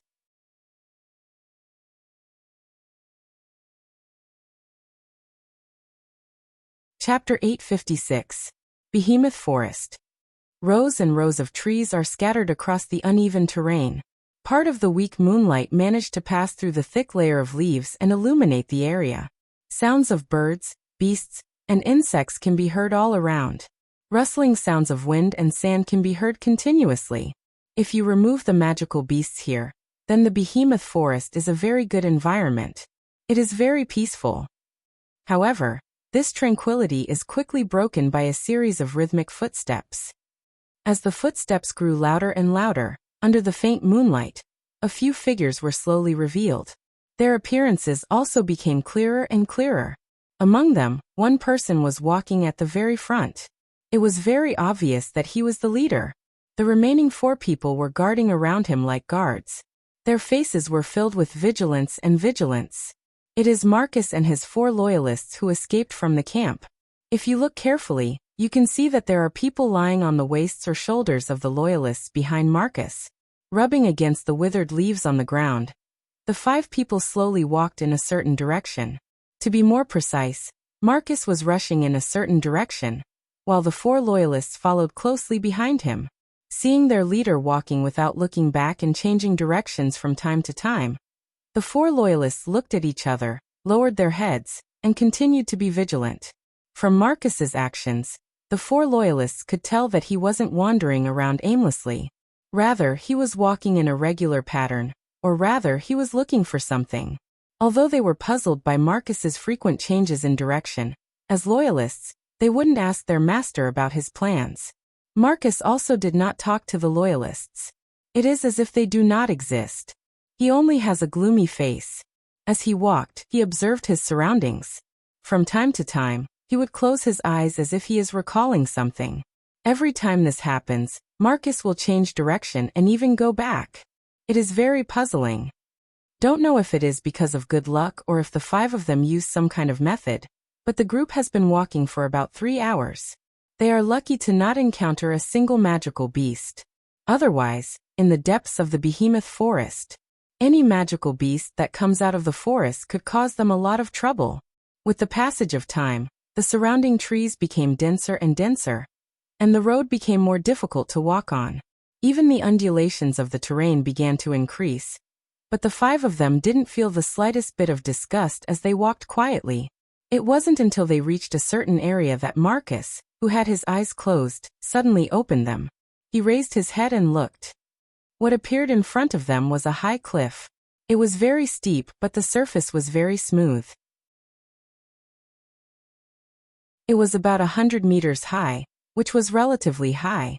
Marcus and the others were standing on a thick layer of withered leaves, and they could even see centipedes and unknown insects crawling inside. It is obvious that this place has not been visited for at least a few years. Facing this high cliff, Marcus didn't continue walking. Instead, he calmly looked at it, his expression uncertain, as if he was struggling with something. Behind him, the loyalists are waiting for their master to make a move. It was not until almost 10 minutes later that Marcus finally made a move. Up. Simple. It is a simple sentence. If it was someone else, they might be surprised or hesitate for a while. After all, the cliff is too steep and the surface is very smooth. Even if a powerhouse of the 8th rank wants to go up, it would be very difficult without some support magic. Marcus loyalists are all warriors, and they are carrying people. It is even more difficult. So much so that even loyal as they were, they couldn't help but be startled for a moment when Marcus spoke. But in the next instant, they disappeared and followed behind Marcus to climb up the cliff. Do-chi covered the surface of their bodies, and was controlled into a needle shape by them. Once they were placed on top of the high cliff, a couple of holes would appear on the precipitous wall of the high cliff to provide them with a foothold. The 5 of them were able to smoothly move toward the top of the high cliff. However, the further they went, the slower their speed became. After all, using do-chi in such a manner consumed quite a lot of do-chi. When the 5 of them arrived at the top of the cliff, even Marcus's forehead was covered in a layer of sweat. His breathing was slightly chaotic, and his fighting aura had been greatly consumed. It was not easy for him to reach the top of the cliff, but Marcus still raised his foot and walked to the front. At this time, the 4 loyalists behind Marcus also saw the situation at the top of the cliff. There are cliffs to the left and right, there is no way to go. Behind them is a steep wall, which is the only way out. But in front of them is a tall rock wall, blocking the way forward. Here, there is only a platform in the center. But upon seeing the platform, Marcus, who had been wearing an ice-cold expression, revealed a look of joy for the first time. He quickly strode to the platform, rubbed the dust off the surface, and cleaned up a small ravine. As the ravine appeared, Marcus' joy intensified. He continued to clean up the platform, creating more and more ravines. Marcus stared at the ravine on the platform, an indescribable light flashing through his eyes. Sometimes he hesitated, sometimes he was resentful, sometimes he was bitter, and sometimes he was ferocious. In short, it was extremely complicated. But in the end, only resentment and ferocity remained in his eyes, and he stretched out his hand. Marcus took out a bottle of unknown potion from his bosom, and slowly poured it into the ravine of the platform. Then he opened his mouth. Kill those people and sprinkle their blood on the platform. Hearing this, the loyalists paused for a moment. Then they gathered their fighting aura and punched the heads of the people on top of them. Bang, bang, bang, bang. Sounds like papayas breaking echoed in the surroundings. The heads of the 4 loyalists were smashed to the ground. It was as if they were chopped off. The loyalists grabbed their necks and threw them on the platform. Like chickens being slaughtered, a large amount of blood flowed out. Bright red blood dripped onto the platform. The blood of the 4 loyalists dyed the entire platform red. Marcus poured all the liquid in the potion bottle into the gully. In the next moment, the blood-dyed platform suddenly lit up. Whong! The platform shook and all the blood spilled on it flowed back into the gully. It was as if the blood had been absorbed, slowly fusing with the liquid flowing inside. The color of the platform was restored to its original appearance, but the liquid flowing in the gully had turned black. Then a second light lit up in the gully. Wung. This time the vibration of the platform increased by a lot. The black liquid in the gully also flashed with a strange light and illuminated the gully. It was a magic formation. Wung. The third vibration was no longer the vibration of the platform. It was the vibration of the black liquid in the gully. Suddenly, the black liquid in the gully turned into a stream of water and flew into the air. It drew a mysterious trajectory. Then a magic formation similar to the one on the platform was drawn in the air.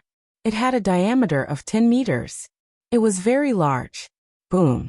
A strange sound came from the magic formation. However, before anyone could react, the magic formation quickly shrank to the size of a palm and flew out at an incredible speed. It shot into Marcus's body. A blood-curdling scream came from Marcus's mouth. Boss! The 4 loyal followers were startled. Just as they were about to step forward, the scene that appeared in front of them caused them to be stunned. A layer of black scales covered Marcus's entire body at a speed visible to the naked eye. Even his face was covered. A tail grew out of his back, and 2 sharp horns grew out of his forehead. He looked frighteningly ferocious. Marcus's aura rose rapidly.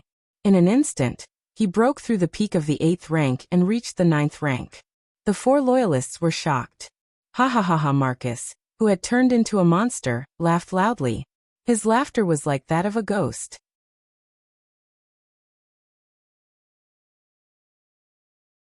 Chapter 857. Marcus escaped. By the time the news spread throughout the camp, Marcus had already fled the camp. It had already been an hour since the news had spread throughout the camp. It couldn't be helped. The 2 guards guarding Marcus had been silently killed, and the guards around the cave where Marcus was imprisoned had also been wiped out by his 4 loyal subordinates. Nobody had discovered Marcus's escape in time. If the Thunder King hadn't hurriedly rushed back when he sensed that the magic cage had been broken, nobody would have known that Marcus had escaped even now. Many patrol teams were hastily dispatched by Pelosi to search for traces of Marcus. Many of the sleeping guards were also pulled up to participate in the tracking team. Those who were not pulled up were almost all woken up. The entire camp was in a mess. Not being able to rest in the middle of the night caused the garrison in the camp to howl in grief. Including this time, they hadn't had sufficient rest for 3 whole nights. For a moment, the sound of complaints resounded throughout the camp. All the garrison cursed Marcus thousands of times, then turned their resentment into motivation, and began to search for Marcus as if they had been injected with chicken blood. If Marcus really fell into their hands, he probably hasn't returned to the camp yet. Who knows how many times they'll have to wear their little shoes. Of course, this is all inside the camp. It has nothing to do with Wu Yan and company. When Wu Yan learned of Marcus' escape, he only talked about it for a bit before tossing it to the back of his mind. Lei Wang, who came to inform Wu Yan, couldn't help but sigh in exasperation. All in all, despite the chaos in the camp, Wu Yan and co are still living a comfortable life. For them, the camp is a mess. For them, helping Astrea activate Pandora is much more important than Marcus. If they have the spare energy to care about a stray dog, they might as well use it to think about the conditions for Astrea's evolution. At least, that's what the girls thought. They don't want to be subjected to the so-called family discipline. As for Wu Yan, he has his own matters to attend to. While the girls are still researching Pandora, Wu Yan returned to the camp. Wu Yan returned to his tent. He climbed into his bed. He didn't lie down to sleep. Instead, he opened the system interface and clicked on a tab that appeared a few days ago. Ding! User's level meets the awakening requirement of True Ancestor Bloodline.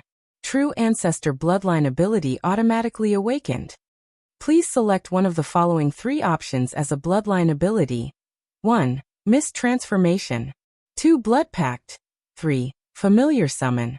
He looked at the information displayed on the tab. Wu Yan fell silent. A few days ago when he, Mikoto, Kotori, Toka, and Astrea reached Tier 9 and reached level 80. This tab has been there ever since.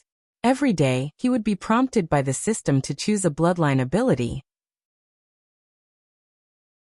At that time, he had a lot of things to deal with, so he put this matter aside for the time being. It's only now that he's bringing it up again. Wu Yan isn't unfamiliar with the awakening of a bloodline ability. His ruby mode was awakened when he was level 70. Without it, he would have to run when facing a beast king. Now that he's about to awaken a bloodline ability, Wu Yan has to be careful. According to the system, the true ancestor bloodline had many bloodline abilities, but because his own strength was not enough, there was no way to awaken the abilities hidden in his bloodline. They had always been hidden in his body, but once his strength grew to a certain level and met the requirements of the bloodline ability, the bloodline ability would be awakened. Based on the current situation, he awakened his bloodline ability once when he was level 70.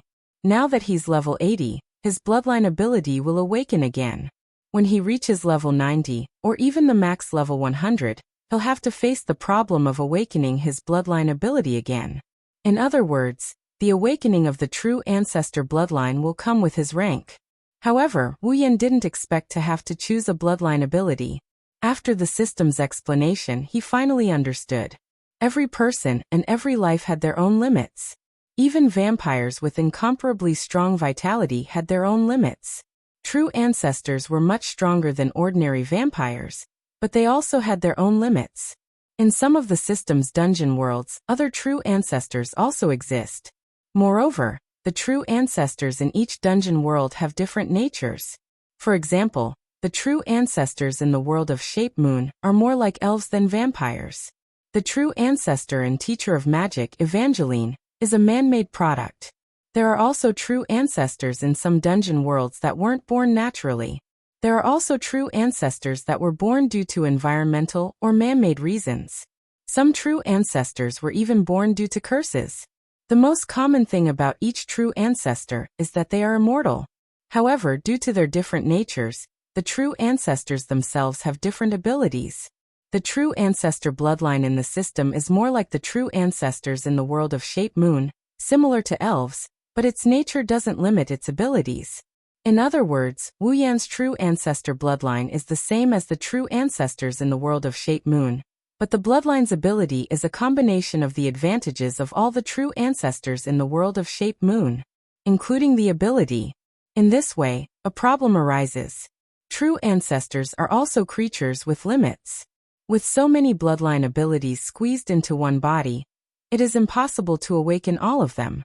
Otherwise, the bloodline itself will become chaotic. Therefore, when awakening a bloodline ability, the system will sort out these abilities and allow Wu Yan to choose which bloodline ability to awaken.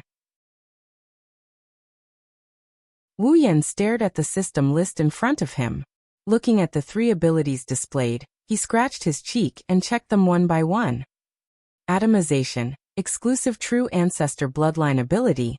Cannot be exchanged. The body will turn into a mist of nothingness and blend into the atmosphere. In this state, the user will be able to freely enter and exit any place. The user will have the ability to move quickly and will not receive any damage. However, the user will not be able to use any attacks in this state. Blood contract, exclusive ability of the true ancestor bloodline. Unexchangeable. The true ancestor has the embrace ability. The target whose blood is sucked by the true ancestor will become a vampire. When the embrace is used, this ability will be activated at the same time. The target of the embrace will be given a certain level. The level is the user's level minus 10 levels. Vassal Beast Summon, exclusive true ancestor bloodline ability, cannot be exchanged. Summon an otherworldly beast. The vassal beast is extremely destructive. Even the weakest vassal beast is incomparable to the newest fighter jets and tanks. A true ancestor's vassal beast has the power to destroy an entire empire. Vassal beasts are a collection of mana. They are sentient but have no physical body and cannot be attacked. However, if a vassal beast is attacked with mana that is more powerful than the vassal beast itself, the damage can be negated. Abilities that nullify mana can also eliminate the vassal beast itself. After a successful summoning, the vassal beast will reside in the user's blood and absorb the user's life force, greatly reducing the user's lifespan. Therefore, only a vampire with unlimited life force can truly control a vassal beast. Wu Yan frowned as he looked at the 3 bloodline abilities. Vaporization, as its name suggests, allows the user to transform into mist. Not only can they enter any location, they can also move quickly and become immune to damage. It's a very useful ability, but Wu Yan doesn't need it. He had spatial manipulation magic, so he could go wherever he wanted. His movement ability was stronger than when he was in the mist state, and immunity to damage was even more impractical. There was no shortage of spells with the same effect in the 103,000 grimoires. Blood Pact, on the other hand, is very useful. It grants the target of the embrace 10 levels lower than the user. If he uses it, the target of the embrace will rise to level 70, giving them the power of a rank 8 fighter. But what attracted Wu Yan the most was the ability to summon vassal beasts.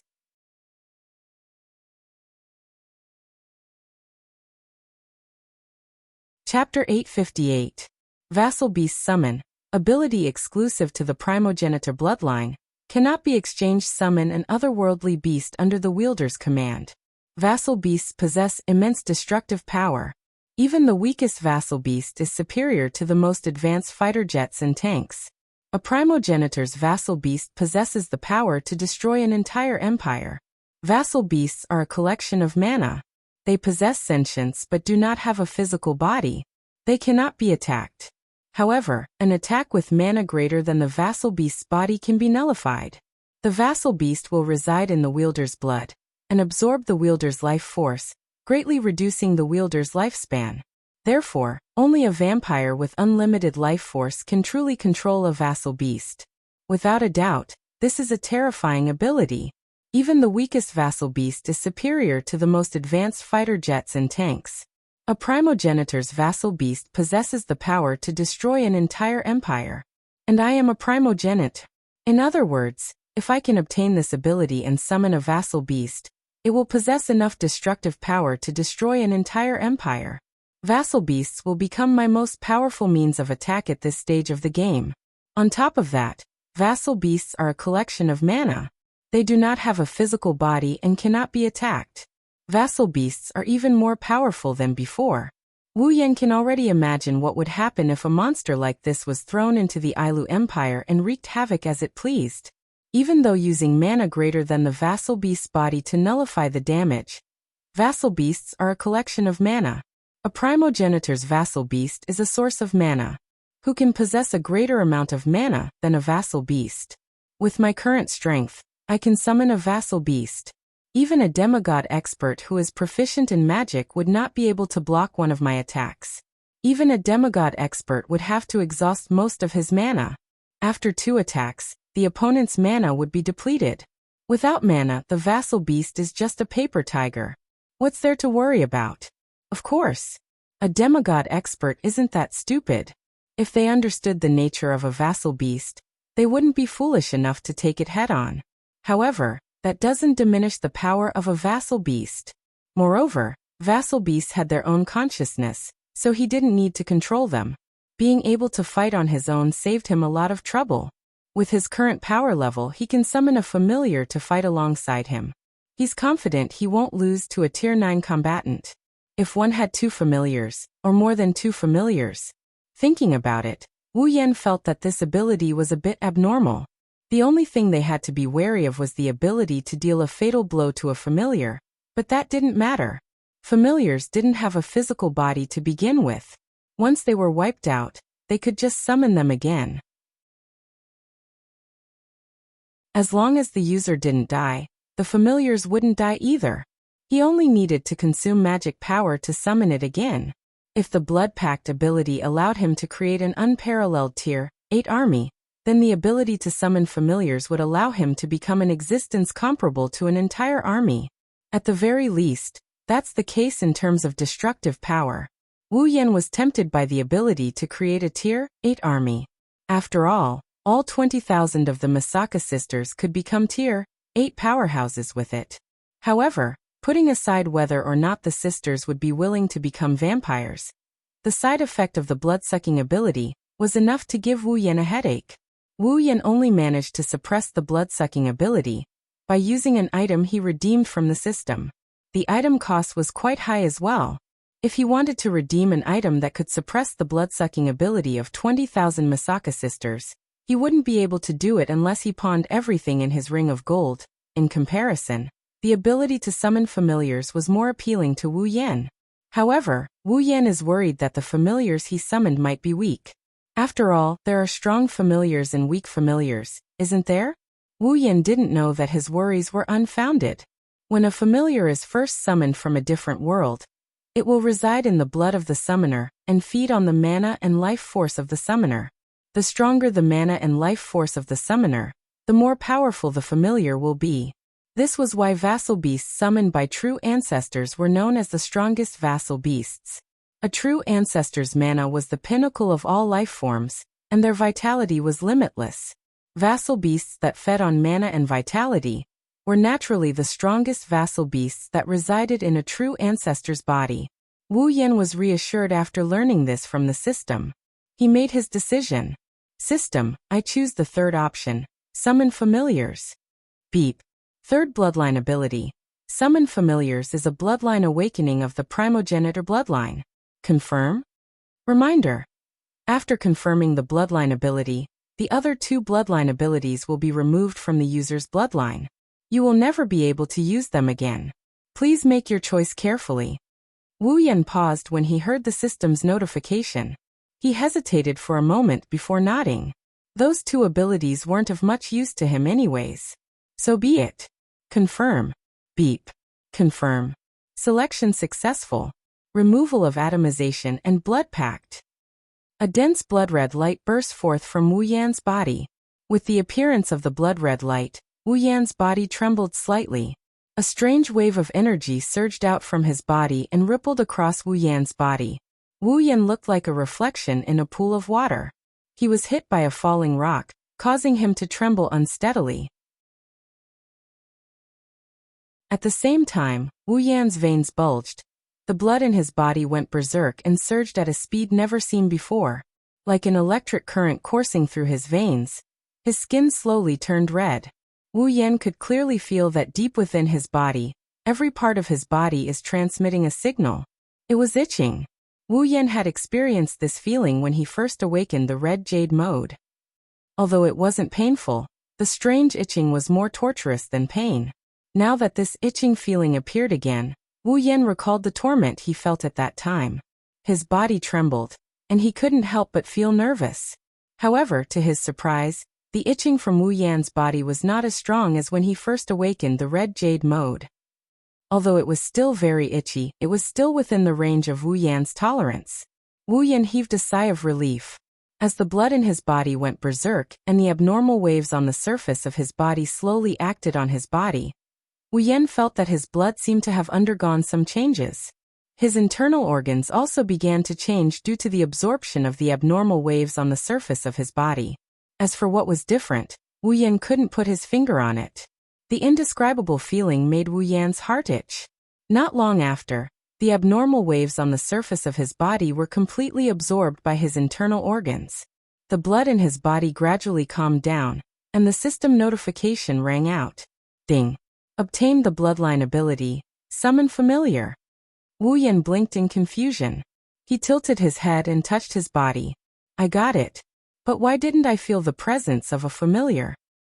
This is the user's first time summoning a familiar. The familiar must be summoned from an otherworldly summoning world.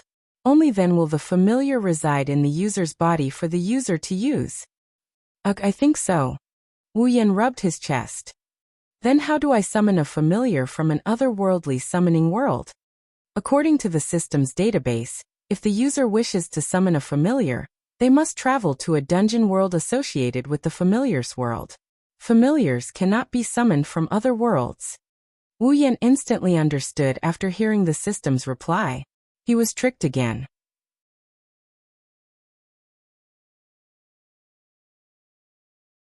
Chapter 859. Behemoth Forest outside the campsite. In the darkest moment of the night, several silhouettes silently appeared here. There were 5 black-clothed men dressed in robes that were the same color as the night sky. They were arranged in a convex formation, and the leader even used a cloak to cover his head. In addition to the effect of the surrounding darkness, it was impossible to see his face under the cloak. Behind him stood 4 guards, very loyally guarding the 2 sides of the leader. However, there was a trace of unconcealable fear in the eyes of the 4 guards. They did not even dare to look at the leader. It was clear that the person they were afraid of was the leader in front of them. It was unknown if the leader had realized that his subordinates were afraid of him. His face, which was hidden under the cloak, was facing a certain direction in the camp. He did not speak, but a wave of ferocious aura, like that of a wild beast, flashed from his body. Seeing this scene, the fear in the eyes of the 4 guards became even stronger. The identity of the 5 people was already obvious. They were Marcus and his 4 loyalists who escaped not long ago. Perhaps even the Thunder King would never have guessed that Marcus, who had escaped not long ago, would actually return a few hours later. The 4 loyalists secretly glanced at Marcus and opened their mouths. They seemed to want to say something, but in the end, they did not say anything. Because they knew why Marcus had come here. And they also knew that even if they tried to persuade Marcus, he would not listen to half a word. They might even anger him and become the target of his anger. Rather than that, it was better to be obedient. Thinking of this, the 4 loyalists returned to their expressionless appearance. They slightly raised their fighting aura. As long as Marcus and his group moved, they would follow him and break into the campsite. Yes, break into the campsite. This was equivalent to courting death, but now they had to follow Marcus and do it. Of course, if it was in the past, then this action would be courting death. But now, the 4 loyalists tacitly recalled the scene they saw last night that would be engraved in their minds for a lifetime. Their hearts could not help but twitch, and fear appeared in their eyes once again. And at that moment, Marcus finally made his move. Without even greeting his subordinates, his cloaked figure flickered and turned into an afterimage, rushing into the camp like a gust of wind. Marcus had already entered the camp without even the guards in the surroundings noticing his presence. Seeing this, the 4 loyalists' faces changed. They hurriedly avoided the eyes of the guards and rushed into the camp. In the camp inside Wu Yan's tent, leaning on his bed, Wu Yan stretched. There was an unconcealable joy on his face, showing his mood. In his arms, Chuju was lying there, pressed against Wu Yan's chest. Listening to Wu Yan's heartbeat, she was panting nonstop. Her eyes were as soft as water, and her face was still red from the joy. Wu Yan caressed Chuju's pink hair that was covered in sweat. Smelling Chuju's natural fragrance, he felt an inexplicable sense of calmness. Other than that, there was also a trace of pride and regret. After a day of research, the group of girls still couldn't find a way to activate Pandora. They all returned home in disappointment. Since the girls returned in defeat, Wu Yan's declaration came as expected. Thus tonight, Hinajika fell under his vicious hands, becoming the first victim of the family law. Isn't this enough for Wu Yan to be pleased with himself? As for his regret, it's the fact that he didn't manage to capture all of the girls tonight and execute the family law. He really wanted to, but how could the girls who are familiar with Wu Yan not know of his evil intentions? Thus, before night fell, they all went into their tents one by one, not giving him the chance to catch them all in one fell swoop. The only way he could do that is if he went into the tents one by one, but that's not going to work either. If he went into the tents, the girls he caught earlier would run away. Therefore, Wu Yan could only execute his house discipline over several nights. This was the reason why Wu Yan felt regret. After some time, Chuju finally let out a sigh of relief. She raised her head and looked at Wu Yan. Yan. Chuju looked at Wu Yan's face and called out softly. Wu Yan looked down in confusion. Her yellowish-green eyes met with Wu Yan's deep wine-red eyes. Hinajika's expression became slightly dazed, but she quickly regained her senses. Blushing, she hurriedly opened her mouth to distract herself. When can we leave the camp? Wu Yan blinked when he heard that. What? Are you tired of staying in the camp? It's not that. Chuju shook her head. I just feel that we're not from the camp, and we don't bring any benefits to the camp. If we keep staying here, I feel like I'm lazy in someone else's home. After listening to Hinajika's explanation, Wu Yan agreed with her. It seems like their current situation is just like a lazy worm living under someone else's roof. Wu Yan scratched his head and sighed. Actually, I don't really want to stay here either. However, once we leave, will my sisters be able to leave with us in a grandiose manner? Then what should we do? Chuju wrinkled her nose. Do we have to stay here forever? That's not the case. Wu Yan looked up at the top of the tent. Katsu-chan is already thinking of a way to let the girls live a normal life while also solving the current situation. Is it okay? Don't worry, it's fine. Wu Yan rested his head on top of Hinajika's head. He smelled her hair and he grinned. In terms of strength, Misaki-chan might not even be a match for you. However, when it comes to brains other than coterie, none of us can beat her. Leave it to her. Is that so? Chuju was relieved to hear Wu Yan's words. She said with a hint of jealousy. You really do trust Shokoho. Aya, you're jealous just like that? Wu Yan looked at Hinajika's pretty face in amusement and knocked her on the head. If it was you, I'd trust her too, Hinajika snorted coquettishly. A smile appeared in her beautiful eyes, but her mouth said, Who needs your trust? You can trust Shokohu alone. Oh, you're quite jealous. Wu Yan raised an eyebrow. His hand on Chuju's back slowly moved down. Do you need me to comfort you? Yua. Chuju was shocked. She quickly pressed Wu Yan's hand down. Her face turned red. She only has the strength to speak. If he continues, she won't be able to get up tomorrow. But it's clear that the wolf doesn't intend to stop. His hand kept moving down. Chuju couldn't stop it. Chuju had no choice but to say something. Okay, I won't say it, okay? Hinajika pouted and said in a wrong tone. Wu Yan had no choice but to stop. However, the regret on his face was clearly and undisguised, making Hinajika feel all sorts of annoyed. She kept sighing in her heart. She's the president of the student council of the White Emperor College. She's the one who manages the affairs of the entire noble school. In the past, it's only people who are convinced by her. She's never been convinced by anyone. But who would have thought that she's begging for mercy in front of Wu Yan? She's not acting like herself anymore. Although this submission is not the same as the submission. And at this time, if the male side were to submit, then the female side would probably be dissatisfied as well. The two cannot be discussed together, but in the heart of our strong-willed president, there is actually no difference. Chuju finally understood that she's going to fall for this hateful guy for the rest of her life. Thinking of this, Chuju couldn't help but pinch Wu Yan's waist. Ouch. What are you doing? Nothing. Why do you look like you're not convinced? Did I offend you in some way? No, what?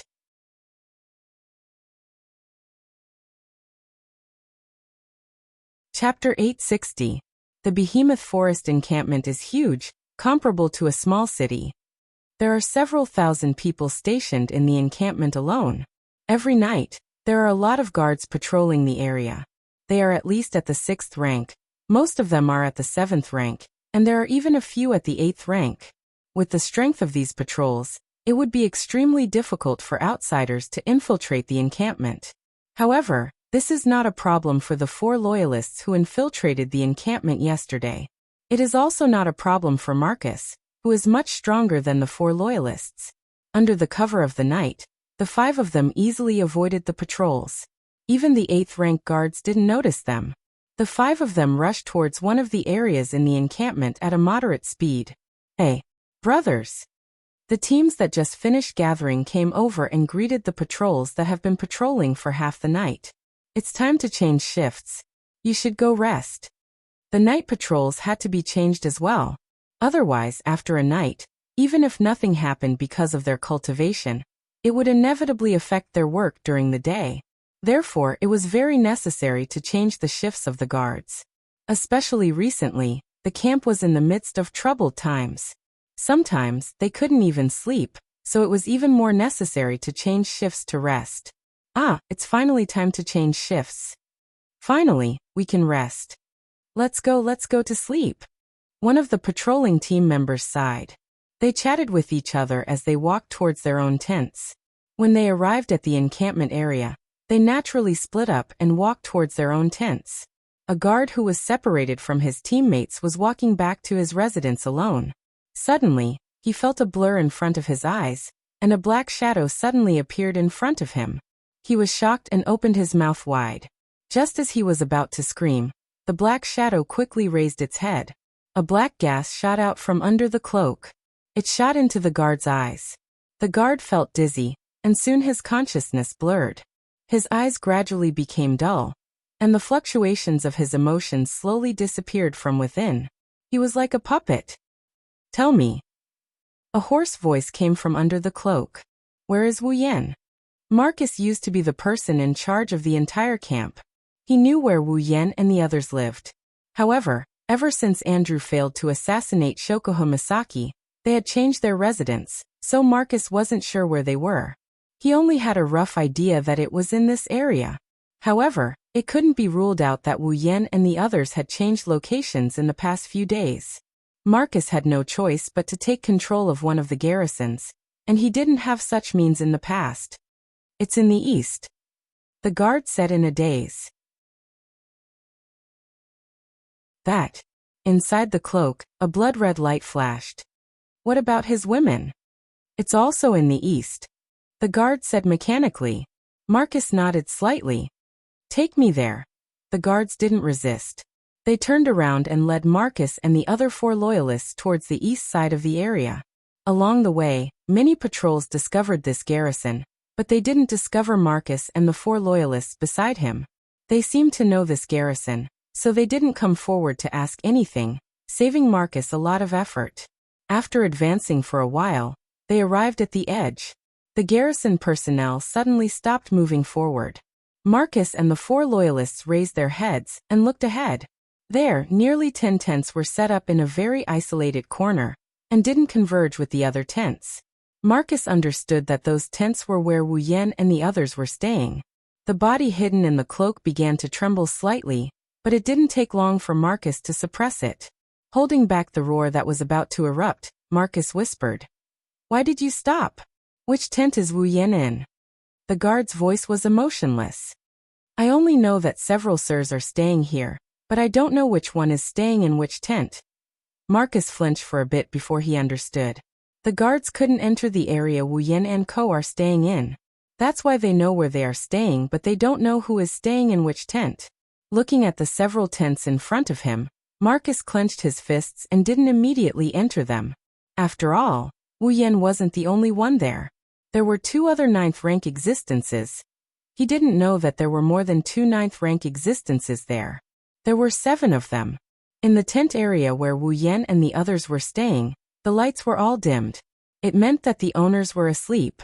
Looking from the outside, although there was no way to know the situation inside, the faint sound of breathing that could be heard would only give others the impression that the person inside had already fallen asleep. But unexpectedly, there was an exception. In one of the tents, the lights were all dimmed. However, the 2 girls living there weren't asleep. No, they weren't asleep. They couldn't fall asleep. Angeloids don't have dreams and they can't sleep. Ikaros and Astrea laid on the bed, but they didn't close their eyes. They looked at each other in silence. Ikaros and Astrea's cheeks were fiery red. Ikaros was no exception. Before they came to Wu Yan's side, the nights were filled with loneliness and solitude for these 2 beauties. They're already used to it. However, ever since they came to Wu Yan's side, their habits started to crumble. That's because they couldn't fall asleep at night. Only by staying beside Wu Yan would they feel safe and fulfilled. Without Wu Yan, they would feel lonely and lonely. That's why when their master fell asleep at night, the 2 angeloids would sneak into Wu Yan's tent and spend the entire night looking at his sleeping posture. That's the only way they wouldn't feel lonely. Of course, Wu Yan knew about this, but he didn't point it out. Once he feels the 2 girls beside him, if he's tired, he would fall asleep while holding their hands. If he's full of energy, Ikaros and Astrea would have to roll in the sheets with him. Of course, Ikaros and Astrea didn't accompany Wu Yan every night. For example, in this situation, they knew Chuju was in Wu Yan's tent doing something shameless. They didn't dare to enter his tent. If they entered, they would end up like Chuju. A certain wolf would take advantage of them. Thus, the 2 girls returned to their tents. Blushing, they're probably imagining the scene where they did it with Wu Yan. But at a certain moment, the red-faced Ikaros lifted her head. Her pair of indigo pupils flashed and contracted. Then a square frame appeared as her pupils turned crimson red. Ikaros-senpai. The sudden change surprised Astrea. Before she could ask, Ikaros stood up abruptly. With a flap of her wings, Ikaros dashed out of the tent. Astria reacted and a square frame appeared in her eyes. As an angel like Ikaros. Even though her brain wasn't that bright, she knew Ikaros wouldn't do something so meaningless. Ikaros must have noticed something. That's why she flew out in such a hurry. Astria flapped her pure white wings and flew out of the tent at a speed comparable to Ikaros. She arrived beside Ikaros, who was standing at the entrance of the tent. Astria saw what was happening outside the tent. Astria saw. In front, not far away, 5 black figures were standing beside a guard. The one in the lead was emitting a very ominous aura. Even an idiot like Astria eliminated the possibility of the other party being friendly when she sensed the ominous presence. Are they trying to harm Master? With this thought in mind, the square frames in the 2 women's eyes suddenly expanded, and a halo flashed above their heads for a moment. The 2 girls shot out like cannonballs.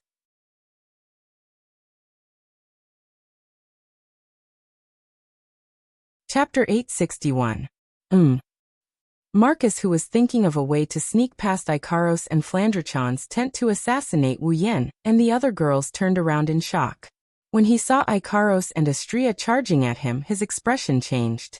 Marcus clenched his fists and gritted his teeth. I was discovered. How?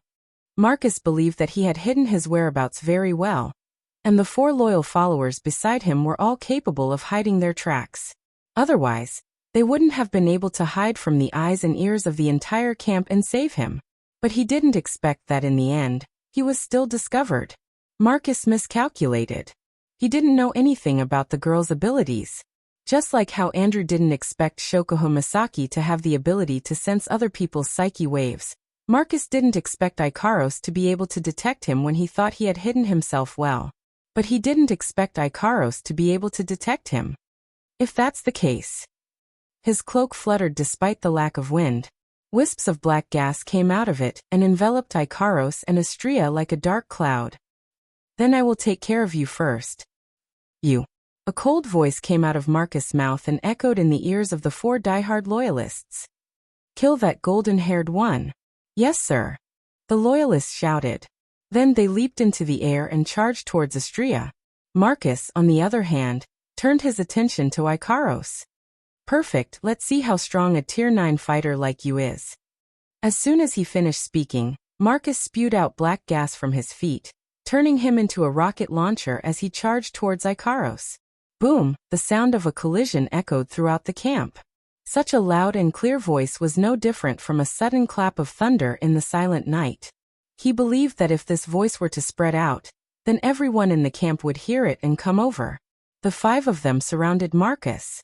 But strangely enough, invisible sound waves reverberated in the air. When they spread out, they were wiped out by the black gas that enveloped the area. There was no sign of the sound waves spreading out.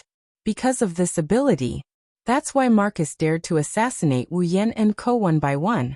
Otherwise, the sound of the battle would attract Wu Yan's group and everyone in the camp. No matter how arrogant Marcus was, he wouldn't be able to do anything about it. He wouldn't be able to kill a single one of them.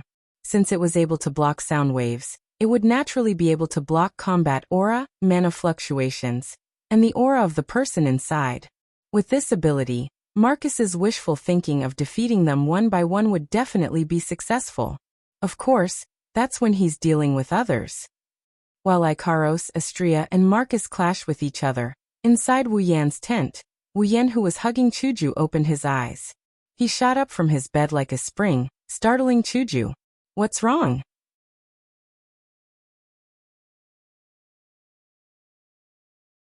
Wu Yan didn't answer Hinajiku right away. Instead, he closed his eyes as if he's sensing something. When he opened his eyes again, a terrifying killing intent erupted from his eyes like a volcano. His wine-red pupils turned blood-red as he spoke with a voice filled with killing intent. Every word he uttered came out from the gaps between his teeth. Go. Die. Yen. Seeing Wu Yan's ruthless expression, Chuju froze. He clenched his fists so hard that his knuckles cracked. Taking a few deep breaths, he suppressed his rage and opened his mouth to Hinajiku. Chuju, go gather Mikoto and the others.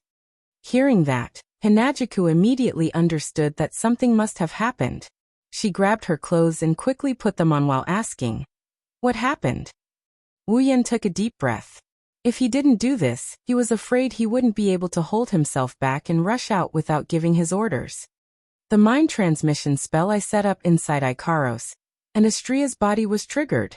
Telepathy technique. Hinajiku was stunned, and her expression changed as well. On the first day they arrived at the camp, Wu Yan gathered all the girls and set up a mind transmission spell in their bodies. According to Wu Yan, the heart transmission jutsu is a jutsu that allows the user to set up certain conditions in advance, and then engrave them into the user's body. Once the preset conditions are triggered, the user who set up the jutsu will be able to sense it. Wu Yan set up a mind transmission spell in the girls' bodies. The precondition for triggering the spell is to enter a combat state or encounter danger. In other words, Ikaros and Astria might be fighting someone right now. Fighting someone in the middle of the night without Wu Yan and Chuji's knowledge. Other than the fact that Shokuho Misaki was ambushed, what other reason could there be? No wonder Yan is so angry. Wu Yan waved his hand and the clothes on the rack flew up into the air and landed on his body. In less than a second he was dressed. I'll be heading over first. Hinajika nodded. She knows how anxious Wu Yan is right now. If it weren't for the fact that Ikaros and Astria are tier 9, he probably wouldn't even have the time to inform her of his arrival before rushing over. Be careful. Mana surged out of Wu Yan's body. His body flashed and he disappeared. Chuju ran out of the tent and ran towards the girls. Boom! A loud sound rang out in the space filled with black gas. The ripples of the blast spread out and hit the encirclement formed by the black gas. Then, the black gas was completely absorbed without any leakage. Ikaros's emotionless eyes swept past Marcus who was rushing towards her. Her luminous wings flickered with a blue radiance. Her body trembled and an afterimage was left behind. Ikaros herself had already arrived in front of Marcus without any warning. That was fast. The sudden appearance of Ikaros also caused Marcus's heart to skip a beat. The do-chi in his body surged violently and ignited on the surface of his body. However, the icy blue do-chi of the past had already disappeared without a trace. Instead, it had turned into a black stream of air with a decaying aura. The black gas swirled and condensed into whips. Carrying a rotten stench, the whips lashed out at Ikaros and smashed into her body. Before Marcus could reveal a happy expression, several black gas whips suddenly stopped a meter in front of Ikaros and struck her with a muffled sound. At the place where the black gas whips stopped, a crystal-like beehive barrier reverberated. It was Ikaros' absolute defense circle. In an instant, the black whip dissipated. Ikaros' body suddenly leaned forward and flew directly into Marcus' chest. With a twist of her slender waist, all the strength in her body was concentrated on the wings behind her back. Then, with a fierce flick, she smashed Marcus' chest. Boom! Oomph! A powerful force surged from the illusory wings and landed on Marcus. A low groan came from the face under the cloak, and Marcus was sent flying back a few steps. Obviously, Ikaros' fierce wing attack caught him off guard and caused him to suffer some injuries. Damn it! Furious and alarmed, Marcus channeled his black do-chi and retreated hastily. But when he retreated a few meters, Ikaros caught up to him and chased after him.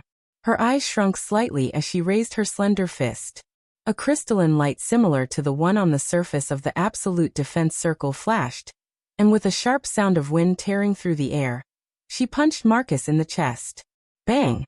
A frightening force gushed out of the small fist. Marcus' expression couldn't be seen under the cloak, but it was like a waterfall crashing into his body with a muffled rumble.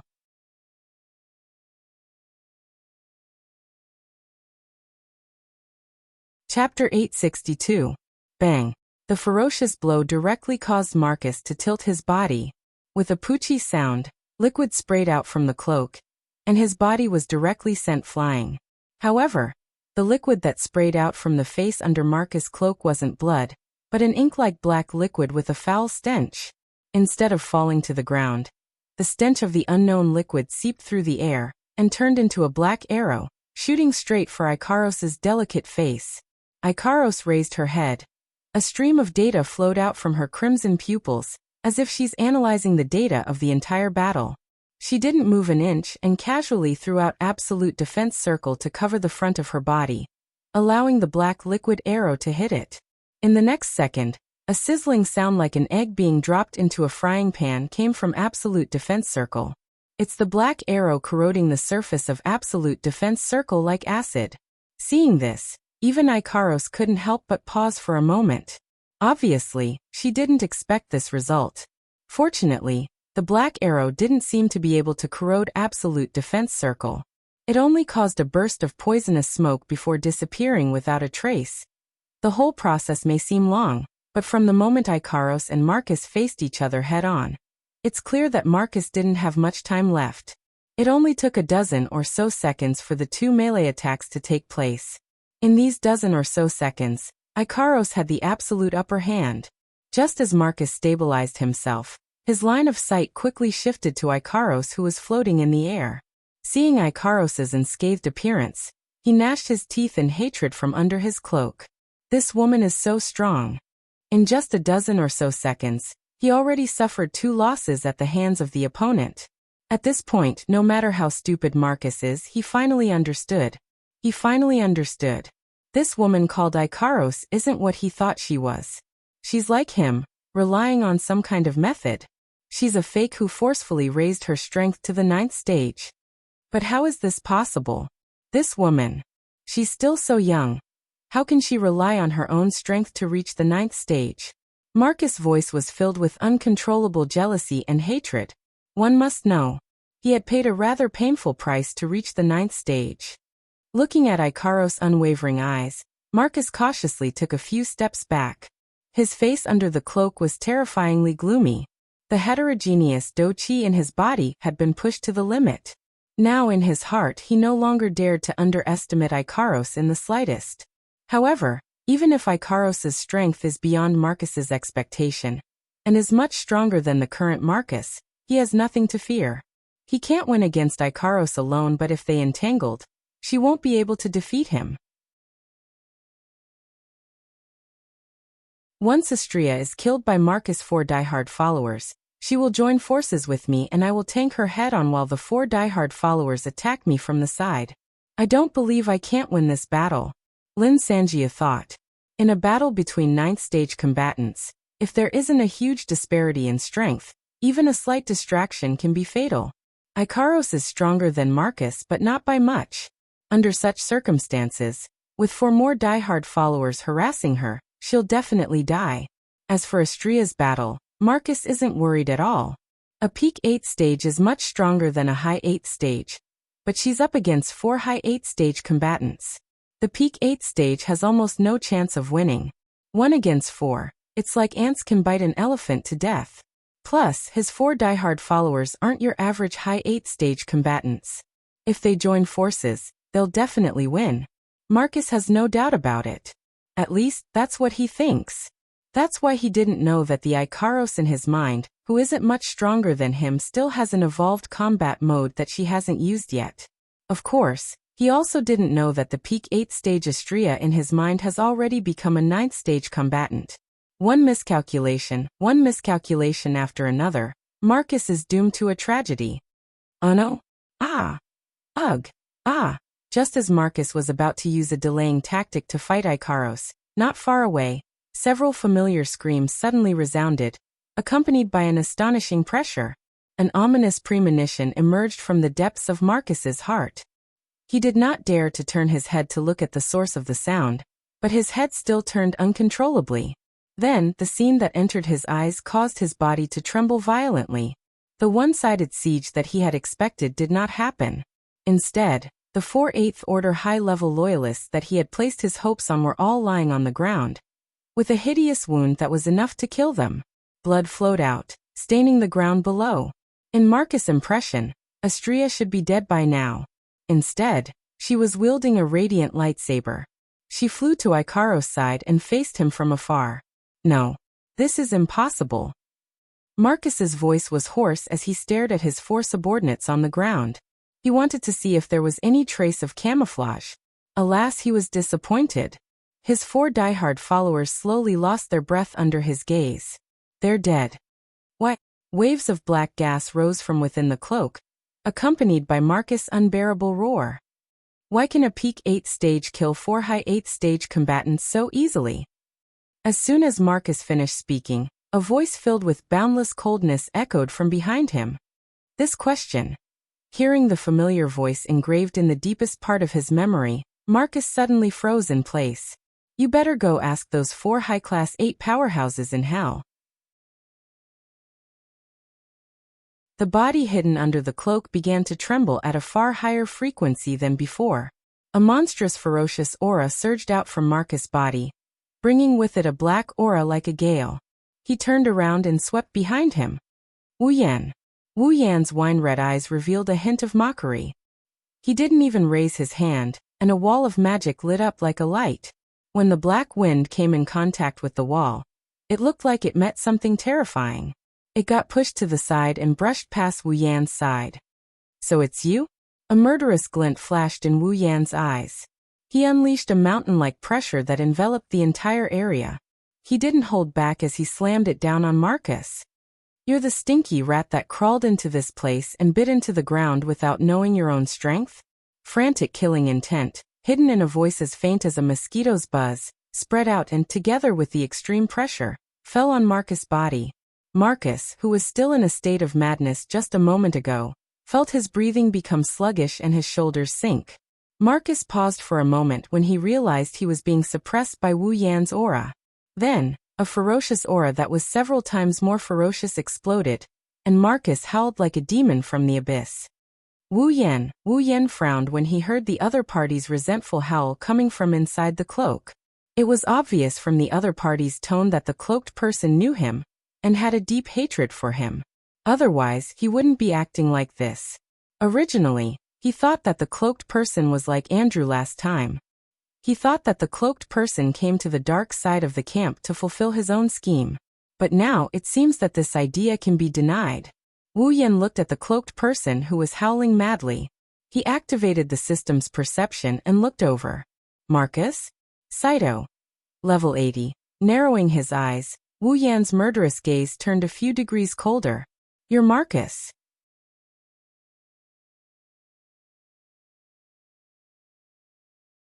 Chapter 863. You are Marcus. Ha ha ha ha ha. Wu Yan confirmed the answer in his heart. When Marcus heard it, he laughed out loud. His laughter was filled with hatred and resentment. So you still remember me. You still remember me. Just like how I painstakingly engraved you in my heart, wishing that I could cut you into pieces to remember you. Wu Yan's lips curled into a cold smile. He stood on top of a rock and took a step forward. I was wondering who it was. So it's you, a stray dog who ran away for a few days. Marcus' sinister laughter came to an abrupt end. He didn't make another sound, but the ferocious aura and black gas on his body didn't decrease. Instead, it increased. Like a stormy sea, it blew smoke and dust into the air, and gravel danced in the air. Yes, you're right. I've completely become a stray dog. The hood that covered his head gently rose and fell. Negative emotions that were like turbid gas vaguely leaked out from within. Everything I have today is thanks to you, Wu Yan. So, after running away with your tail between your legs, you put on a pair of fake fangs and came back. Wu Yan shook his head. He didn't hide the sarcasm in his words. It must have been hard on you, second master of the Saito family. Marcus was infuriated. A demon-like baleful aura instantly covered the entire place. At this moment, Marcus finally vented his anger without holding back. Wait until I stomp you on the ground like a dog. I will tear your mouth apart while you beg for mercy. Oh? Wu Yan narrowed his eyes and his lips curled into a half-smile. Perhaps, with your current strength, you really have a way to do it. You want to be stubborn? Now is the time. Marcus laughed. I will let you know that the current me is different from you. How big of a difference is there? After saying that, a murky dark fighting aura surged from Marcus' body. It carried an inexplicable explosion. The aura of a ninth-order powerhouse was revealed. Marcus looked forward to seeing Wu Yan's shocked expression. He let out a strange laugh. The current me. I have become a ninth-order powerhouse. I am no longer someone an ant like you can compare to. Wu Yan's face turned gloomy. His eyes flashed with a strange light as he stared at Marcus. He was silent. It wasn't that he was afraid. Although Marcus had become a powerhouse of the ninth step, it wasn't enough to make him afraid. Even a demigod-ranked beast king had been defeated by him. Marcus's current actions, to him, were nothing more than a clown's show. Wu Yan's expression darkened not because he's curious as to how Marcus became a Tier 9. Before this, Marcus was already at the peak of Tier 8. It's not surprising that he broke through to the next tier. Wu Yan is more curious as to why Marcus's Ice Do Chi, which is exclusive to the Saito family, turned into this murky black Do Chi. Moreover, looking at the indescribable black aura on Marcus's body, for some reason, I have a feeling of uneasiness. Even the blood in his body seemed to have gone berserk, constantly transmitting a roaring signal. This isn't a joke. The blood in his body was the blood of a true ancestor. For a vampire, blood was more important than the heart and the brain, and it was the same for a true ancestor of vampires. Now that the blood of a true ancestor is rioting, it proves that what he's seeing isn't as simple as it seems. Wu Yan can clearly feel the blood in his body speeding up without him noticing. It's as if he's the king of all beasts in the forest, encountering another king of tigers in his territory. He's itching to tear the other to death. In other words, the inexplicable black gas on Marcus's body was comparable to a true ancestor's in level. It wasn't a match in terms of strength, nor was it a match in any other aspect. It was a match in terms of the natural order of life. A life force comparable to a true ancestor? Wu Yan's expression turned serious. A true ancestor's life form is at the peak of all life forms. Even if it can't compare to the likes of Yang Jianli, it's still on par with the self-proclaimed gods in the dungeon worlds. Now that a life force comparable to a true ancestor appeared in front of him, it's like two tiger kings meeting each other. They're wary of each other, and they're afraid of each other. Wu Yan's intuition told him that something big must have happened to Marcus for his true ancestor bloodline to react so violently. Master. In the sky, Icaros and Astrea flapped their wings and landed beside Wu Yan. Their cold eyes caused Marcus, who was laughing in a weird manner, to stop. He finally regained his senses. Icaros is a Tier 9 powerhouse, even stronger than him. Marcus didn't know Astrea's exact strength, but she must be strong to be able to take out 4 of his subordinates in such a short time. On top of that, there's Wu Yan who killed Andrew with ease.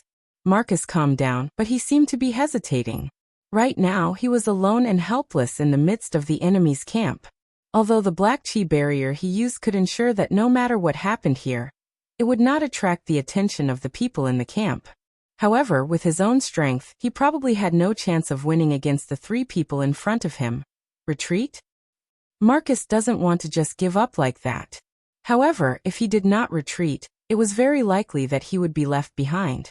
If he was captured again, then he would definitely not be able to survive in his current state. What should I do? Marcus hesitated. On one hand, his grudge against Wu Yan is driving him to stay. On the other hand, the current situation is putting him in a disadvantageous position. He didn't want to leave, but he didn't have a chance of winning if he stayed. He didn't know what to do.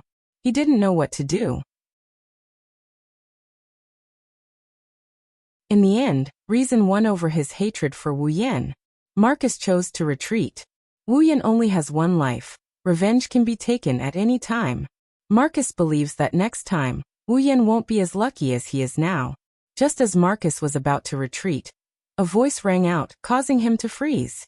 Wu Yan narrowed his eyes as if he saw through Marcus' thoughts. He said something to Marcus, who suddenly turned silent. You're right. Icaros. Astrea. Don't make a move. Marcus raised his head and looked at Wu Yan. Wu Yan's lips curled into an almost imperceptible sneer. Icaros and Astrea froze for a second. When they realized what was going on, the impatient Astrea quickly yelled out. But master, this bastard is much stronger than before. It's fine. Trust me. Wu Yan interrupted Astrea and he told the 2 girls. I alone will be enough. Icaros and Astrea hesitated for a moment before nodding helplessly. They retreated behind their master. Marcus was overjoyed when he saw this. He gave up on retreating without hesitation. After killing Wu Yan, He can retreat whenever he wants. With his current strength, even if he can't beat Ikaros, he's confident that he can at least run away from her. Wu Yan, you're the one asking for it. The excitement in his heart surged uncontrollably as the two girls left the stage. Marcus let out a hearty laugh as the black dough chi on his body swelled up once again. Bang! Marcus stomped on the ground, and with a dark cloud of dough chi, he turned into a black lightning bolt and leaped towards Wu Yan, who is standing on top of the boulder. You're tuning in to the Li Mei Sword of Destiny YouTube channel. We're so grateful for your support, and don't forget to subscribe to join us on this incredible journey through captivating stories. Your generosity through donations truly makes a world of difference, as it's the primary source of revenue that allows me to expand and enhance this channel for you. Thank you from the bottom of my heart for being a part of this adventure.